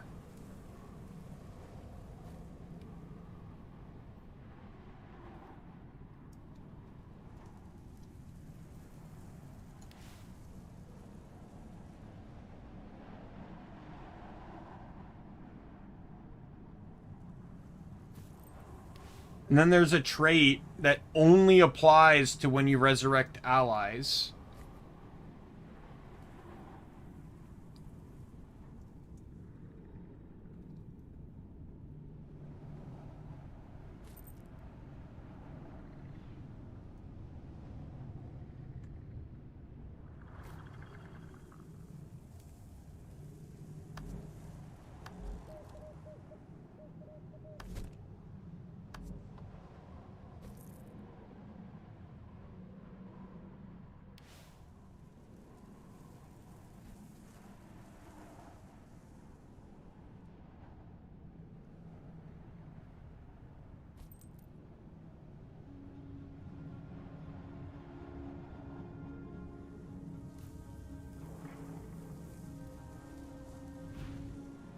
Figuring out this third trait line is hell right now.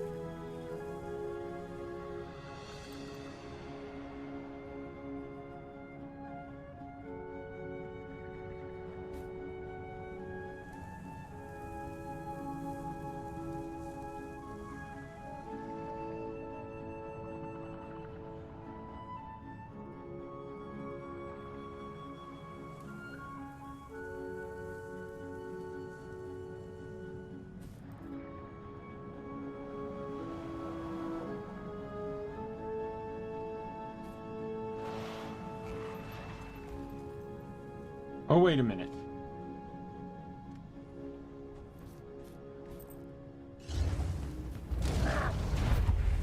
Oh. Well, isn't that nifty? I missed an entire trait. Elemental epitome. Whenever I do a combo, I gain an aura.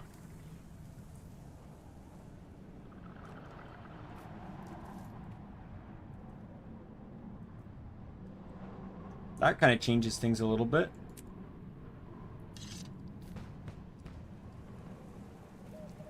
I was sitting here wondering, it's like, how am I supposed to get auras here? Well, figured it out. So now that kind of changes things. So I can run... Doesn't really change much for fire, because I still feel like fire heavily favors fire. Though, the one thing I will say about fire is because of Burning Precision, where it allows any class to crit, have a chance to crit burn, makes burns last longer, and then you do more damage, 10% more damage to burning foes. You know, that all kind of like, I feel like pairs well together, but it's just those two pretty much. Earth, it can buff condition damage due to my toughness because I'm running Celestial. That'll be a small amount. I can do increased damage to burning enemies. I can make auras grant protection. I can block critical hits above or when attuning, or remove conditions when above a health threshold.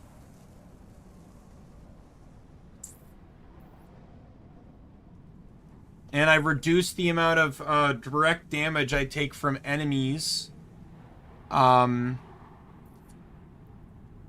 nearby foes.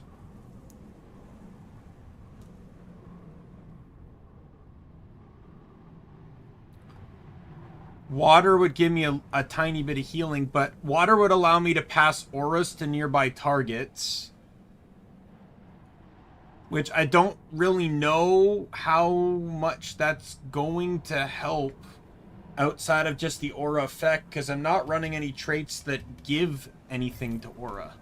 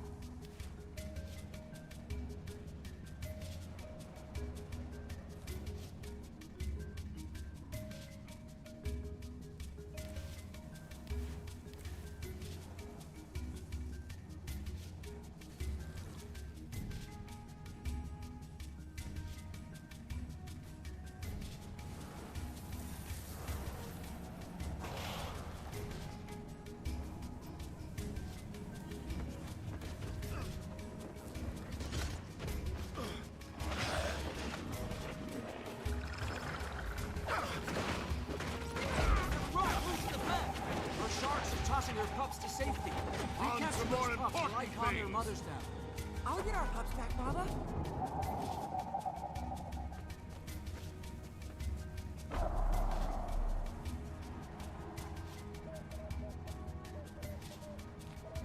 Hate seeing the poor pups. They'll get away otherwise. You're running that or stun break.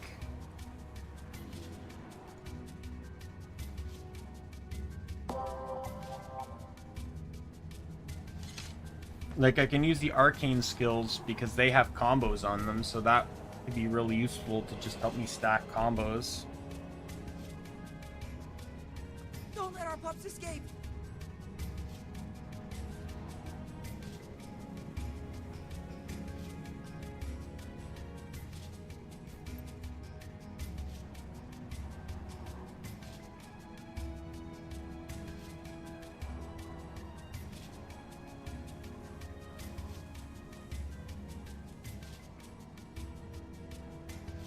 David, help protect our pups.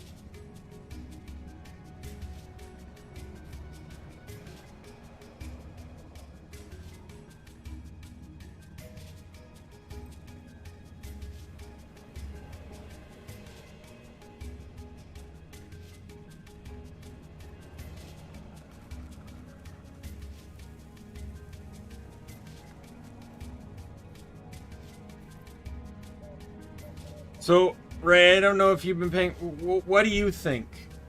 Do you think I should go fire where, you know, there's more burn focus? Though destroyers would block me entirely.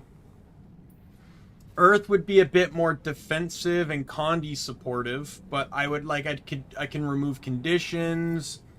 You know, I can have auras grant protection. My aura grant protection or increase my Condi damage. I hate stunning the poor pups. They'll get away otherwise. Reduce damage I take, or I can go water. Which, you know, increase my damage against vulnerability. Increase my damage above a health threshold, and I can pass auras to nearby allies.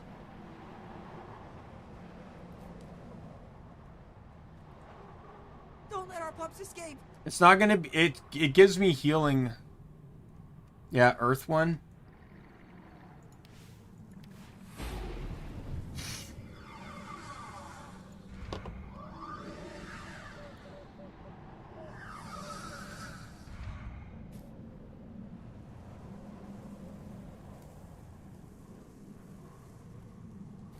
David, help protect our pups.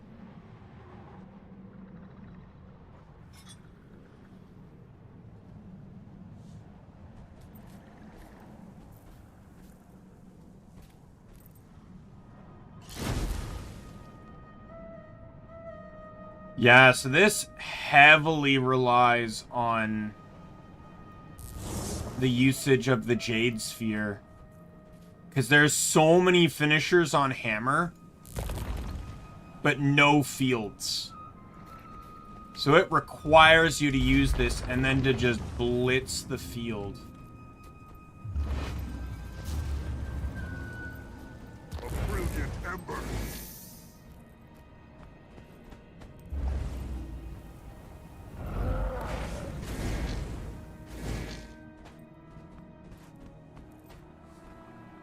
Wait, what?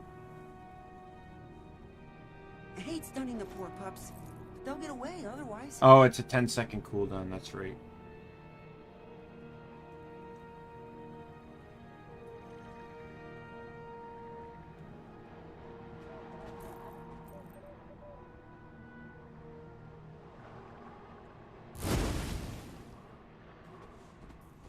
How does the Jade Sphere regenerate?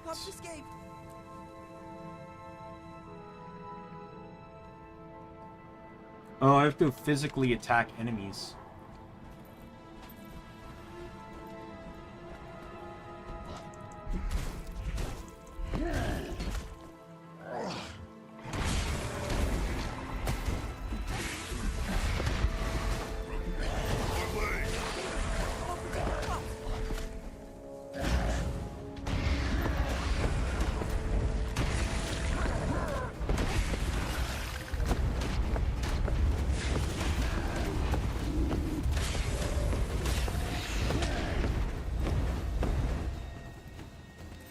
That's the case then. I don't need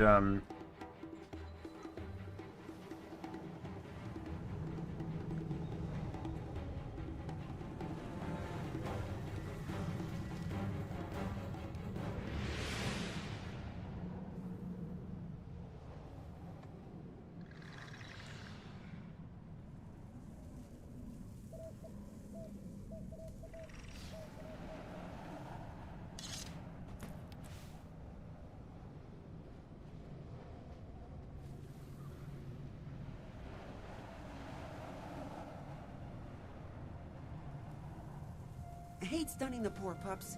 They'll get away otherwise.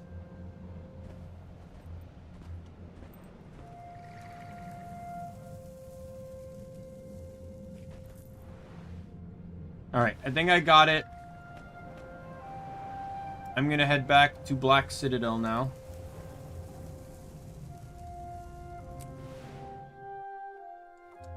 You know, we're only 4.5 hours in, Ray.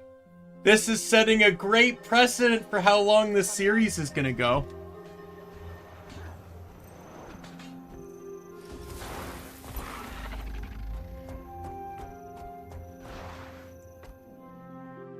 To be honest, though, I think we got rid of the hard part. He says as he plans to map complete the game. Like, map completion's not actually that hard.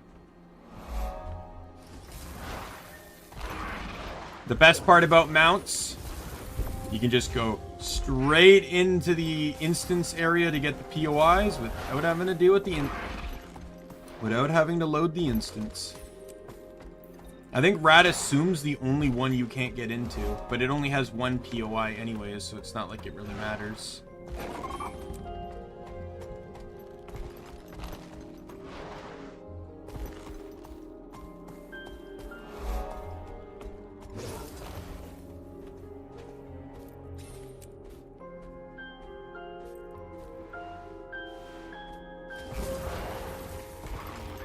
I think this class is going to take a little bit of getting used to, but I'm down for the challenge.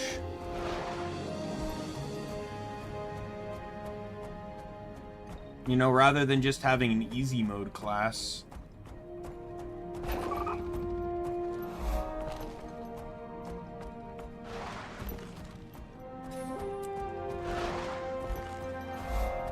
Like, I made a Harbinger build for, my Necro, but I still kind of prefer Reaper.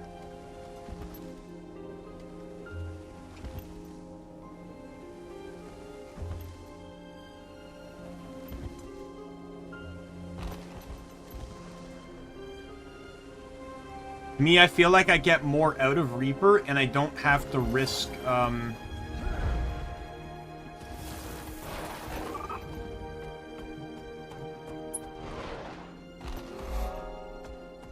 I don't have to risk dealing with, like, the subtraction of HP.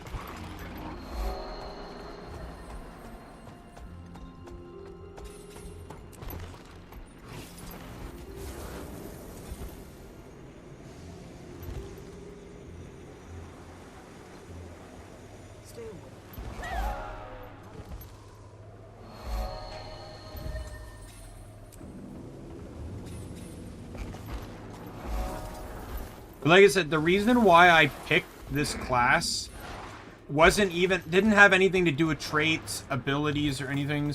See you later, Ray. Thanks for your help again.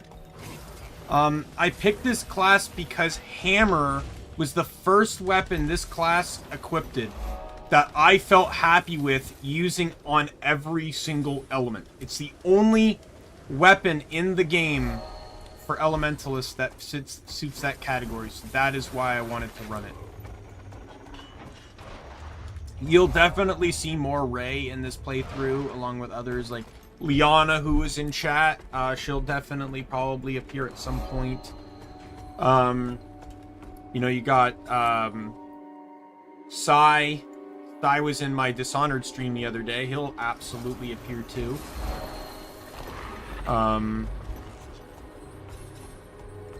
These are all people that were huge to me, right? One challenge I do plan to do, in honor of, mentioned him before. He's been named in many of my playthroughs, Dan. This is the game I met Dan in. Dan was a fanatic World v World player. And so I will do a little bit of World v World in his honor, and I do have 2 goals. Goal number 1 is to get the Warclaw mount, which effectively has no use in PvE, but I would still like to get the mount. And the other is to get the Doliak Mini. Speaking of minis, I will be running the... So we got minis. So these are little creatures that'll follow you around as you travel. In honor of Dan, I will be running the Doliak Mini Calf. It is a Christmas one, but it's the only one. I will get the I'll switch to Doliak when I unlock it. The problem is it requires some World v Worlding to unlock, which I will worry about another time.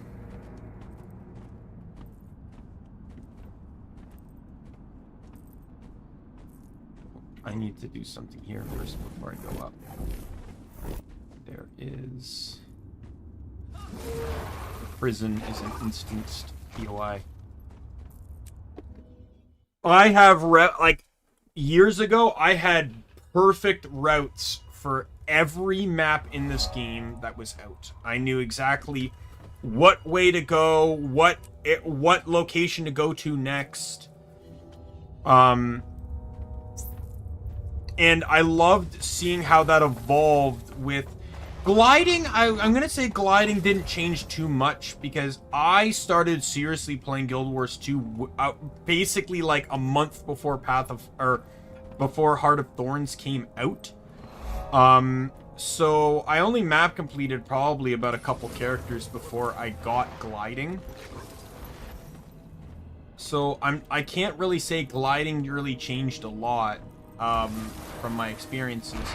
But what I can say is mounts changed the fucking game. Skimmer already allowed mount to go... So Skimmer allows you to travel across water way faster. And I unlocked, shortly before this, I unlocked the underwater skimmer, which you've seen me use. Which is another huge game changer. Because that allows you to travel underwater faster. It's not going to be a drastic change, but big enough for it to mean something at the very least.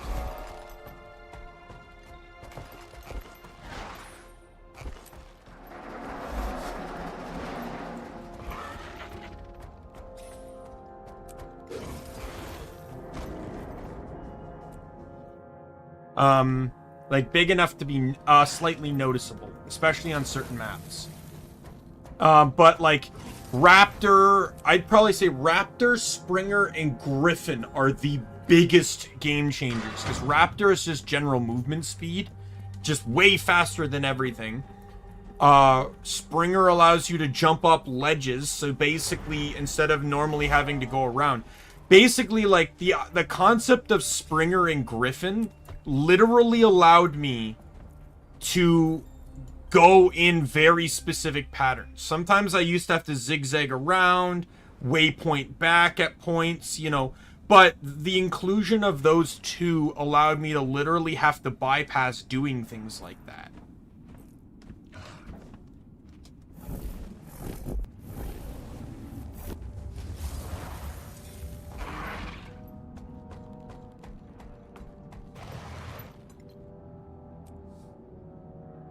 I'm rethinking on the glider. Like, with him being an adventurer, right? Like, I kind of feel like I want to stick with the more, like, adventure aesthetic.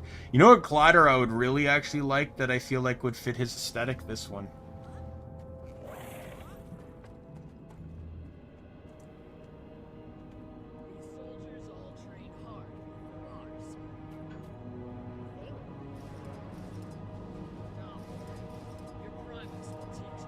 Because it seems something very adventure-like that is pop out, deploy.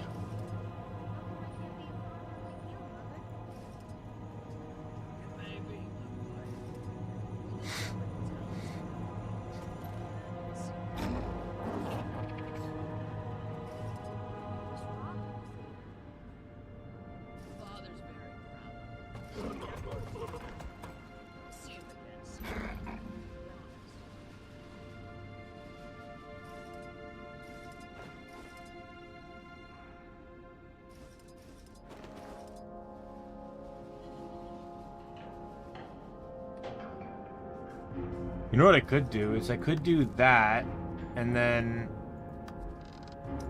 depending on how it looks, I could change my backpack to the forged backpack, which is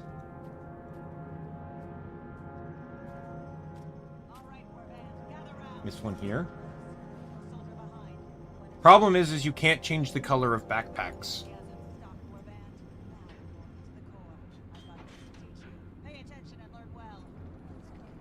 But, like, this could be his adventurer backpack, right? So it's like, the thing is, like, it came as a combo, so the backpack is supposed to turn into the glider.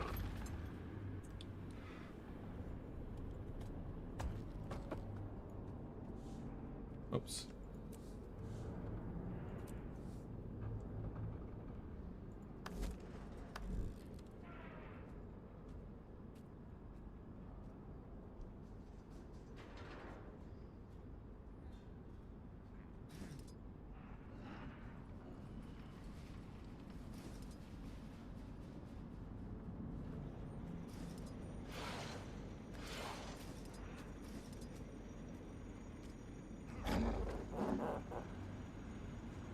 That is a swimming glider.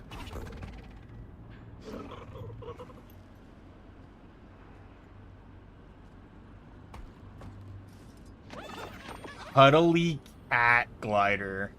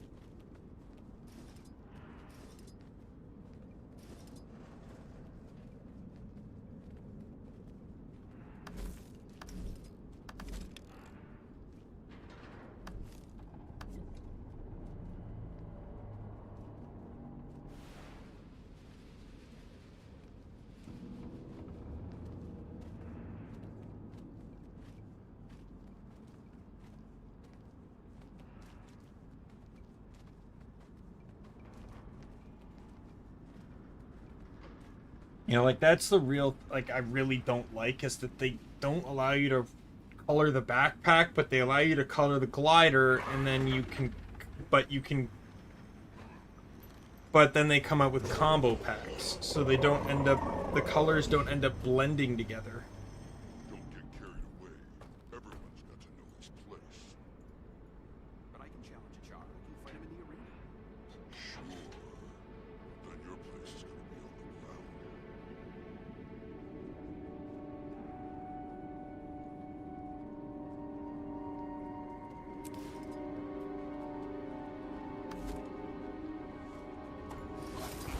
Unless it can look like it comes out of the backpack.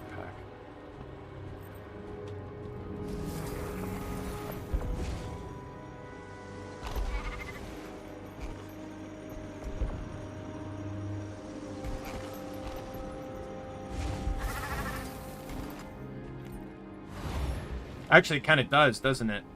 It looks like... Because the backpack disappears when I glide anyways. So it does actually kind of look like it popped out of the backpack. To me, this one's way cooler. I might change the fuel color, though, back to orange.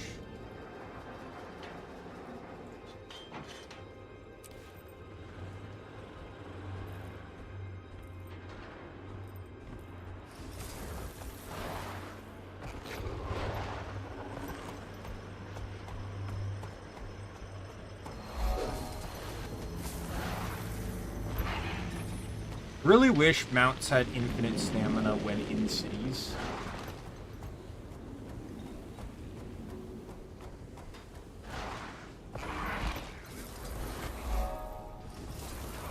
Stop!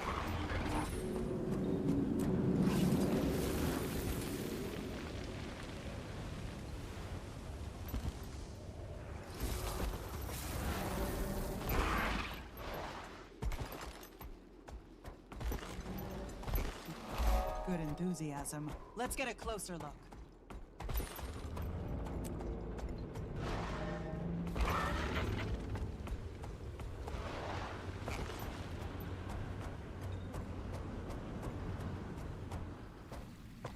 You know, we're in the city. Let's use the one mount I'm not really using. The Jackal. Is it a Jackal? Jackal? Jackal? Is it a Jackal? Jackal? Jackal? It's a Jackal! Classic Family Guy. So Jackal has faster movement speed out, like, just by factoring in movement speed. Not factoring in anything else, just the standard walking speed. Jackal is the fastest mob, I believe. I don't know if Roller Beetle beats it out, but out of the default 4, it's the fastest. But both Roller Beetle and Raptor outbeat it massively once you factor in their skills. Jackal's really only useful in Heart of Thorns. Or not Heart of Thorns, Path of Fire, because it has the sand portals, which I think you saw me use on that one map. Not sure though. Don't remember if I actually did use it there or not, but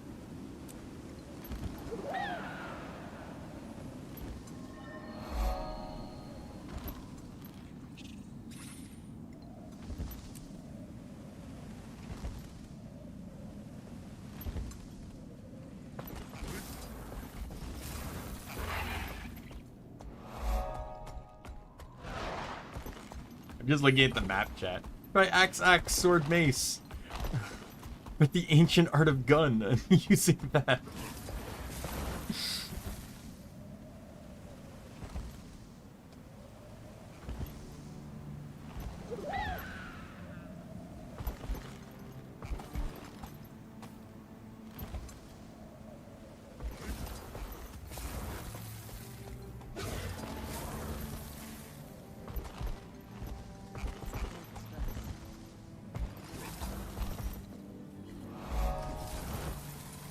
Nothing like having a few minutes to stretch.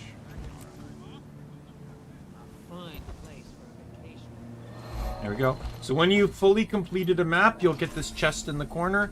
It'll give you a various reward as well as experience. Towns will always give transfusions as rewards. Transfusions are generally the most common reward you'll get for map completing. But you can occasionally get Black Lion keys, which base open Black Lion chests, these things here. These things will randomly drop from enemies, and they also sell for dirt cheap on the trading market. But keys you can only get either through map completing, certain story missions, or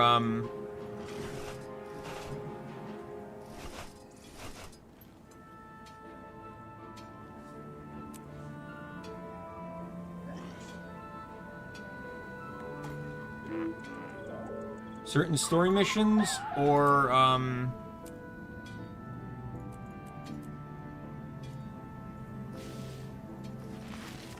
buying them from the trading market, sorry. From the Black Lion trading hub. So we got this map completed. I'm gonna just do a little bit of story just so we can make some progress in that, but I'll probably be doing more map completing than story in this playthrough. I want to at least get this started. So this is going to be starting with the Black Citadel storyline. At least you made it. I think we're the only two left. Well, look who finally came back. When Steelbane gets done with you, you'll wish you died with the rest of your warband. As if I cared what you think. Who are you? And why are you breathing at me? Sarosi Breaksteel. Steelbane recruited me, along with the others, to rebuild the warband. Wait, what? He's recruiting without asking us? Yeah, because you're dead, remember? And probably better off that way. Report to Steelbane in the barracks, quick, or you'll be in for a beating.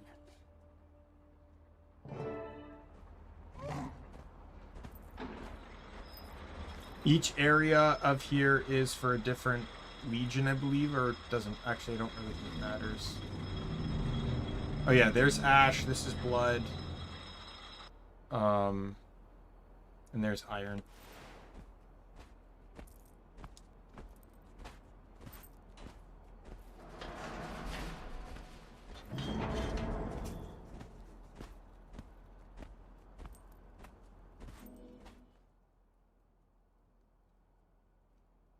Legionnaire!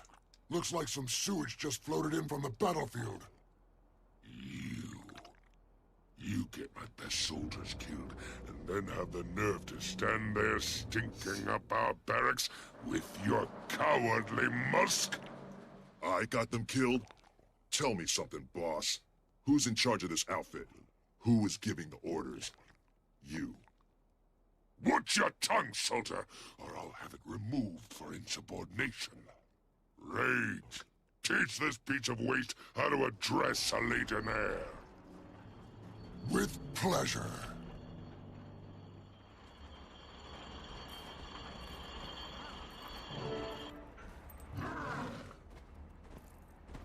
Okay. Kill them all!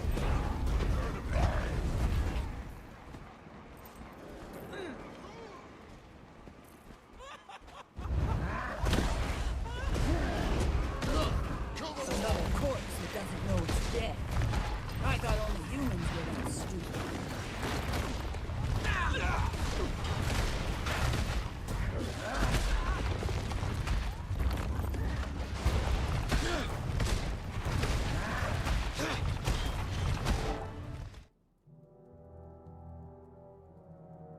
Stand down!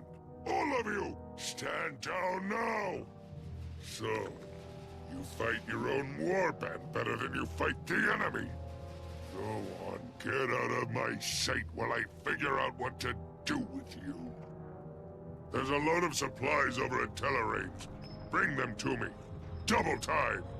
It's the only job you're fit for. Screw this up, and I will use your hide as a doormat. Understood? Understood, boss. I believe this first one doesn't leave the Citadel, if I recall correctly. At least for a good chunk of it. The story used to unlock based off of level. Oh no, I do leave. Okay, well, I don't want to leave the Citadel yet because I'm going to work to the other towns.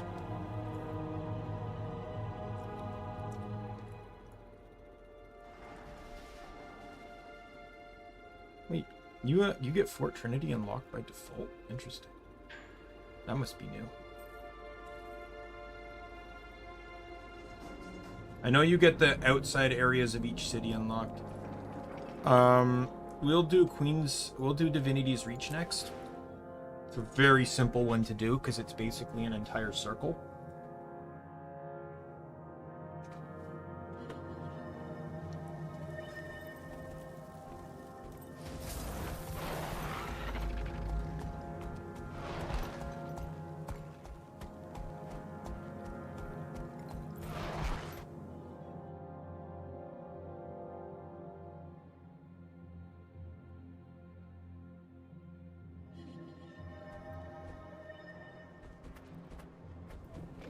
There's a current event going on right now called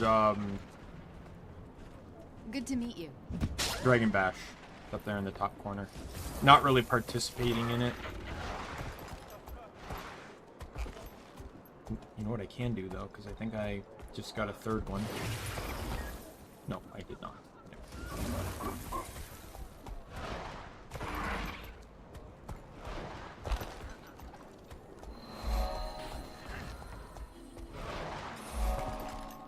So I do this one in stages. So I start in the middle of the area. Get this area all said and done with.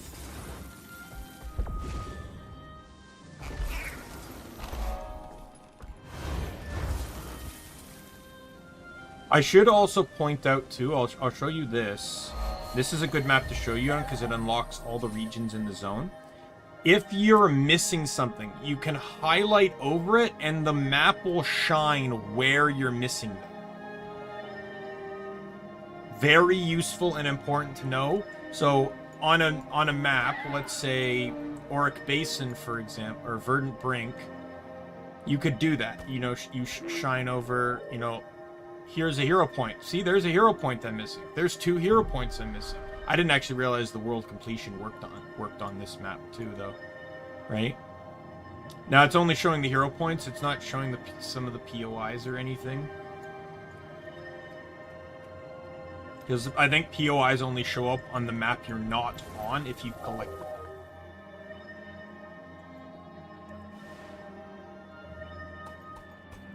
These 3 are all instance-based. I hate the instance ones because it's a loading screen. That's why I get really happy with the ones that where mounts basically allowed you to enter your home instance. So this isn't actually an interesting one.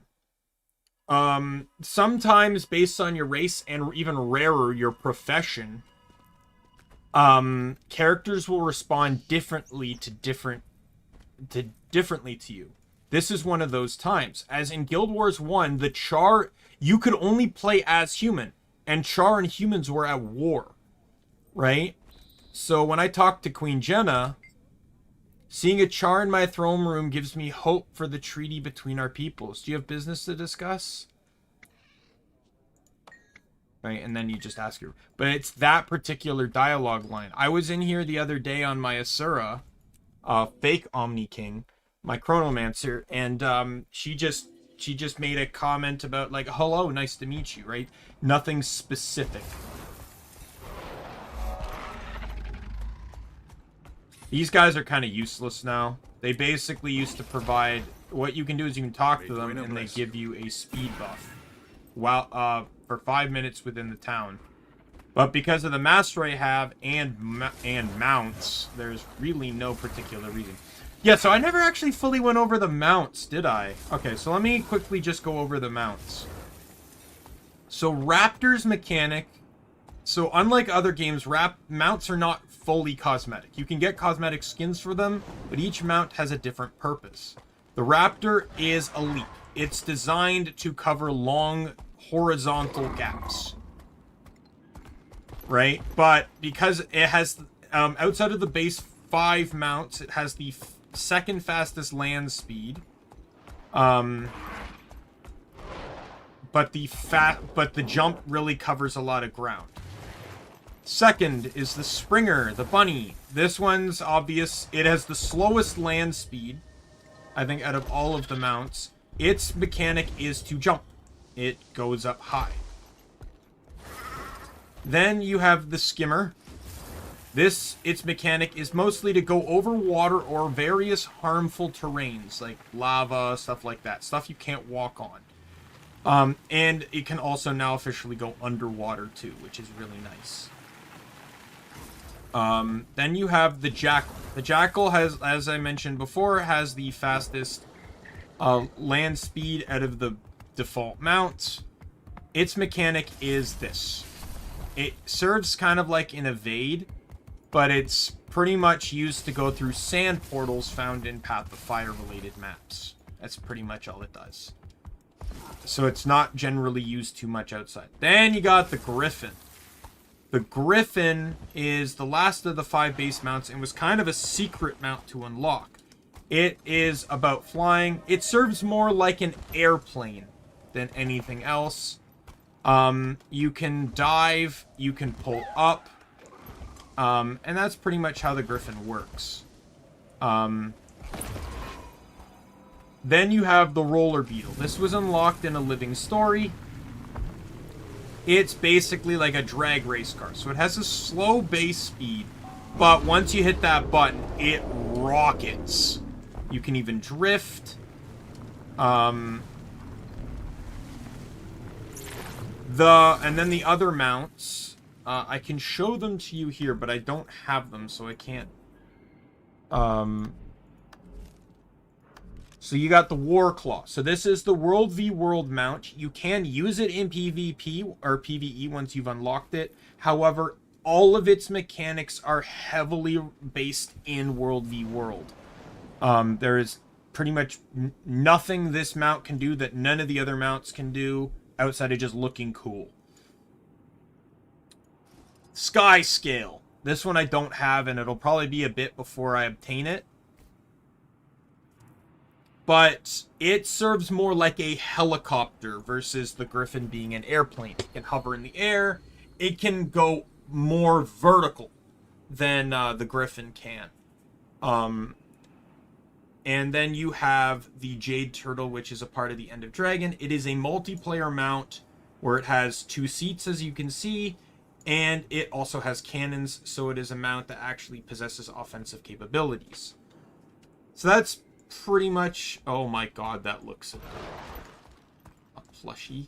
There's a Sab one! Okay, I have to buy that the next time Sab's out, because my Guardian is literally all Sab. Is there a Sab one for this one?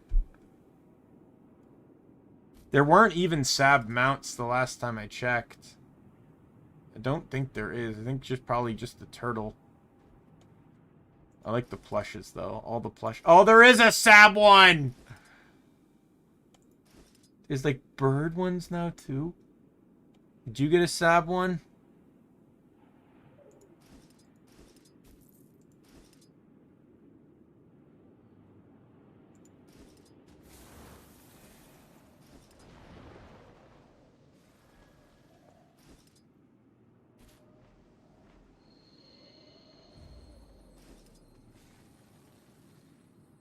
You did not. Did you get a Sab one? No, you got that one.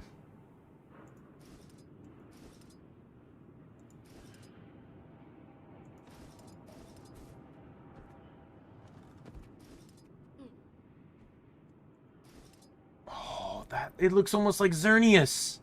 That's kind of cool. Oh my god, a lion. A white lion. Or white tigers. Why did I say lion? Oh my god, it's so fluffy. Oh man, they got creative with some of these skins. See, this is the thing. It doesn't change how the mount works, but, you know, Like, to me, like, people say it's like, you know, like, oh, microtransactions are bad. I think it's circumstantial. I hate pay to win or greedy microtransactions. But there's nothing to say, like, I don't consider these microtransactions as much as I consider them cosmetic DLC. That's the way I kind of refer to these. You don't have to have them to make anything work, though this one's obviously the fastest beetle, if the flames say anything. You know, that one's literally on fire, and I doubt it's as fast as this one. Right, and this one's, which, I also have one that's already on fire. This one, the Trailblazer. Yeah, so it appears that it's just the one that got a Sab skin. Wow, this one got a lot of skins for a World v World mount. That looks fucking sick. This one I feel like, oh my god. Oh, there it is. I was like, this one had to have a Hound of Balthazar skin. Like, it's literally, like, basically shaped like a Balthazar Hound.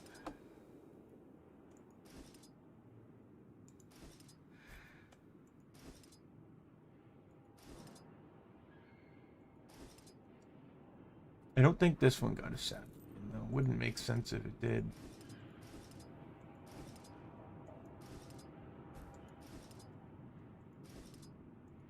But yeah, I have to get those 2 Sab skins next time. I go all out on Sab, like this. Oops. Nope. Oh, I think I have to equip them.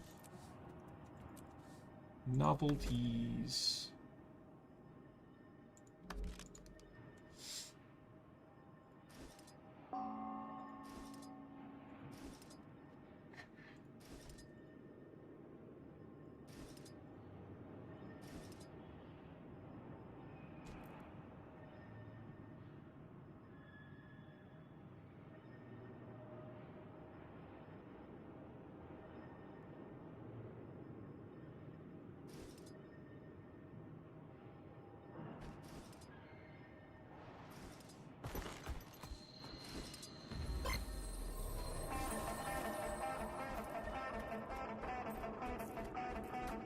Let's rock out.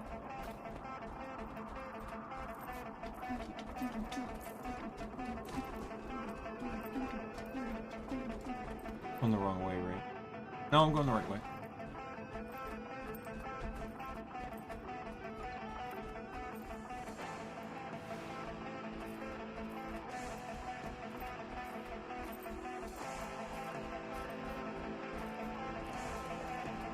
So this is a remix of an actual Sab song. I have all 5 of these.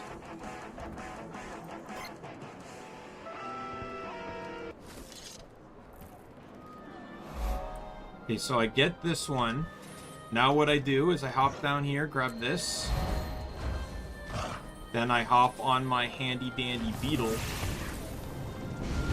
Or raptor, whichever I so choose. I like to use the beetle at every opportunity though, because the raptor's more generally convenient. Now I get all the all the stuff in the center here. I do like to hop off and grab this one here though, just because it makes the next part a bit easier, I think. Just a personal opinion though.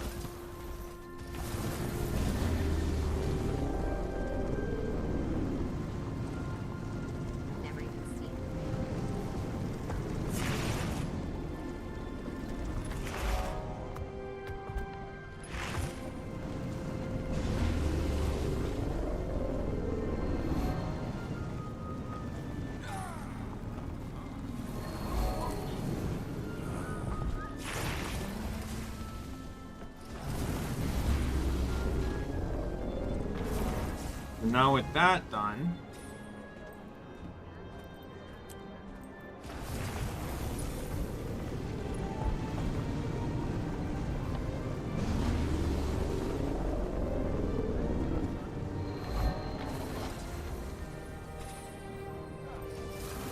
this is another one where the route changed.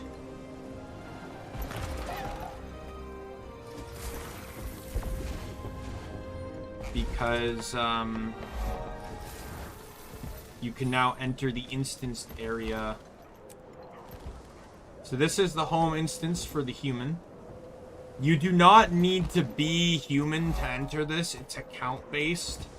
But this is where the human goes for any story involvement that requires the home instance. Like, all the races... Remember how I had to pick a warband, right? I had to pick either Blood Legion, Ash Legion, or Iron Legion. Every race has to pick something along that lines. For the Asura, which are basically like house elf creatures that are super highly intelligent, they pick like what their field of study is, their college, if you will. And that determines the first part of the story.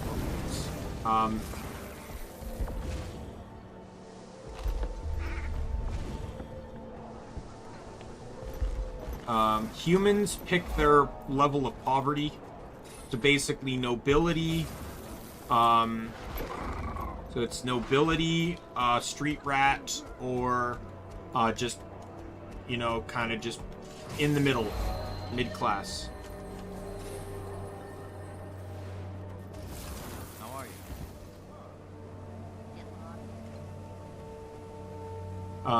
you? Norns pick... Honestly, don't remember what Norns pick. I don't think Norns matter the same way.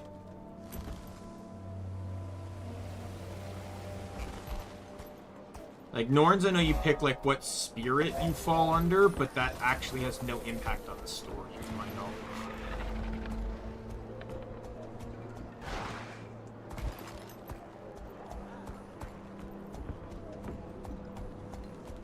And then Solvari. I think Solvari are the same as Norn. I think their thing is like, what time of day were you born? Dawn, dusk, noon, or night? Which cycle? And I don't really think that has an impact on anything either. But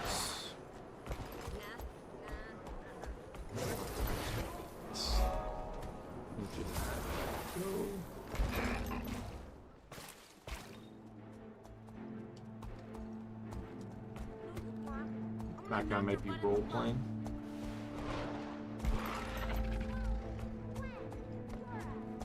Talking to a beggar.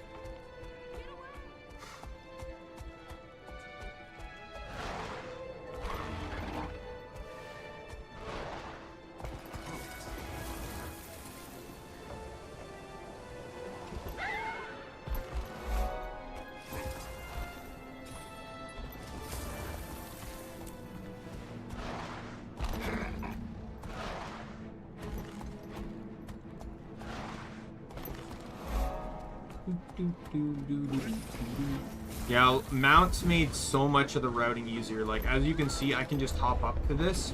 Normally what you had to do was drop down. And even before gliding made that easier, because all you had to do was just glide and drop down. But here, what you had to do was you had to jump, land on that, go all the way around, and then start parkouring on the center ones until you reached it. Now, there are jumping puzzles in this game. I should state that now. There are indeed jumping puzzles. Jumping puzzles, however, generally block the usage of mounts and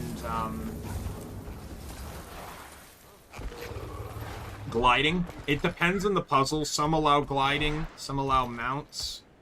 But mostly they basically block them for the ending. Like, there's one in Kaladin Forest, for example, that you can mount in all you want, but you can't mount to the end. You can mount to near the end, of course, but...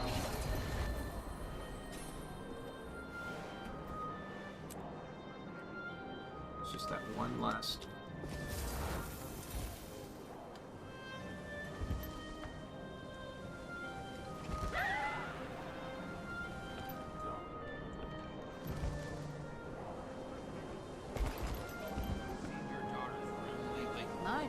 This is Divinity's Reach.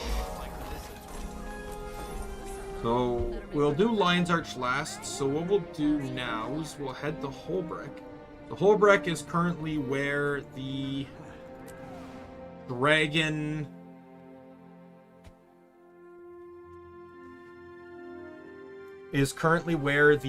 Bash event is taking place. All the events generally end up taking place in a city. All the other cities have things to do with them, but usually end up redirecting you here. So like Dragon's Bash is here. Halloween event, I forget what it's called, is in Lion's Arch. Winter's Day is in Divinity's Reach. Super Adventure Box is in Radisum. I don't think Kaladin Forest actually has one now that I think about it.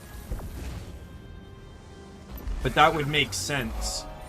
The events are very culturally significant, as Dragon Bash is about defeating Zaitan, which is the primary enemy of the base game of this Guild Wars 2. And Norns are all about hunting, right? So it's a huge part of their culture, as you can presumably tell based on like what culture they're based off of. Asuras are highly intelligent. Sab was a project a particular Asura made and had adventurers test it.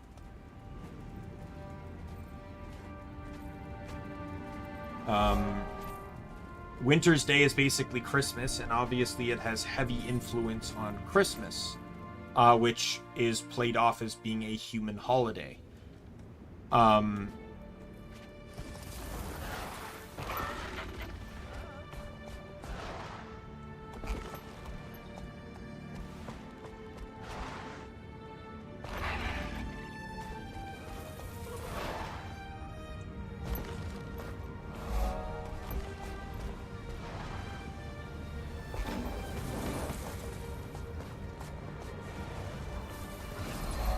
Who do I talk to place my bet?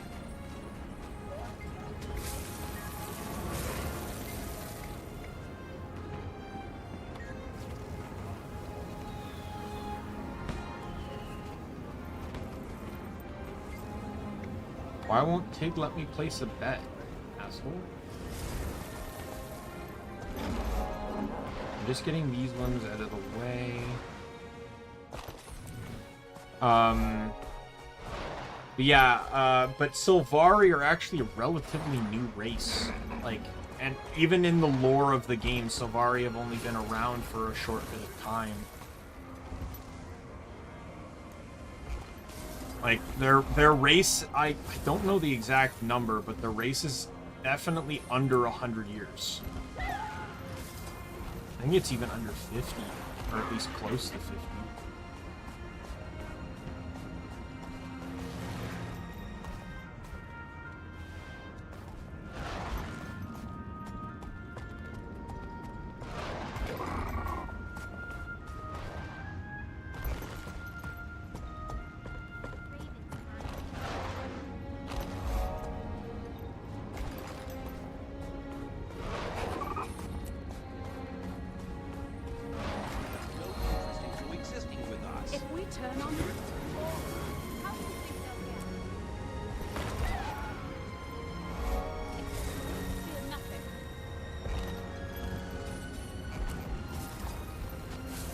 This is another map where I cannot avoid entering the home instance. You have to enter it. Much of a time waster as it is.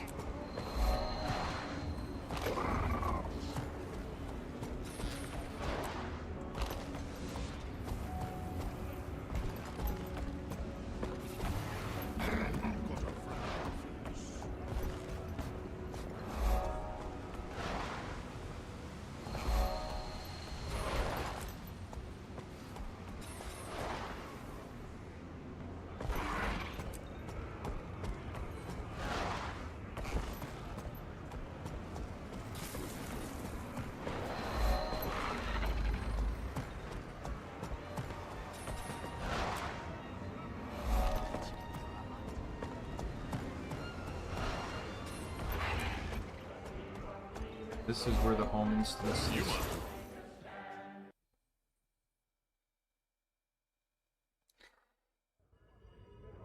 you'll see a bit more of the benefits of the home instance. Ooh, it's the Orient.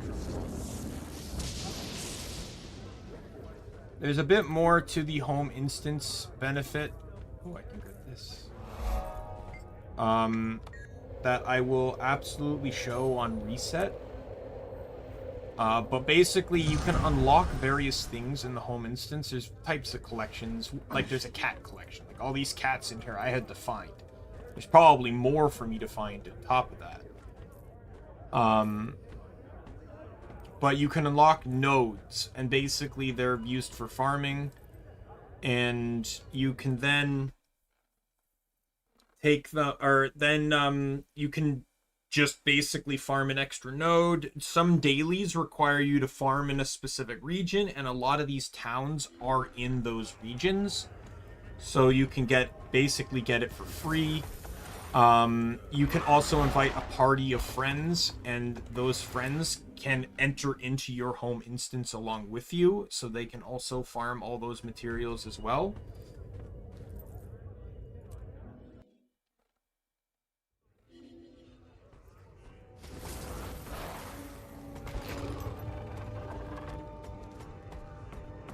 I spent a lot of gold getting a lot of those nodes. Like, I pretty much have a full home instance. So I try my best to get my friends in there as often as I can. Oh, I didn't realize that I accidentally changed my mouse. In here, I don't want Trailblazer. I wanted the Ladybug.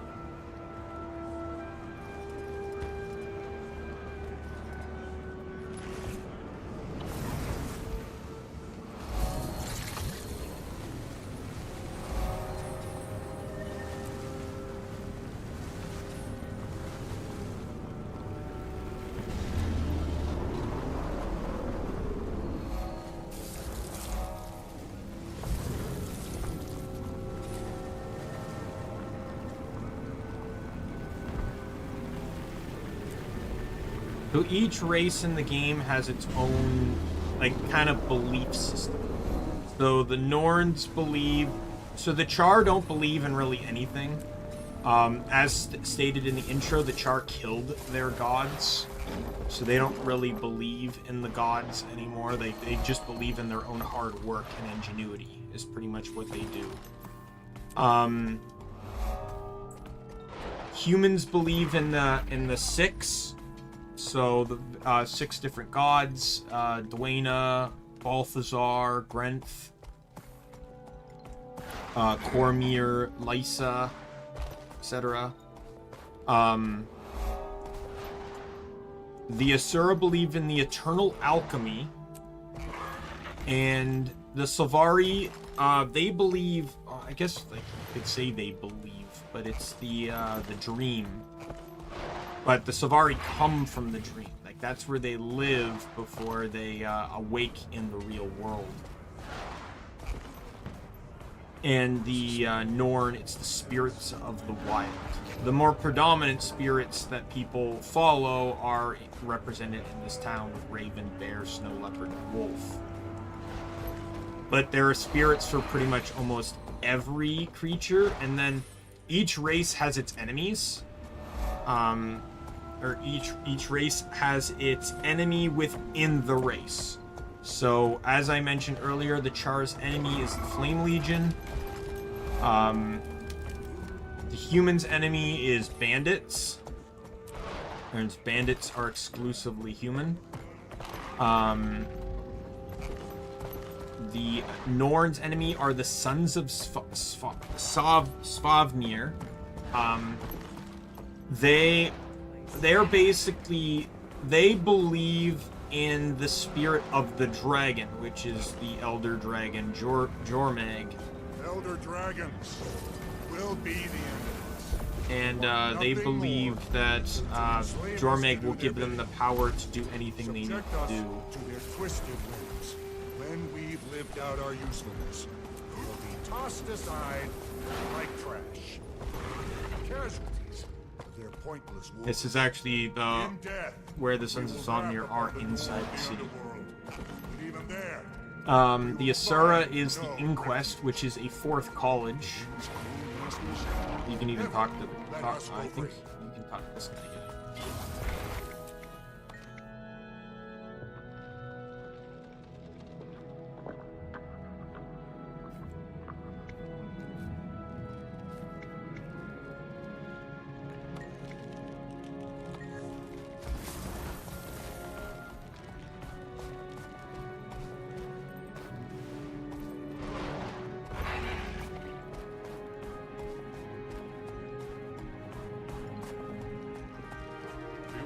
And the Sylvari are, the Sylvari's enemy is the Nightmare.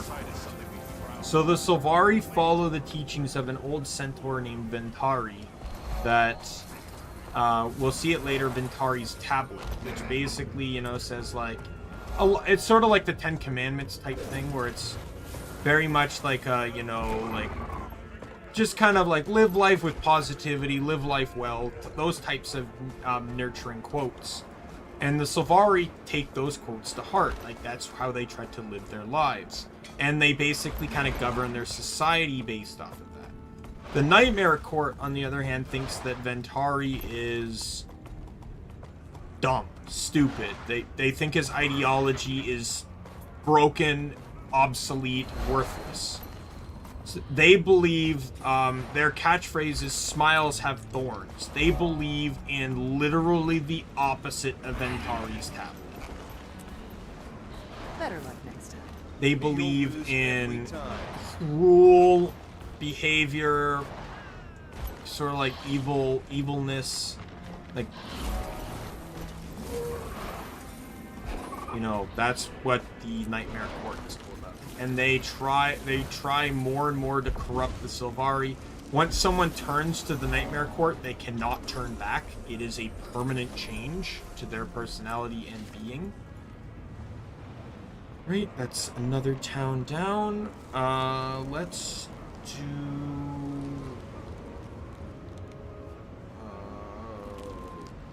we got the Sylvari. We'll do the Grove next, then Radasum, and then head into Lion's Arch.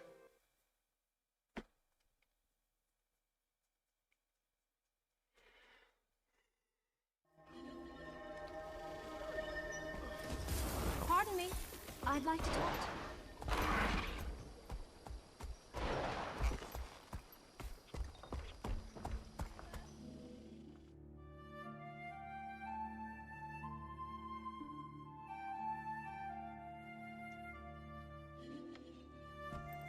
Truth is, I took a jig when I should have taken a jig. You have no idea how much things like the Springers can actually help. In getting certain things like that.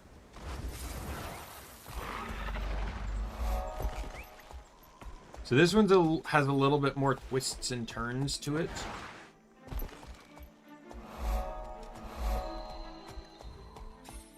So we need to go here. There's a POI up here. There's a couple POIs up here, but one of them is Ventari's tablet.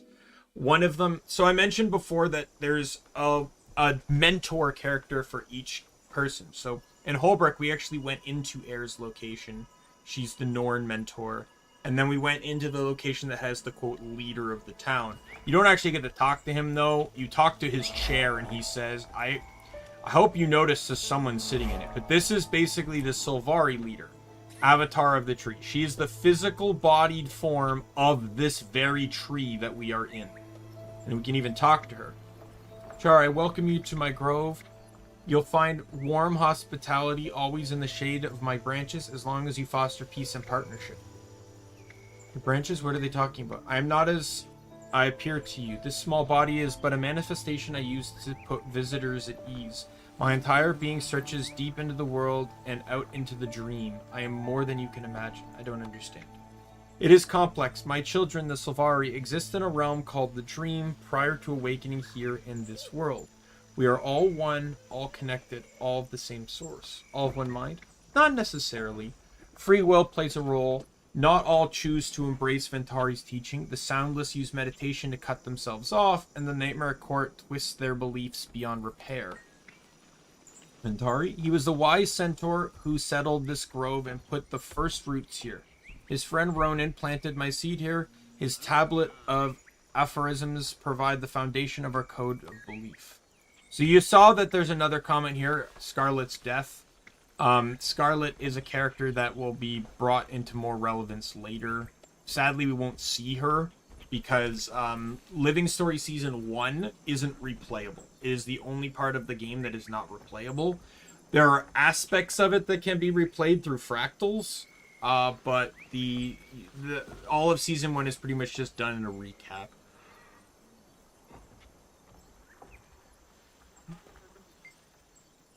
So this is Ventari's tablet. 1. Live life well and fully and waste nothing. 2. Do not fear difficulty. Hard ground makes stronger roots. 3. The only lasting peace is the peace within your own soul. 4. All things have a right to grow. The blossom is brother to the weed. 5. Never leave a wrong to ripen into evil or sorrow. 6. Act with wisdom, but act. And 7. From the smallest blade of grass to the largest mountain, where life goes, so too should you. That is the founding principles in which the Sylvari race and the Nightmare Court besmirch that. They think all that stuff is hogwash, waste of time.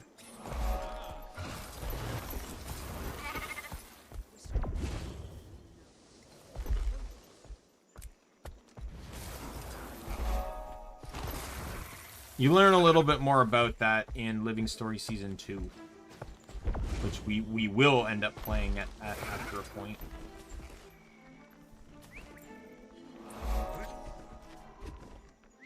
Map completion will stop for a bit. Once I map complete the main world and get the main story done,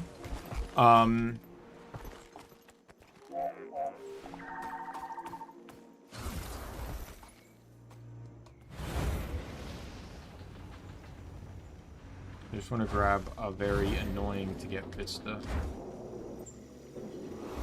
Go back to the top. We're just going to go down a floor now. Because Living Story Season 2 takes place all within, like, it has Silver Waste and Dry Top, but I'll probably end up map completing those as I do anything else.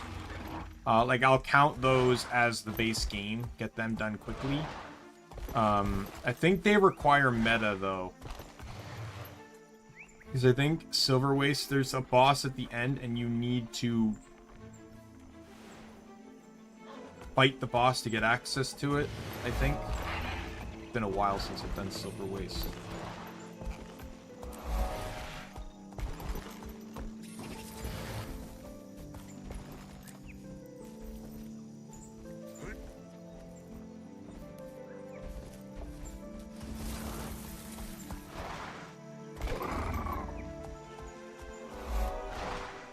But yeah, as I map complete through, because map completion is a very tedious subject, I will give my insights on it, as I've done it on many, many, many characters.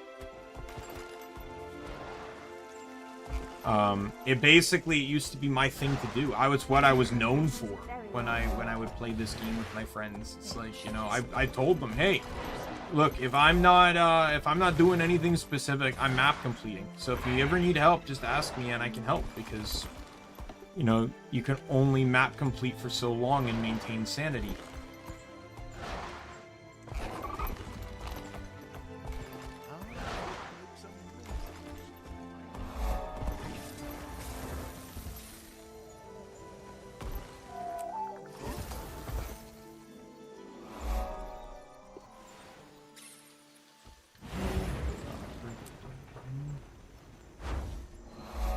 And now we are on the last floor.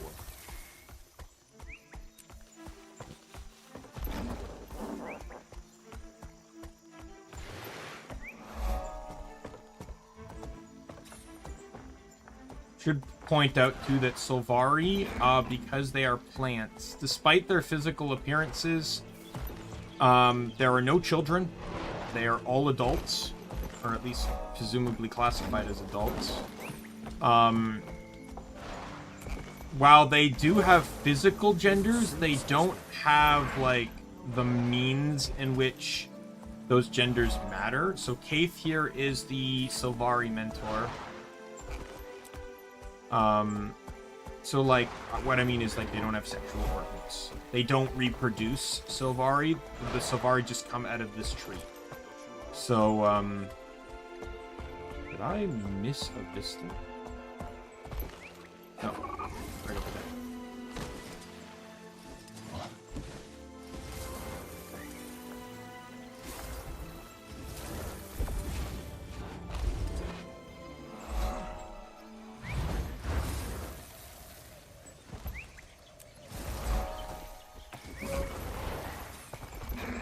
We got one POI left. This is in the home instance. This one actually doesn't... You probably could use the mount. Like, let's double check. Yeah, you can easily use the mount to get in here. Like, even these roof parts are technically a part of the home instance. But this is actually the only area in the game, though, that didn't require home instance or require a mount. There's actually a small area right here you can just clip into. Getting out's not as easy, but fast traveling's free in towns, so... But yeah, this was the only instance in the game that you could fast travel to, or that you could get into the home instance without mounting. Right, we got one more starting city, and then we got Lion's Arch, which is basically the main hub city of the game.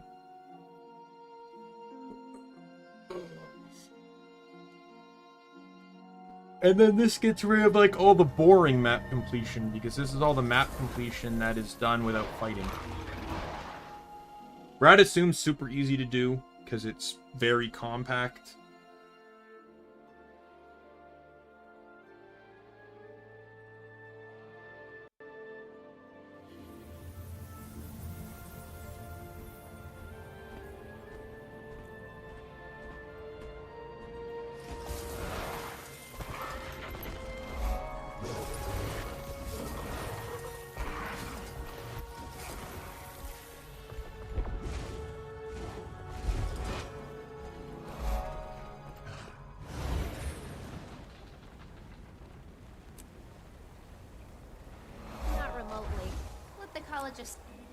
And this council level is basically the, quote, leaders of the Asura.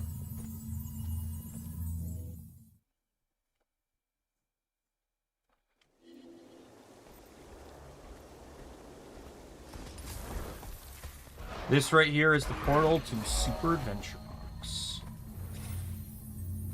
That goes to Lion's Arch right here. But it's just not available right now.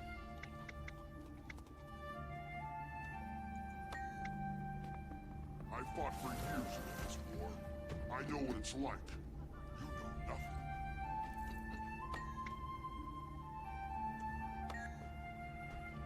This is the Asura that made it. Performance.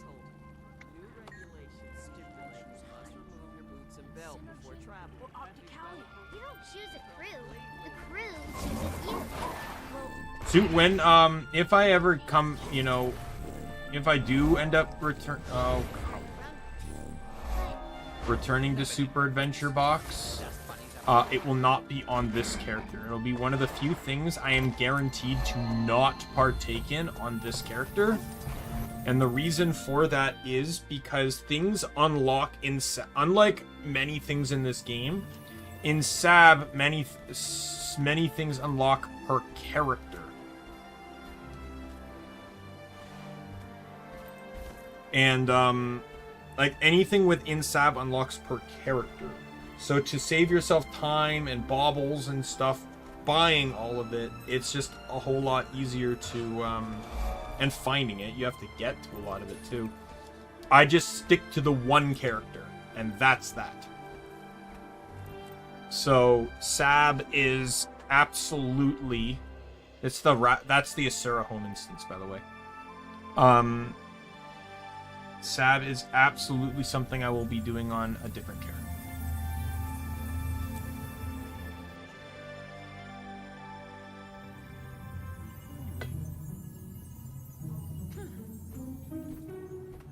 And then right over here, Zoja, she is the Asura mentor. You have my attention. Voiced by Felicia Day.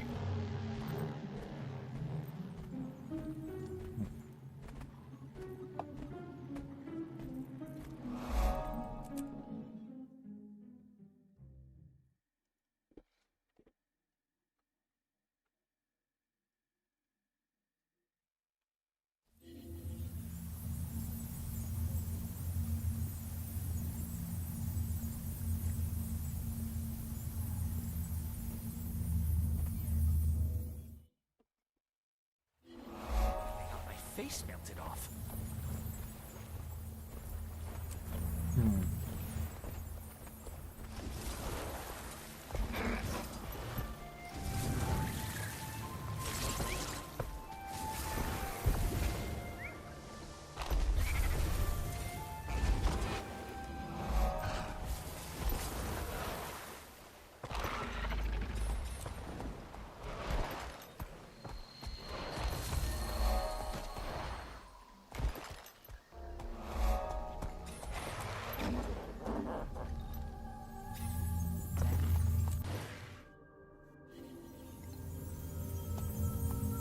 This one. I don't really understand why there's a waypoint here, but Back, citizen.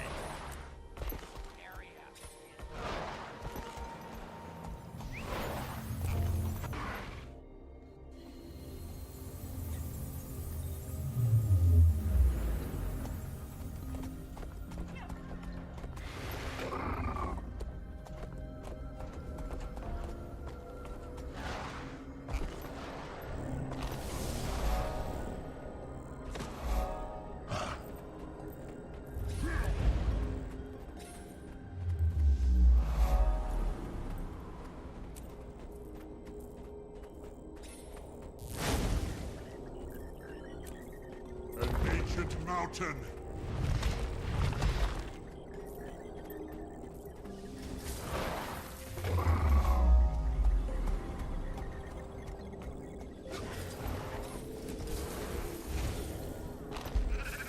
oh, come on.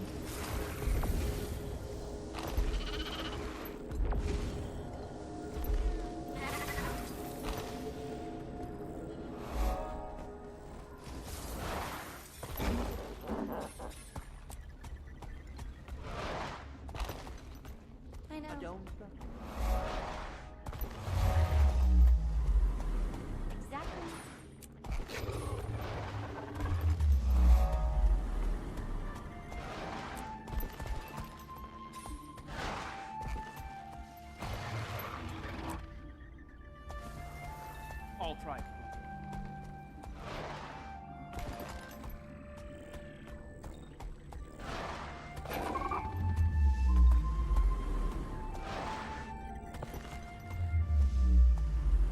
Everything has a place in the eternal alchemy.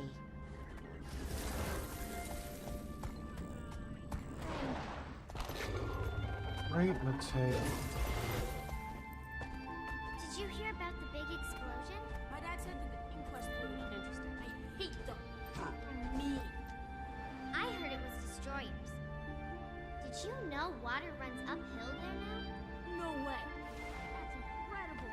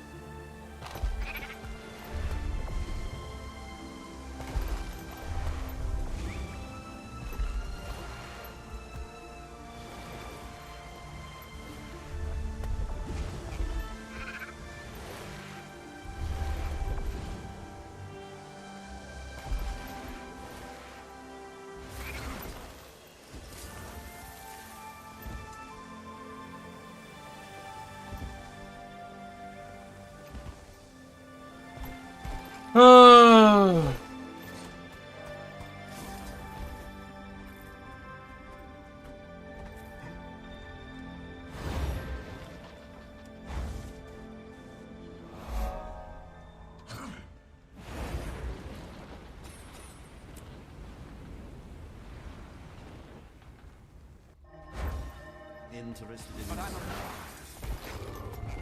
No refund. Alright, last little bit here.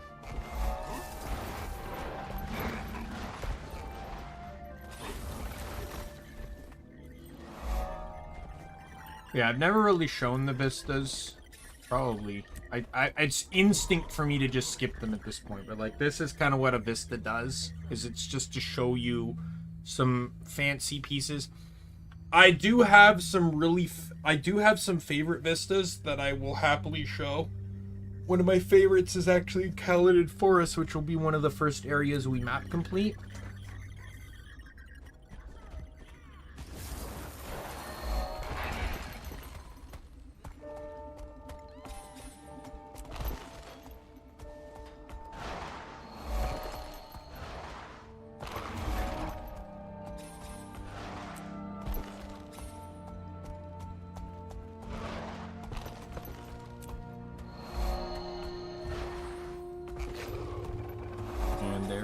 There's Redasum. Now we want to go up here. Because we can't...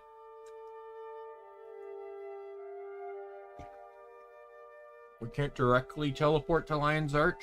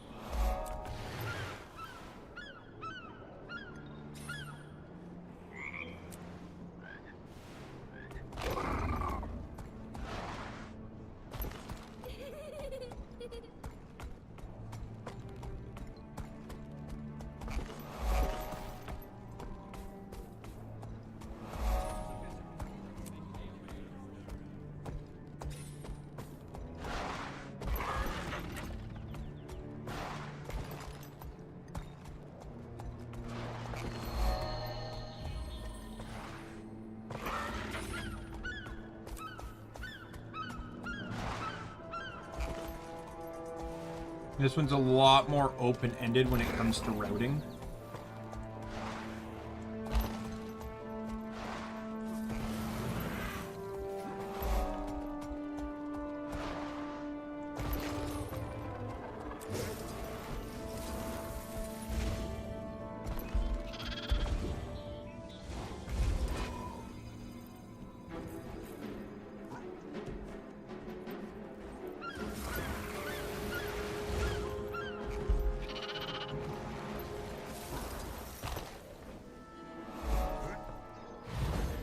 This thing.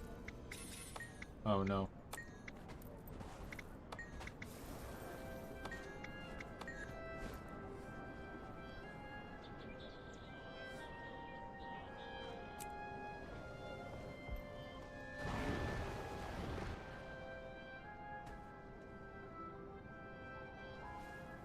Goodbye.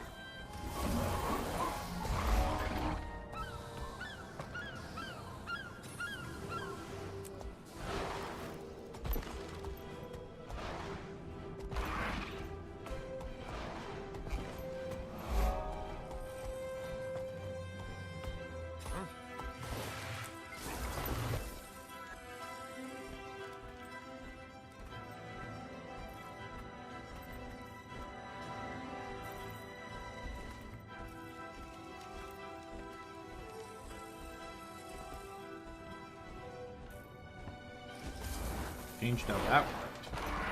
The Black Lion, so that's where you get the skin, the weapon skins. It used to kind of be like a museum on display, and then the ones unavailable were locked away. I bet you anything, though, someone exploited that. That was what happened. They were locked away, but the vendors that still sold the tickets were there. So all you had to do was glitch further in, and you could buy tickets that weren't supposed to be available at the time. does not surprise me if something like that happened.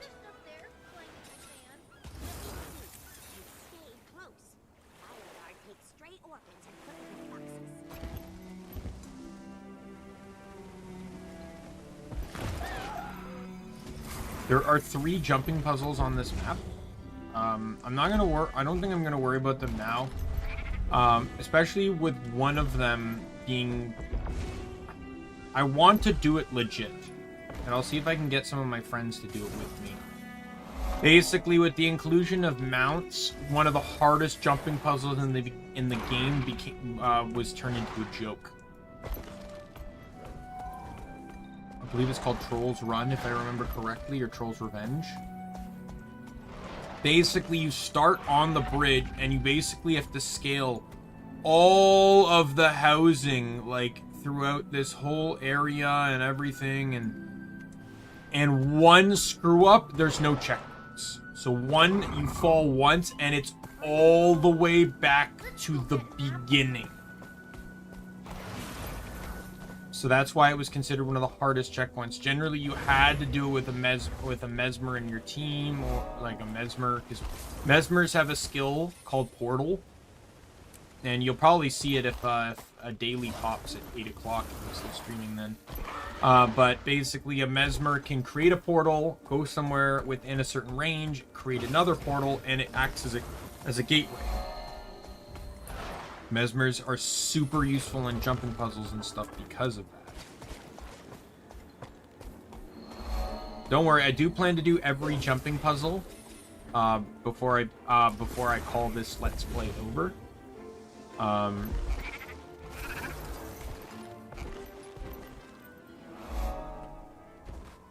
Welcome to the Guild Initiative. This game's gonna take me a while. I'm pre-warning you now. This game will probably drag on for a while, so I don't want to particularly attempt to waste too much time. Though I do want to have some fun with my friends, of course. Many of them still actively play this game, and they don't really play any other games. So it'd be nice to actually be able to have them in the let's play, but just in the experience, like.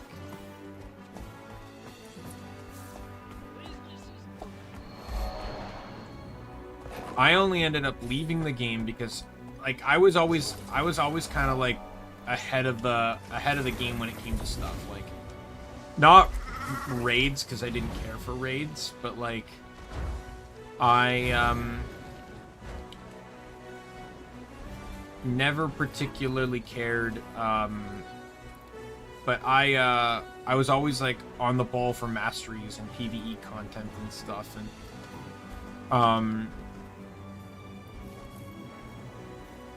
so I would get it done super fast and then have nothing left to do, so that's why I was map completing so much.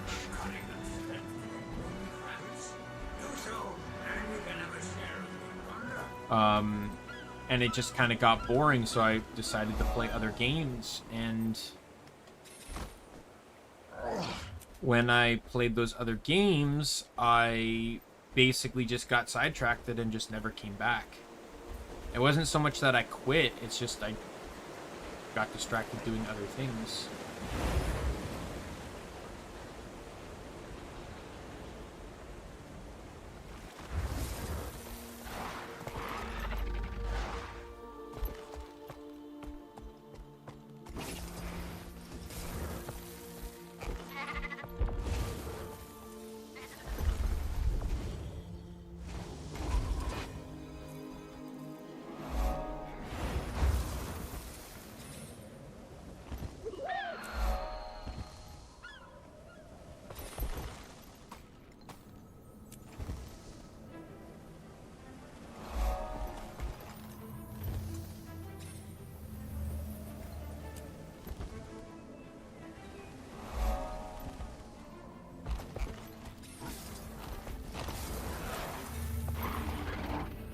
Right.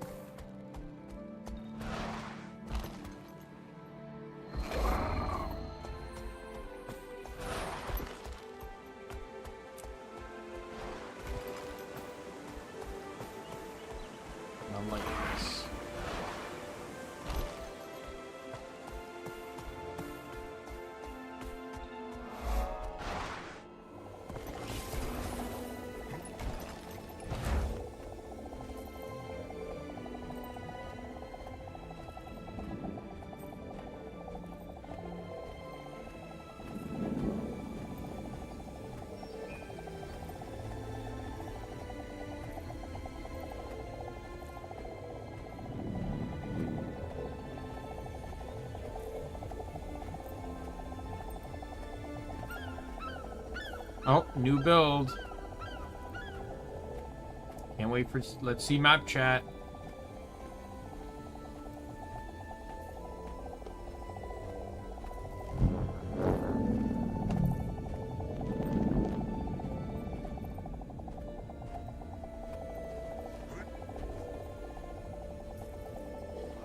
You know, let's see this one. This can be a pretty good one. Diving goggles were a challenge that you could do. I don't think I'm gonna bother with those though, because most of them aren't in difficult spots. There's only a handful of them that are actually in tricky spots, like the Aether Blade one.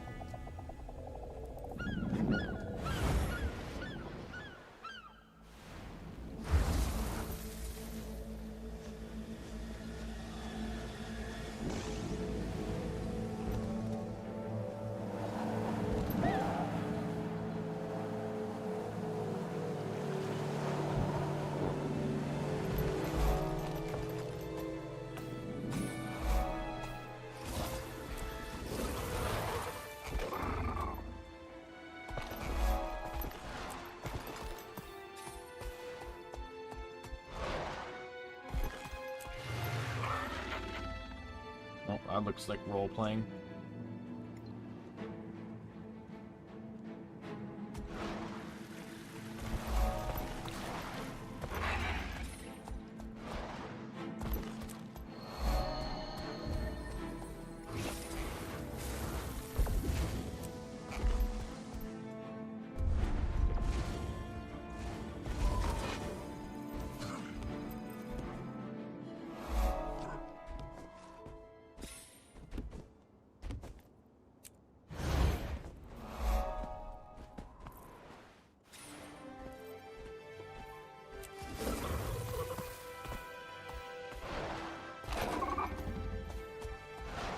You need to get into here quickly, and then you can go back down.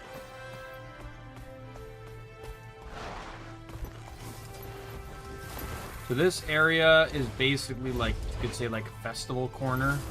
This is where all festival vendors are, because the thing is, sometimes you can still buy certain things even outside the time period of the event.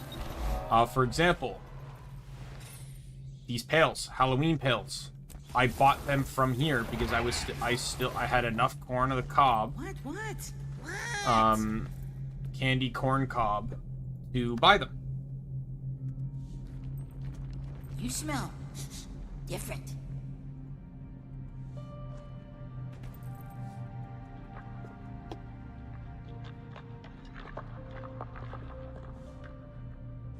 You got something? Until we meet again.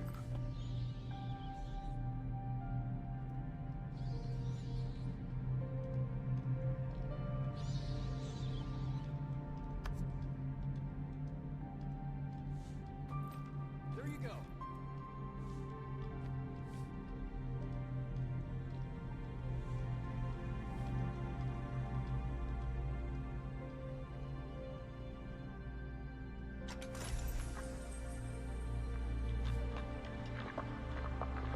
Here, take it.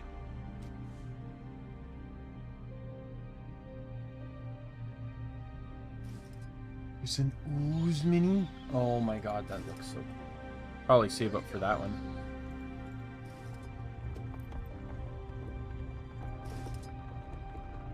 There's a mini Shoya too. Oh my god. Save up for. Oh, I can't. I think I have to. Oh, I have to get an achievement for that. I can get this one though. Because I can still get these things outside of season. Probably not likely that I'll get 25 of them, but you know.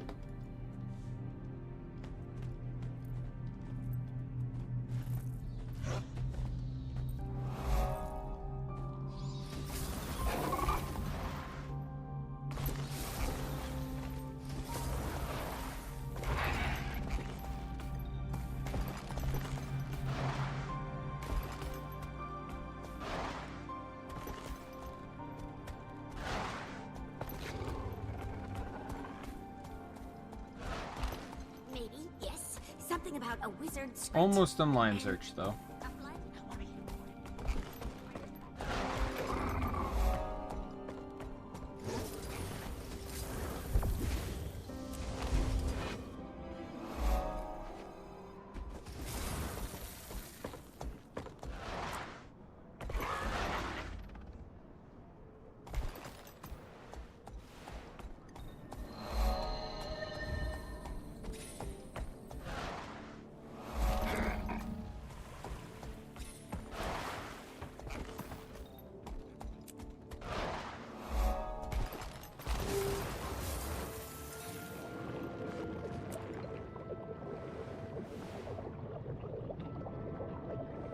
Just underwater ones now.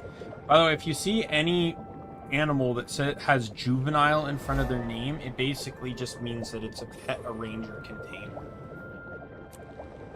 Despite like jellyfish and armorfish existing.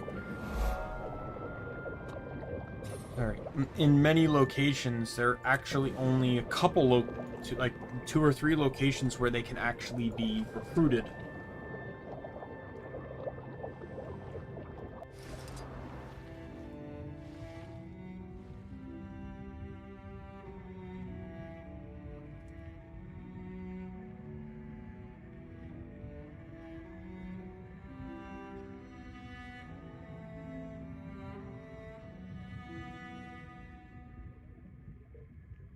This vista is likely pointing out something I didn't mention, which is that the Lion's Arch we are in is actually the second Lion's Arch. During Living Story Season 1, they destroyed Lion's Arch.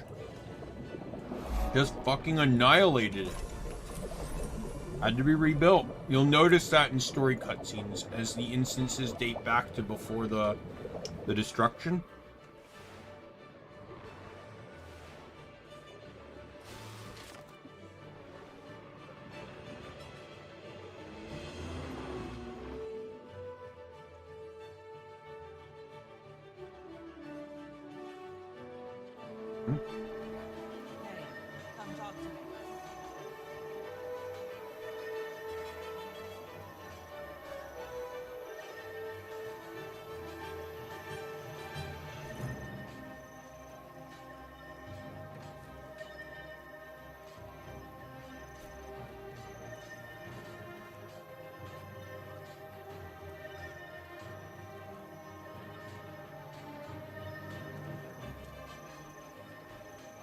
Well, that was weird.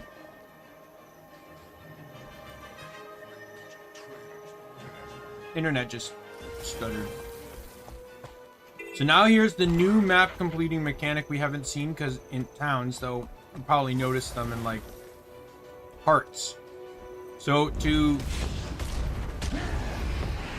complete hearts, you just have to complete certain objectives within the area of the heart.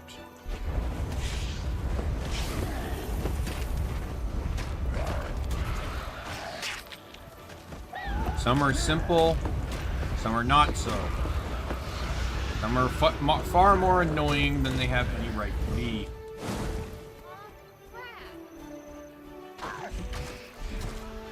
It's easy to know how. Completing hearts gets you karma. Karma can be spent at the heart vendors. Now, obviously, this guy's not going to sell anything worthwhile for me, but...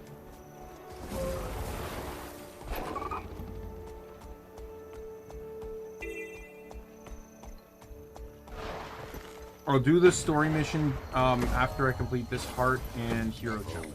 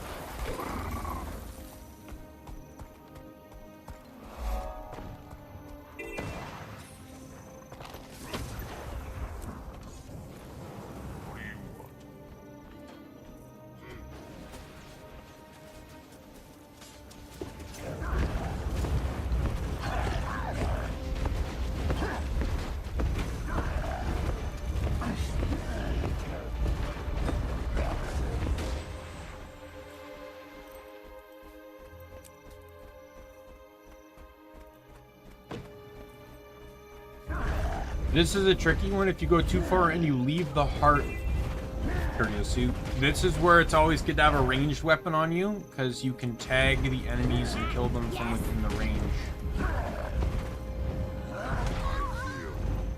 Strong.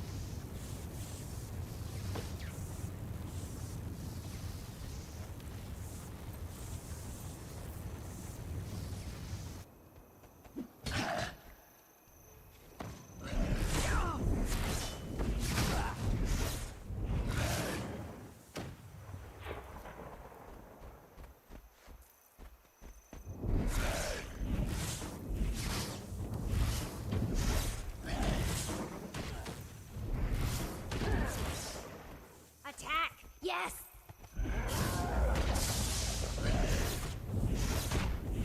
Ancient mountain!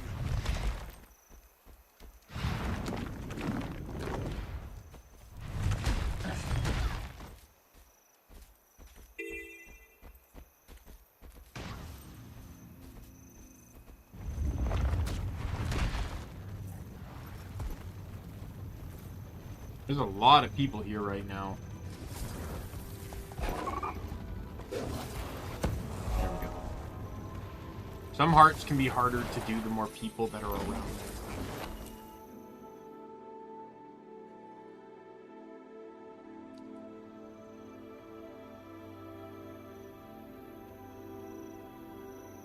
I get more of this cuff duty, and Steelbane's gonna need new teeth.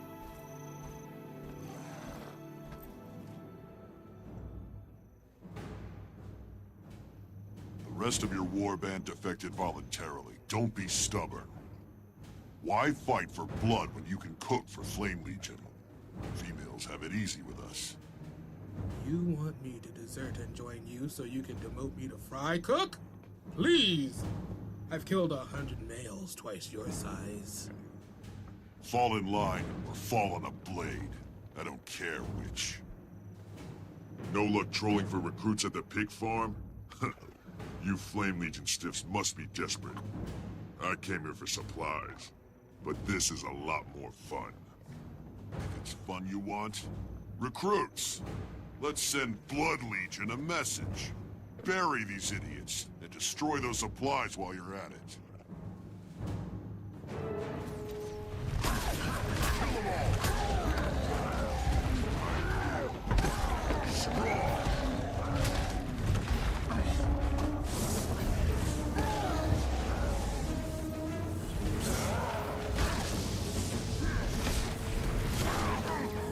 Want me to cook for you? Here, have a steaming hot bowl of death.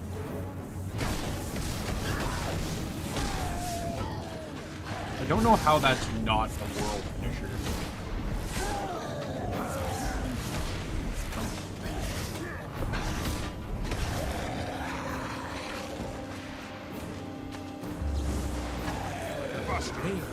Enemy contact. Will take over again.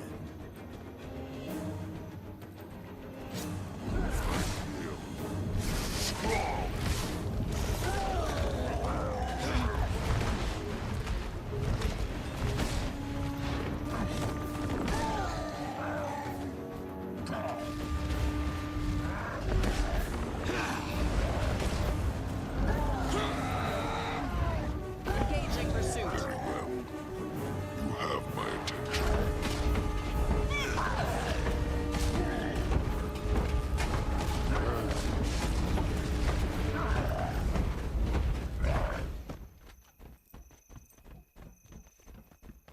I knew this soldier. Best quartermaster in the legions. Whatever you needed, he had it.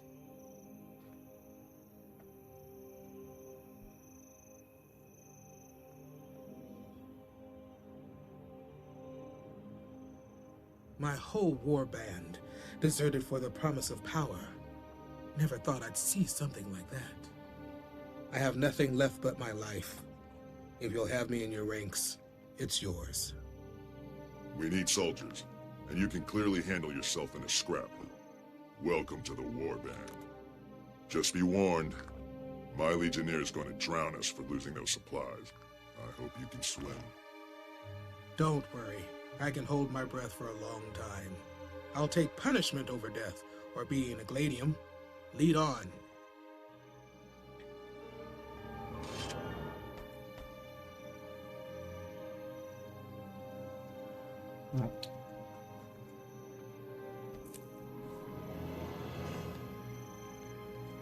Now I shall break you. Pillage! Alright, now that's going to take us back into town. I'll get this like first chapter story done, and then it's going to be map completing all the level 1 to 15 zones. So Plains of Ashford, Wayfarer Foothills, Paladin Forest, Metrica Province, and Queensdale.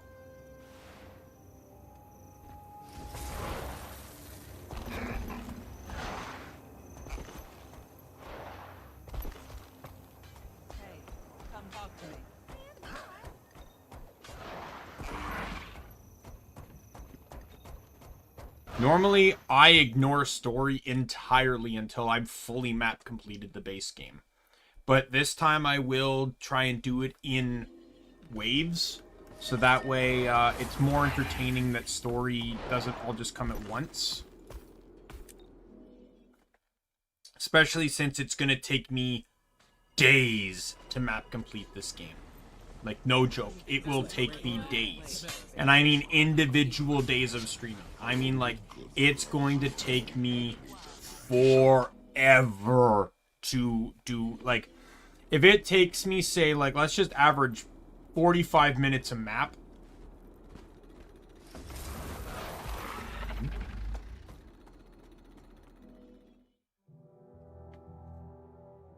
$45 an hour a map, and even if I stream 6 hours a day, that's still 6 maps, right? So, like, look at how many maps there are just in the base game.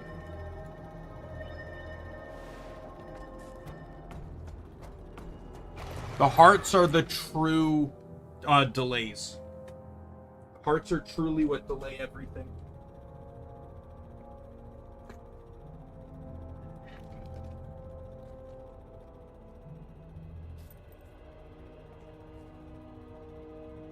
Why is that idiot meeting us here?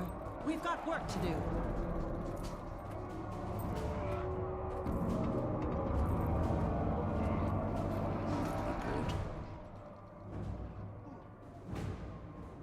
Well, well.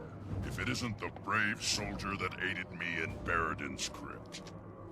Good to see you again, Tribune Brimstone. If you'll excuse me, I need to speak to Steelbane. Reporting in, Legionnaire. Cello range was compromised. Crawling with Flame Legion. The supplies were destroyed. In other words, you failed. Again. By the claw of the Con-Er, give me one reason why I shouldn't just kill you now. Go ahead and try it. You don't have the spine. You're done, Steelbane. Either you step down as Legionnaire, or I'll knock you into the dirt myself. You want my job, you miserable little puke? Earn it! Get down there and fight. Show me what you've got, and maybe I'll show you how a real Legionnaire fights. Gather around, troops. Watch me crush this little mutiny, and teach you all a lesson in respect. Gladiators, to the arena!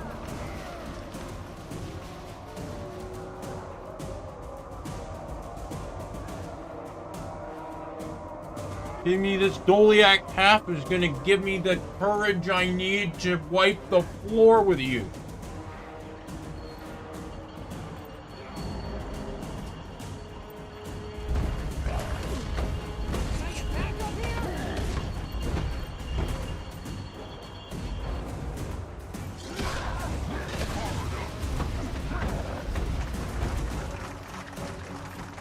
Not bad, soldier, but it's not over yet. Let's see how you fare against the arena champion. Kind of strikes himself in the foot here because he's gonna want to play dirty, but because Ritlock's there, he can't play dirty. Ritlock is ruthless. And like, if you look into the lore, this is a guy that kills for the sake, like, that will straight up just kill for not following like code and stuff.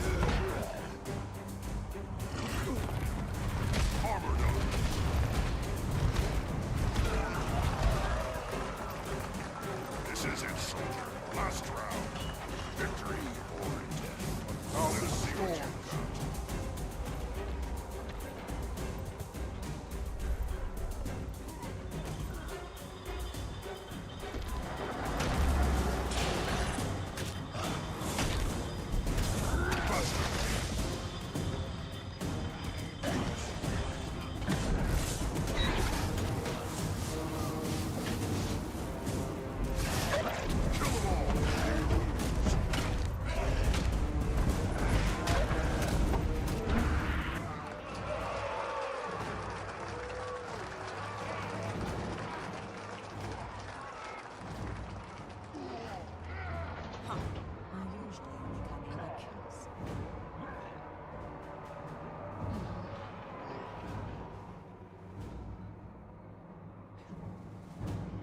Outstanding.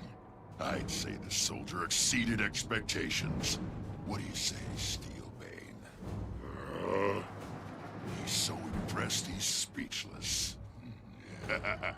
Now get in that ring and fight, Steelbane, or I'll split you open myself. See, Ritlock Yes, knows sir. the Tribune. persuasion he I can't has. hear you, Legionnaire. Yes, sir. A formal challenge, Steelbane. This soldier's willing to fight to the death. How about you? Prepare to be impressed, Tribune. I am going to make an example out of this whimpering cub. Prove it. Strong.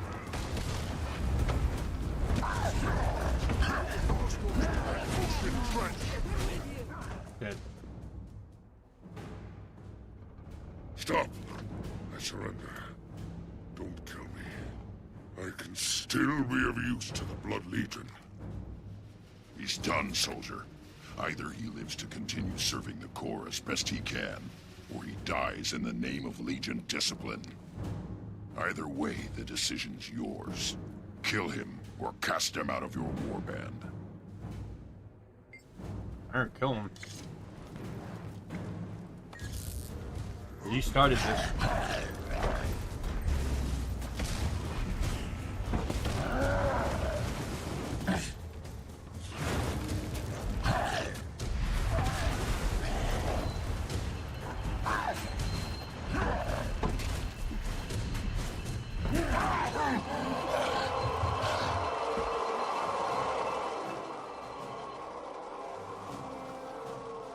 Even the most glorious revolution is just a successful mutiny. Congratulations on your promotion, Legionnaire. Thank you, Tribune. I'll rebuild this warband and live up to your trust. I promise you that. Good. Now for your first orders. Replenish your warband with honorable Gladium. Earn their trust. Yes, sir. Any recommendations? Fion the Wraith and Sour Doomsday. Both are good soldiers who've fallen on hard times. I'll give you a full briefing when you're ready.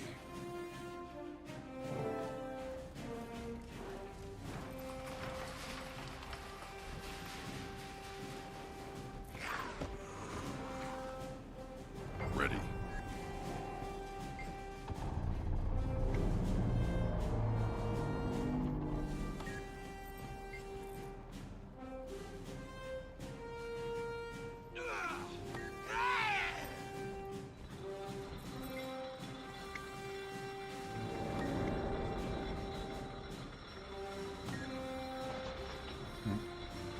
Report. Tell me about Fion the Wraith, sir. Spent decades in Ascalon hunting ghosts until they were caught in an ambush. Only Fion survived. He's a hardened veteran with good blades, more stealthy than you'd expect from Blood Legion. A little old, perhaps, but still kicking.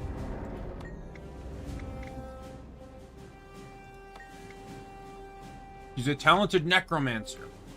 He was training for covert ops until his warband found him meeting with flame shamans. They accused him of treason. I suspect he was just overeager.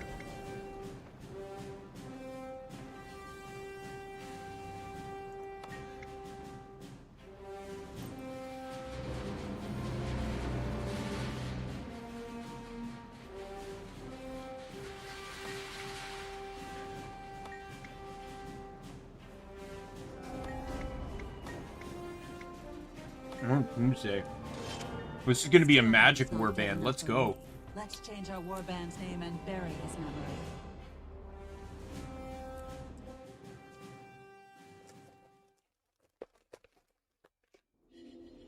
Sure, why not?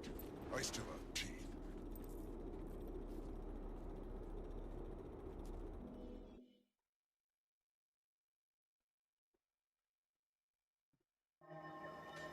Hey, come talk to me.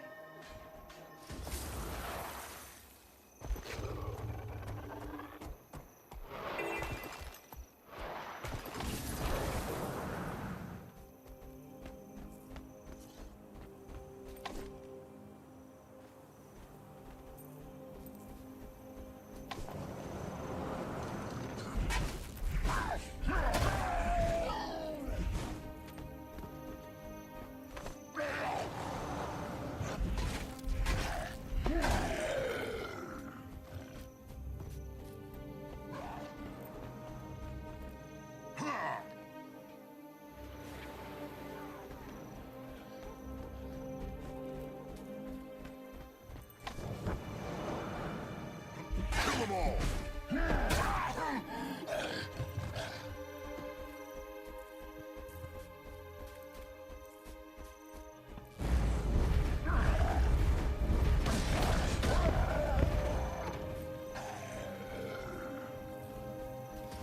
Sometimes the chars die in very overdramatic fashions.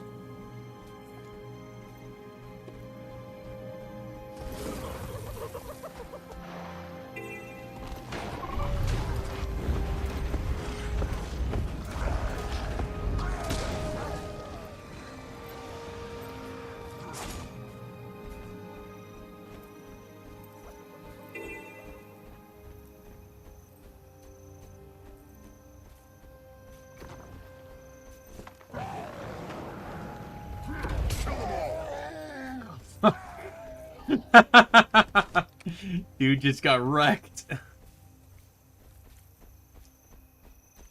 Yeah, there's an event where Flame Legion will storm this area. That event is really useful for maxing out this art very quickly.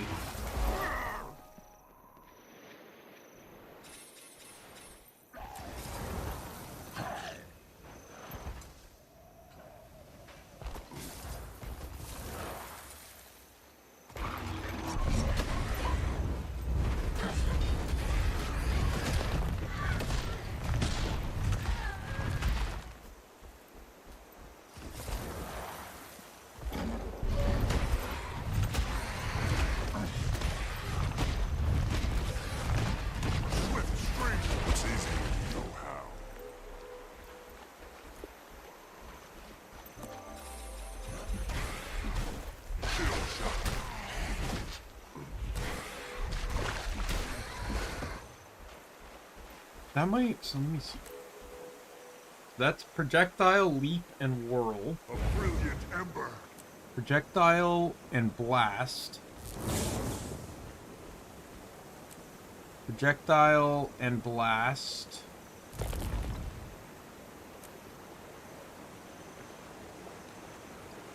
Projectile, aura, and blast. So fire, air, and earth are all just projectile on 3 and blast on 5, while water is projectile on 3, leap on 4, and whirl on 5.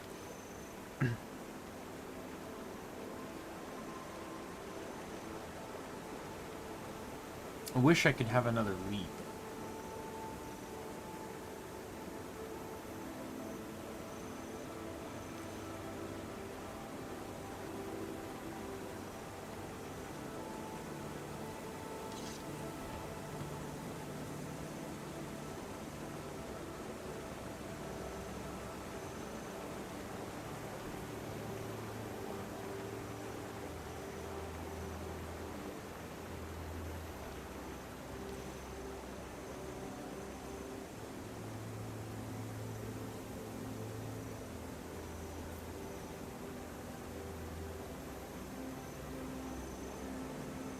To me, I just feel like everything's so limited.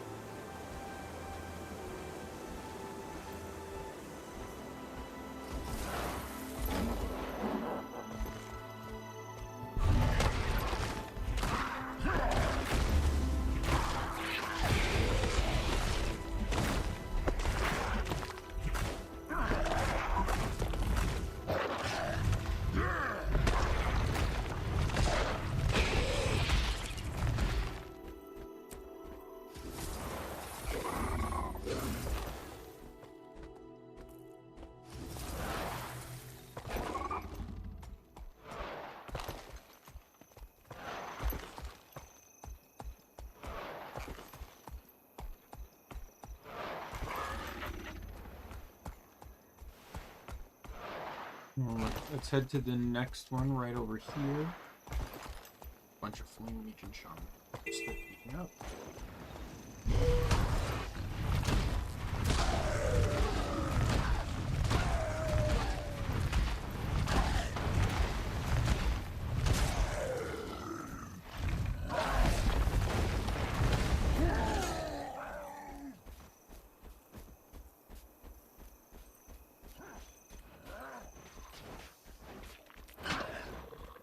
Part of me kind of wishes that Catalyst had a lot more traits that benefited off of combo fields, as that seems to be like the big mechanic, you know, forcing you to use it more.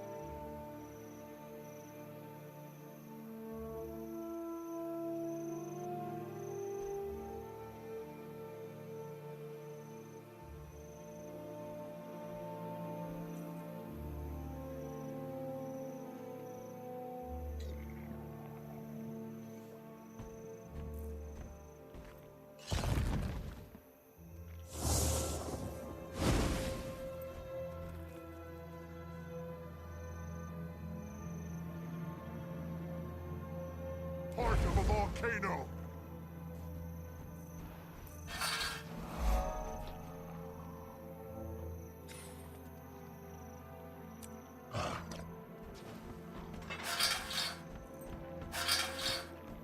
Have you inventoried that new load yet?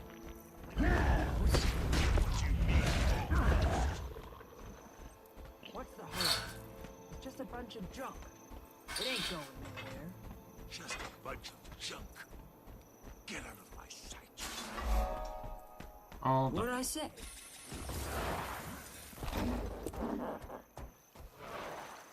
We want to go this way because there is a Vista over here. Vista! Just showing off this area down here. And then we see a unique little icon over here. There's one of these on every 1 to 15 map, and it's basically just teaching you how to dodge. If you try to walk through, it does that.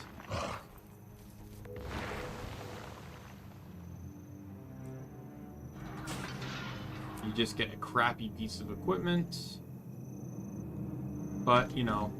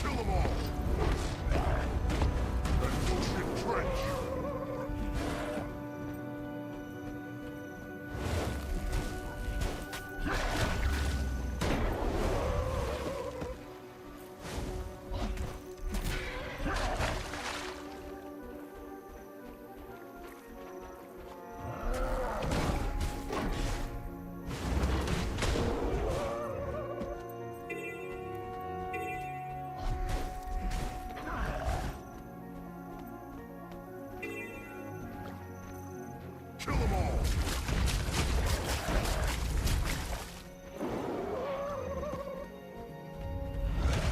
There's an event that can go on where the whole water goes toxic. It's super easy to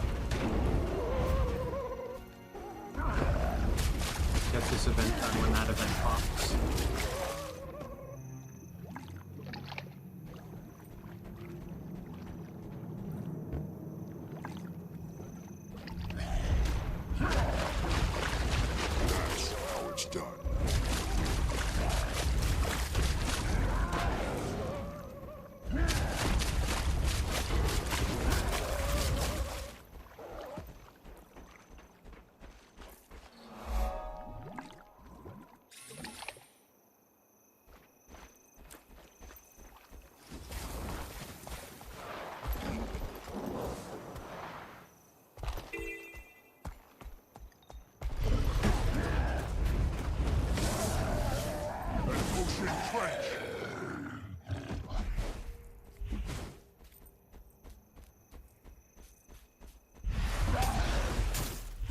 them all.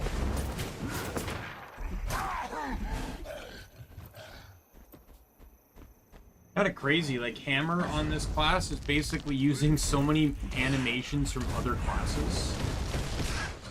Like, that's the Warrior Greatsword animation. And the Hammer... What is it? The Earth one, that's the Revenant attack Hammer animation.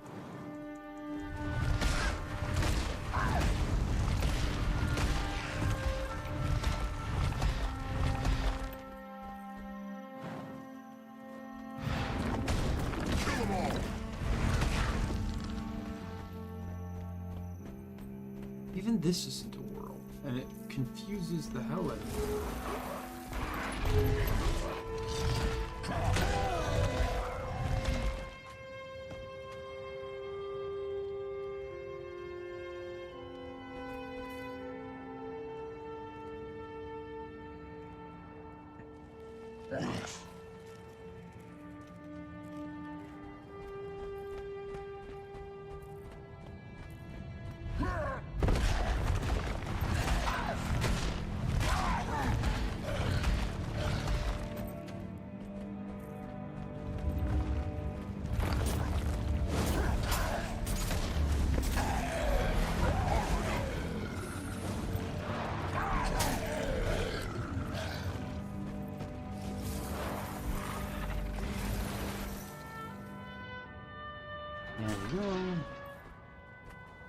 Fire and smoke, melt and render.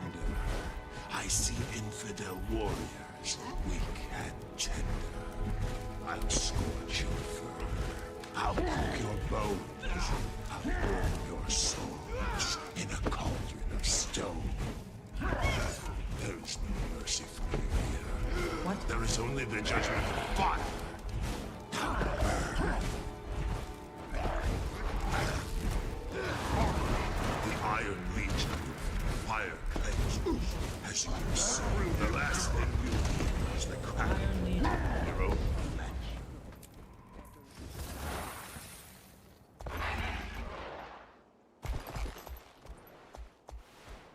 Like, Catalyst won't be underwhelming because I'm really liking the combat, but I just, like, the feeling is I just feel like I'm missing something, and that's what bothers me.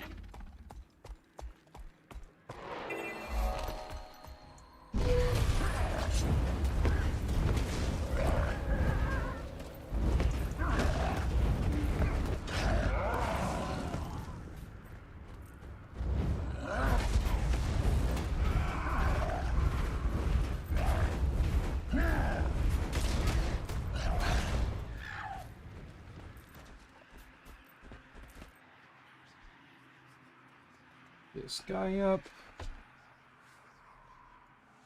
Yeah, you're gonna see me getting a lot of these types of chests, and you're gonna see me do this and throw them all away because they give me gear that I can't salvage. So it's just not worth even having. I feel strong.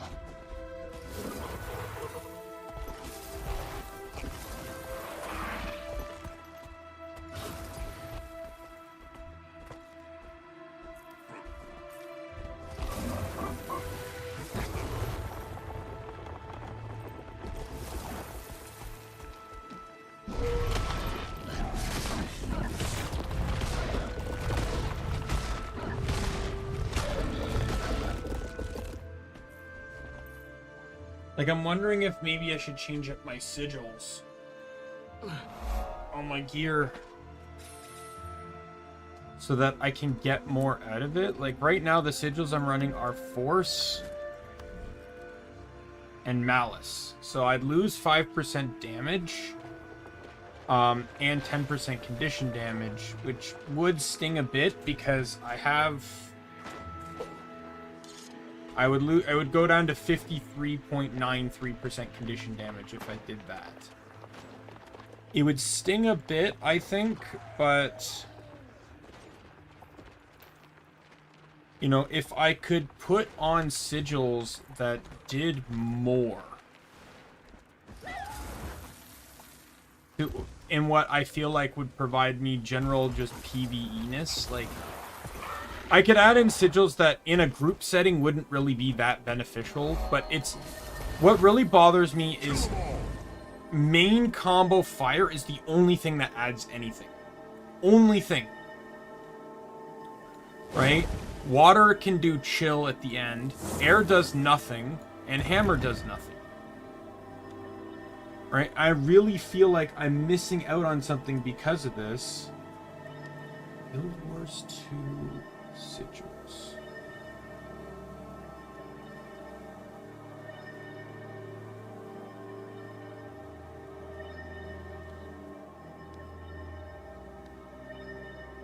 Right, so if we go based off of on crit, so ones we can have it so you gain quickness upon critically hitting an enemy 3 seconds every 20 seconds.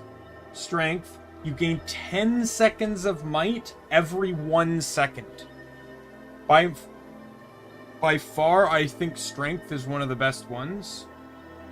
Because might, as we can see on this here, is a boost to condition damage and power every single time.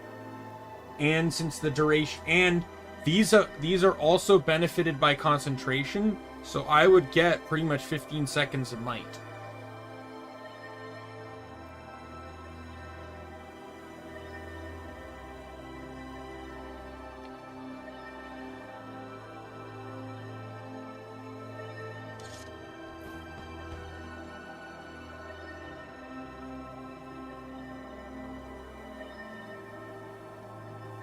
Right, and then Superior Sigil of Blight.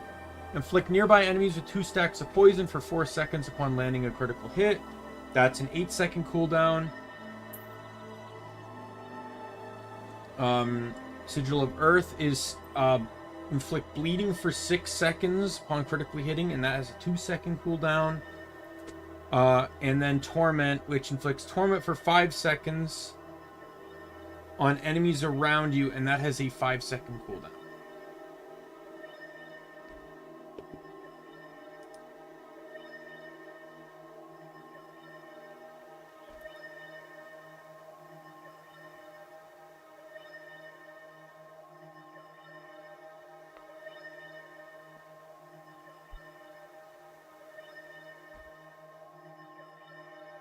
Oh, so Torment got reversed then. The victim isn't moving, they take more damage.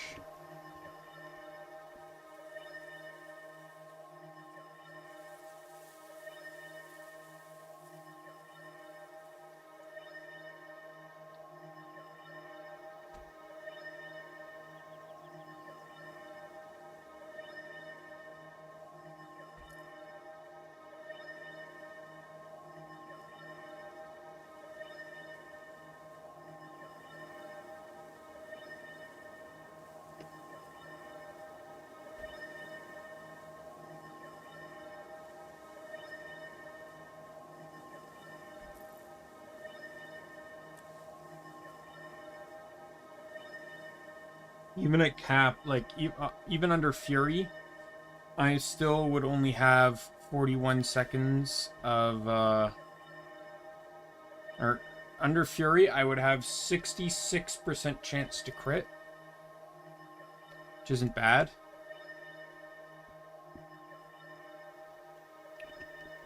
Even 2 out of 5 is not bad on the crit either.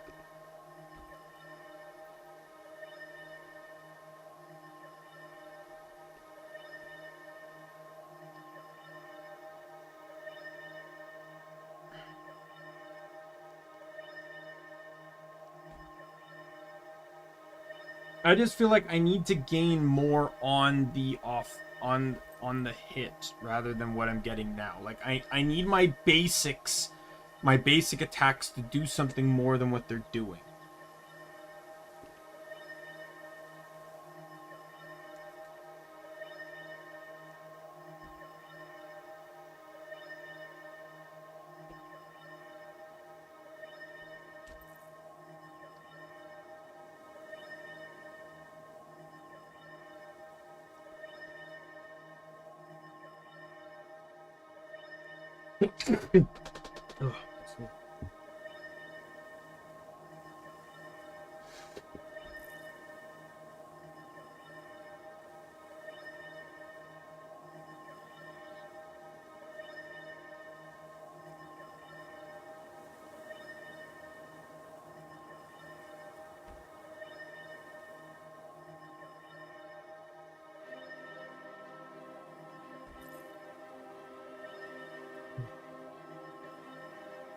Well, I'm gonna use the bathroom really quick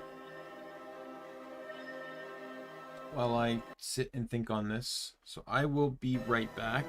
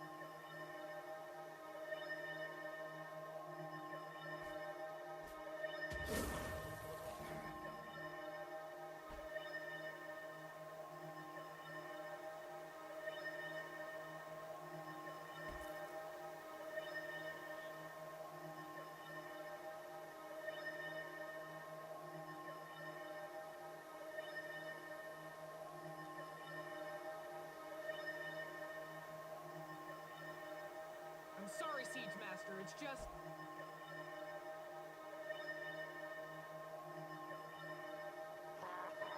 It's rock duty for you!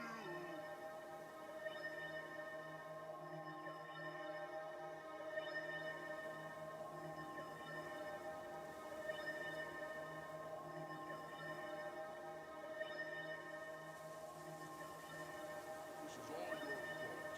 I can't believe I have to haul stone. You did this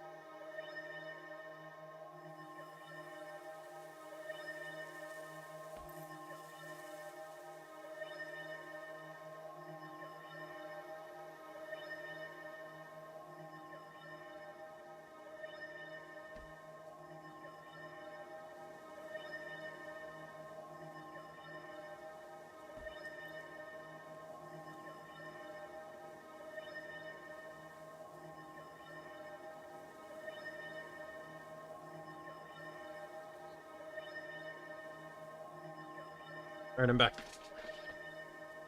Back. I was looking stuff up while I was in the bathroom.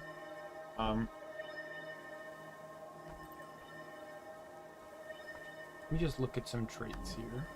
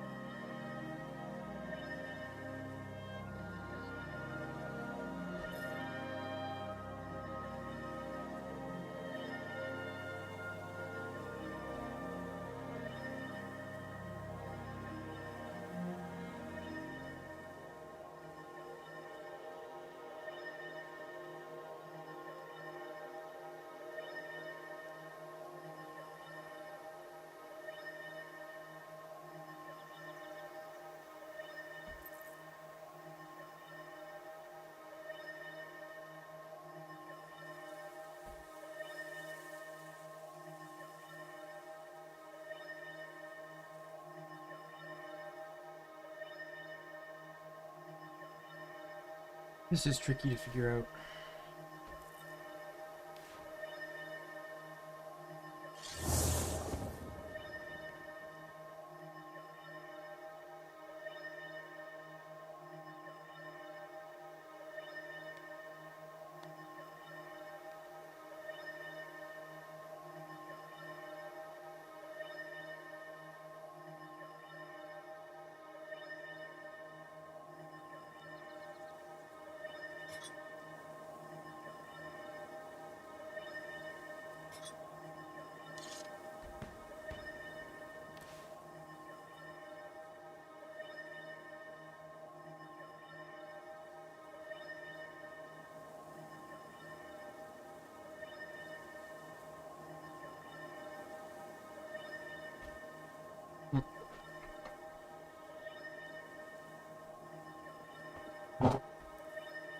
Roommate is home.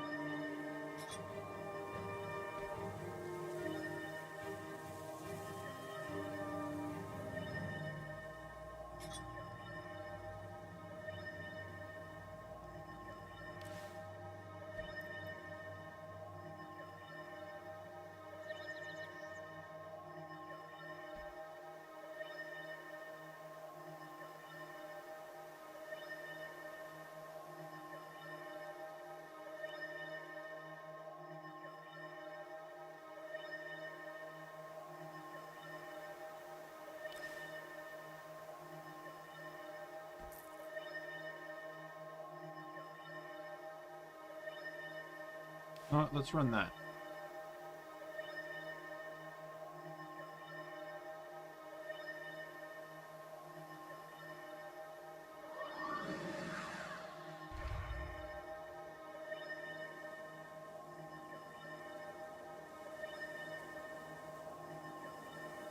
Yeah, I learned a neat trick with this one.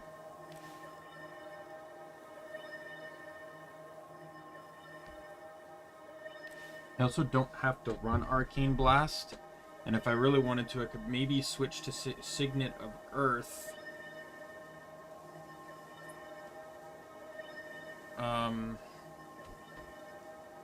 Or Glyph of Storms.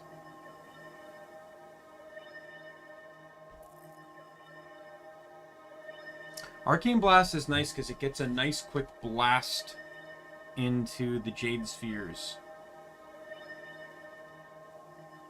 But you don't always want Blast. Blast is really only good in Might and occasionally Water, because it's healing. Air, it's swiftness, and Earth, it's weakness, which I don't even really care for.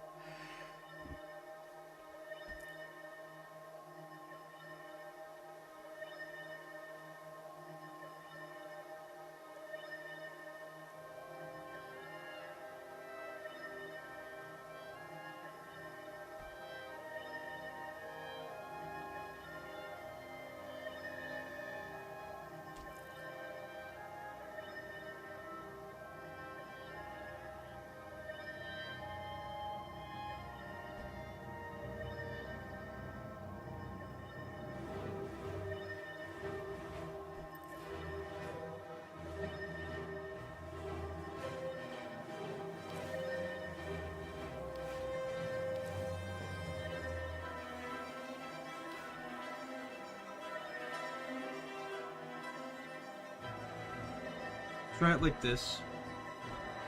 It's gonna be a lot of trial and error, but I like the class enough that I can get through the class. Anyways, I'm gonna quickly exit the desktop so I can get this update out of the way so it stops hounding me about it.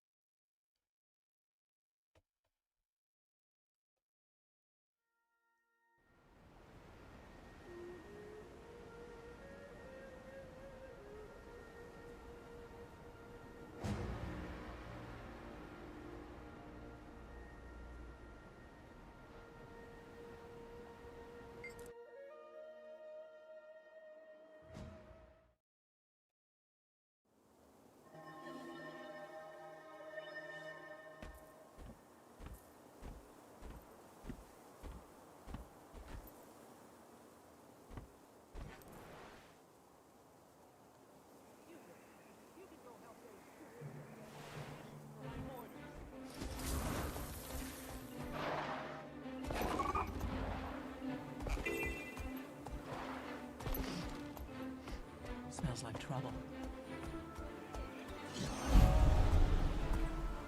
Just trying to remember the route here.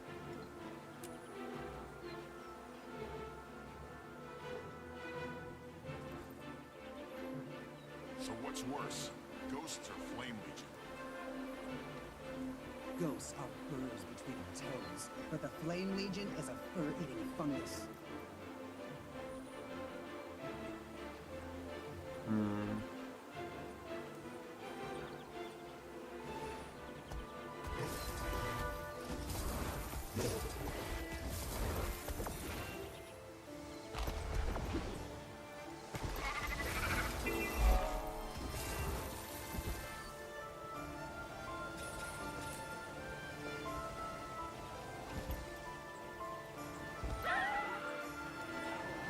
Those of us that come prepared to see the dead. They're stirring it. Muster everything.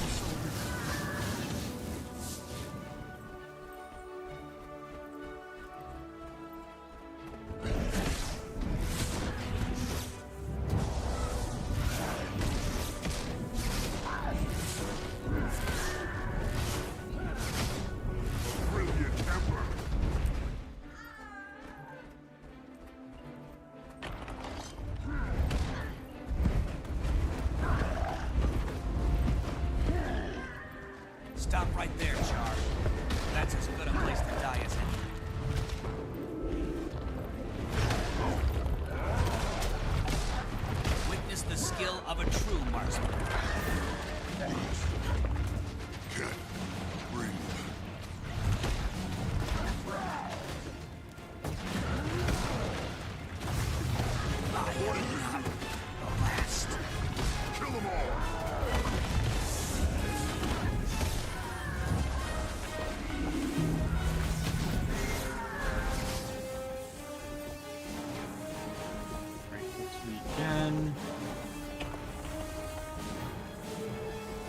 what you did to Asher, you'll get no reward for the likes of me.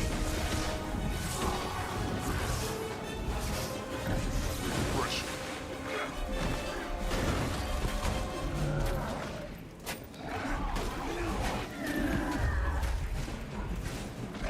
No choice but to drive it. No choice but to drive these charred devils back to where they came from. Aren't you die better than you live?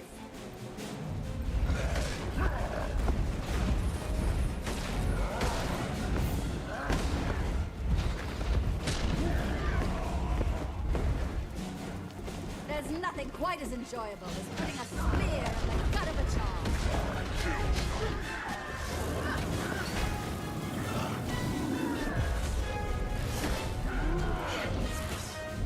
Rise up! Not rest till the last char dies. Pow!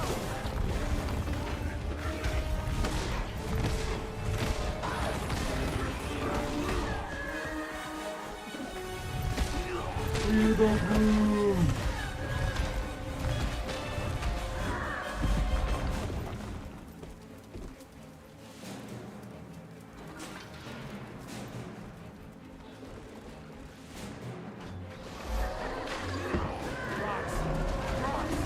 don't want to go back.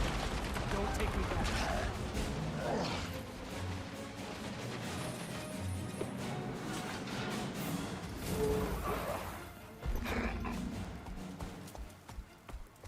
All right. Now I want to make sure I got this one because you risk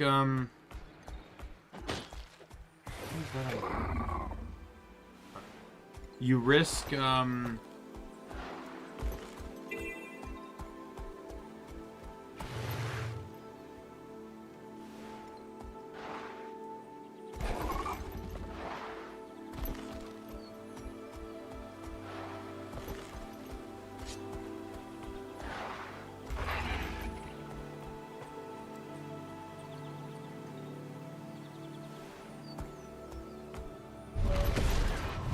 the hero point can block off. Or not the hero point, POI.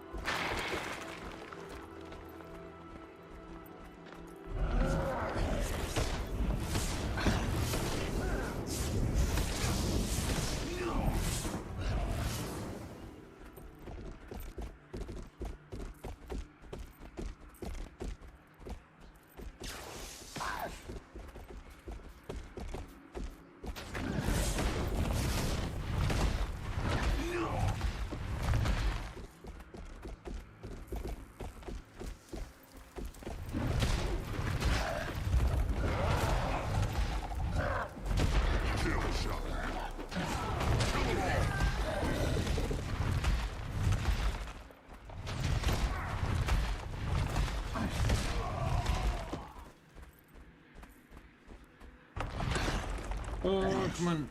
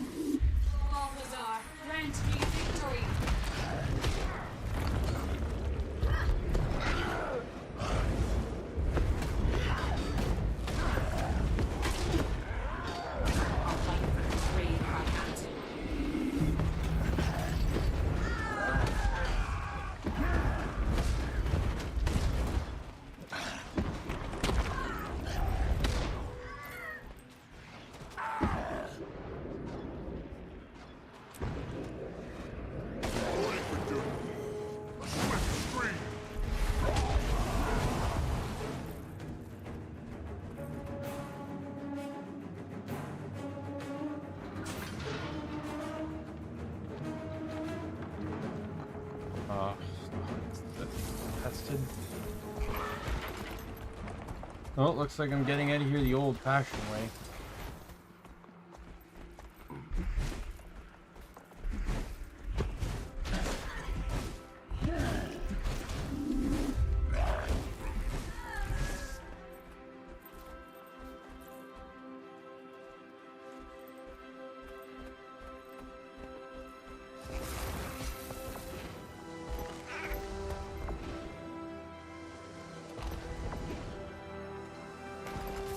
Aggression.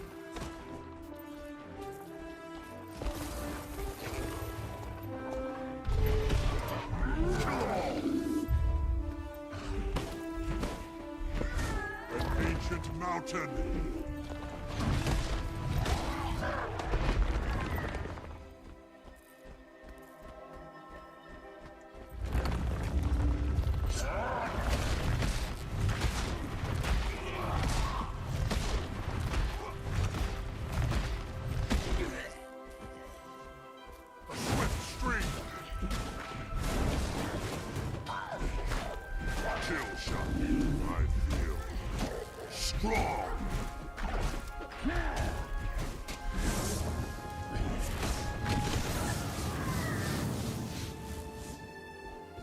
I would at least like to get this map fully completed before I end stream.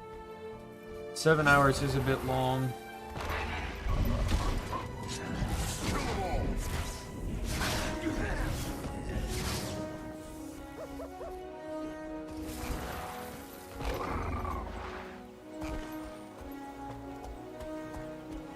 I also know that I need to make sure I prep enough for tomorrow.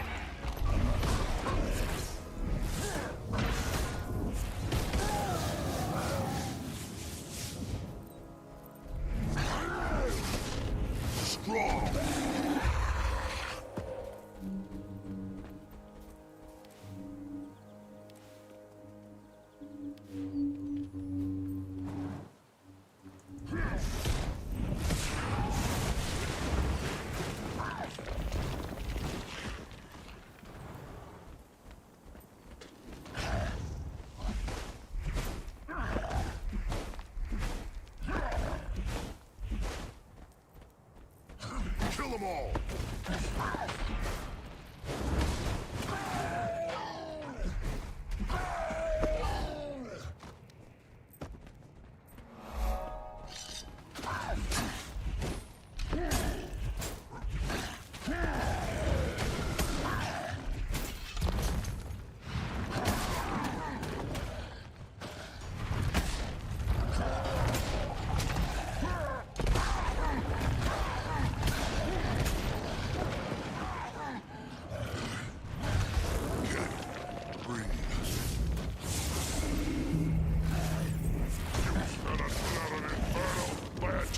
Spark?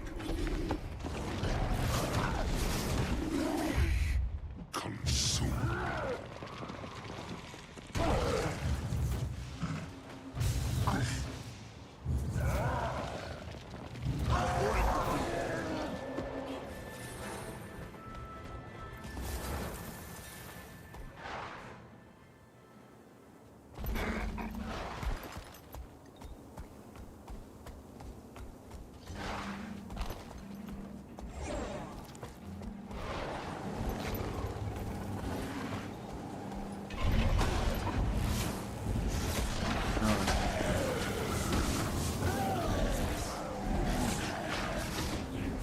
You know what I'm gonna do is I'm gonna get this one done, get this, and then go into town here, and then I'll probably call it into town.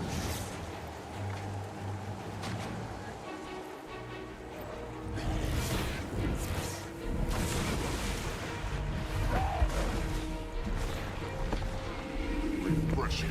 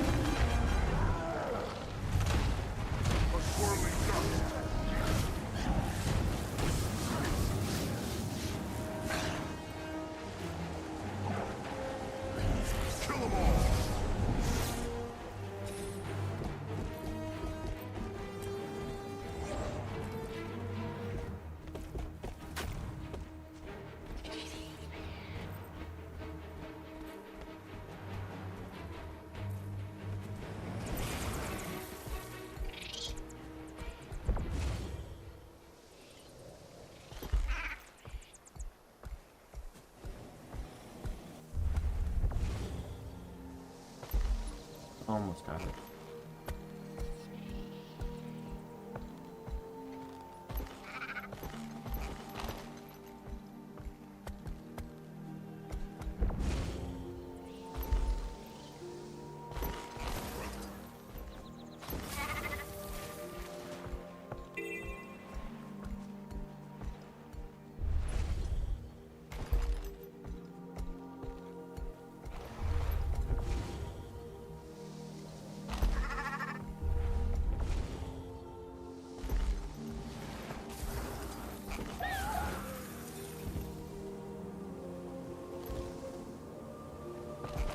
Yeah, 7 hours is definitely a long enough time for this.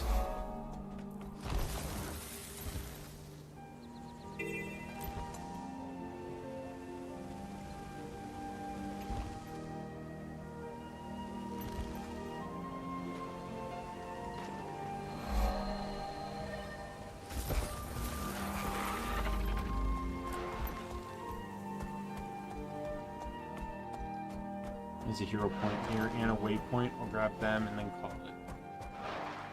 I'm feeling generous. I think I'll find strength. Kill them all.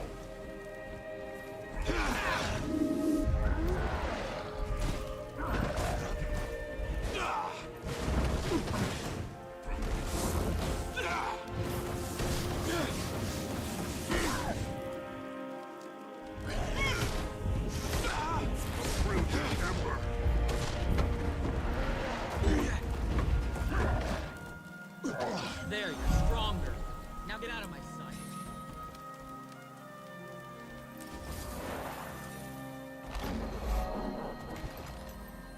Alrighty.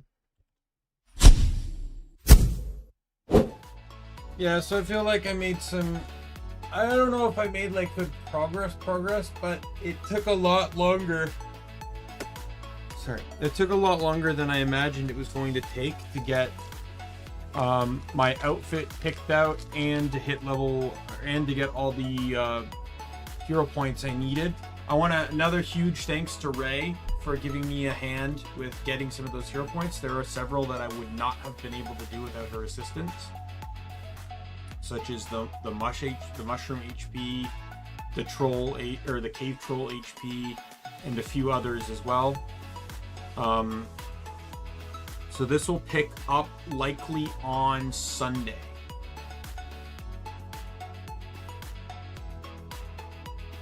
I'm excited to see how long this is going to actually take me to do everything that's kind of on my bucket list to do, and then get caught up with the story, and then do the story. But that's for a later date to figure out. With that said, my name is Daimien Kamiya. I'm the Omni King, and be a friend, foe, or a member of the Omni Council. I'm going to see you later. Goodbye, everyone.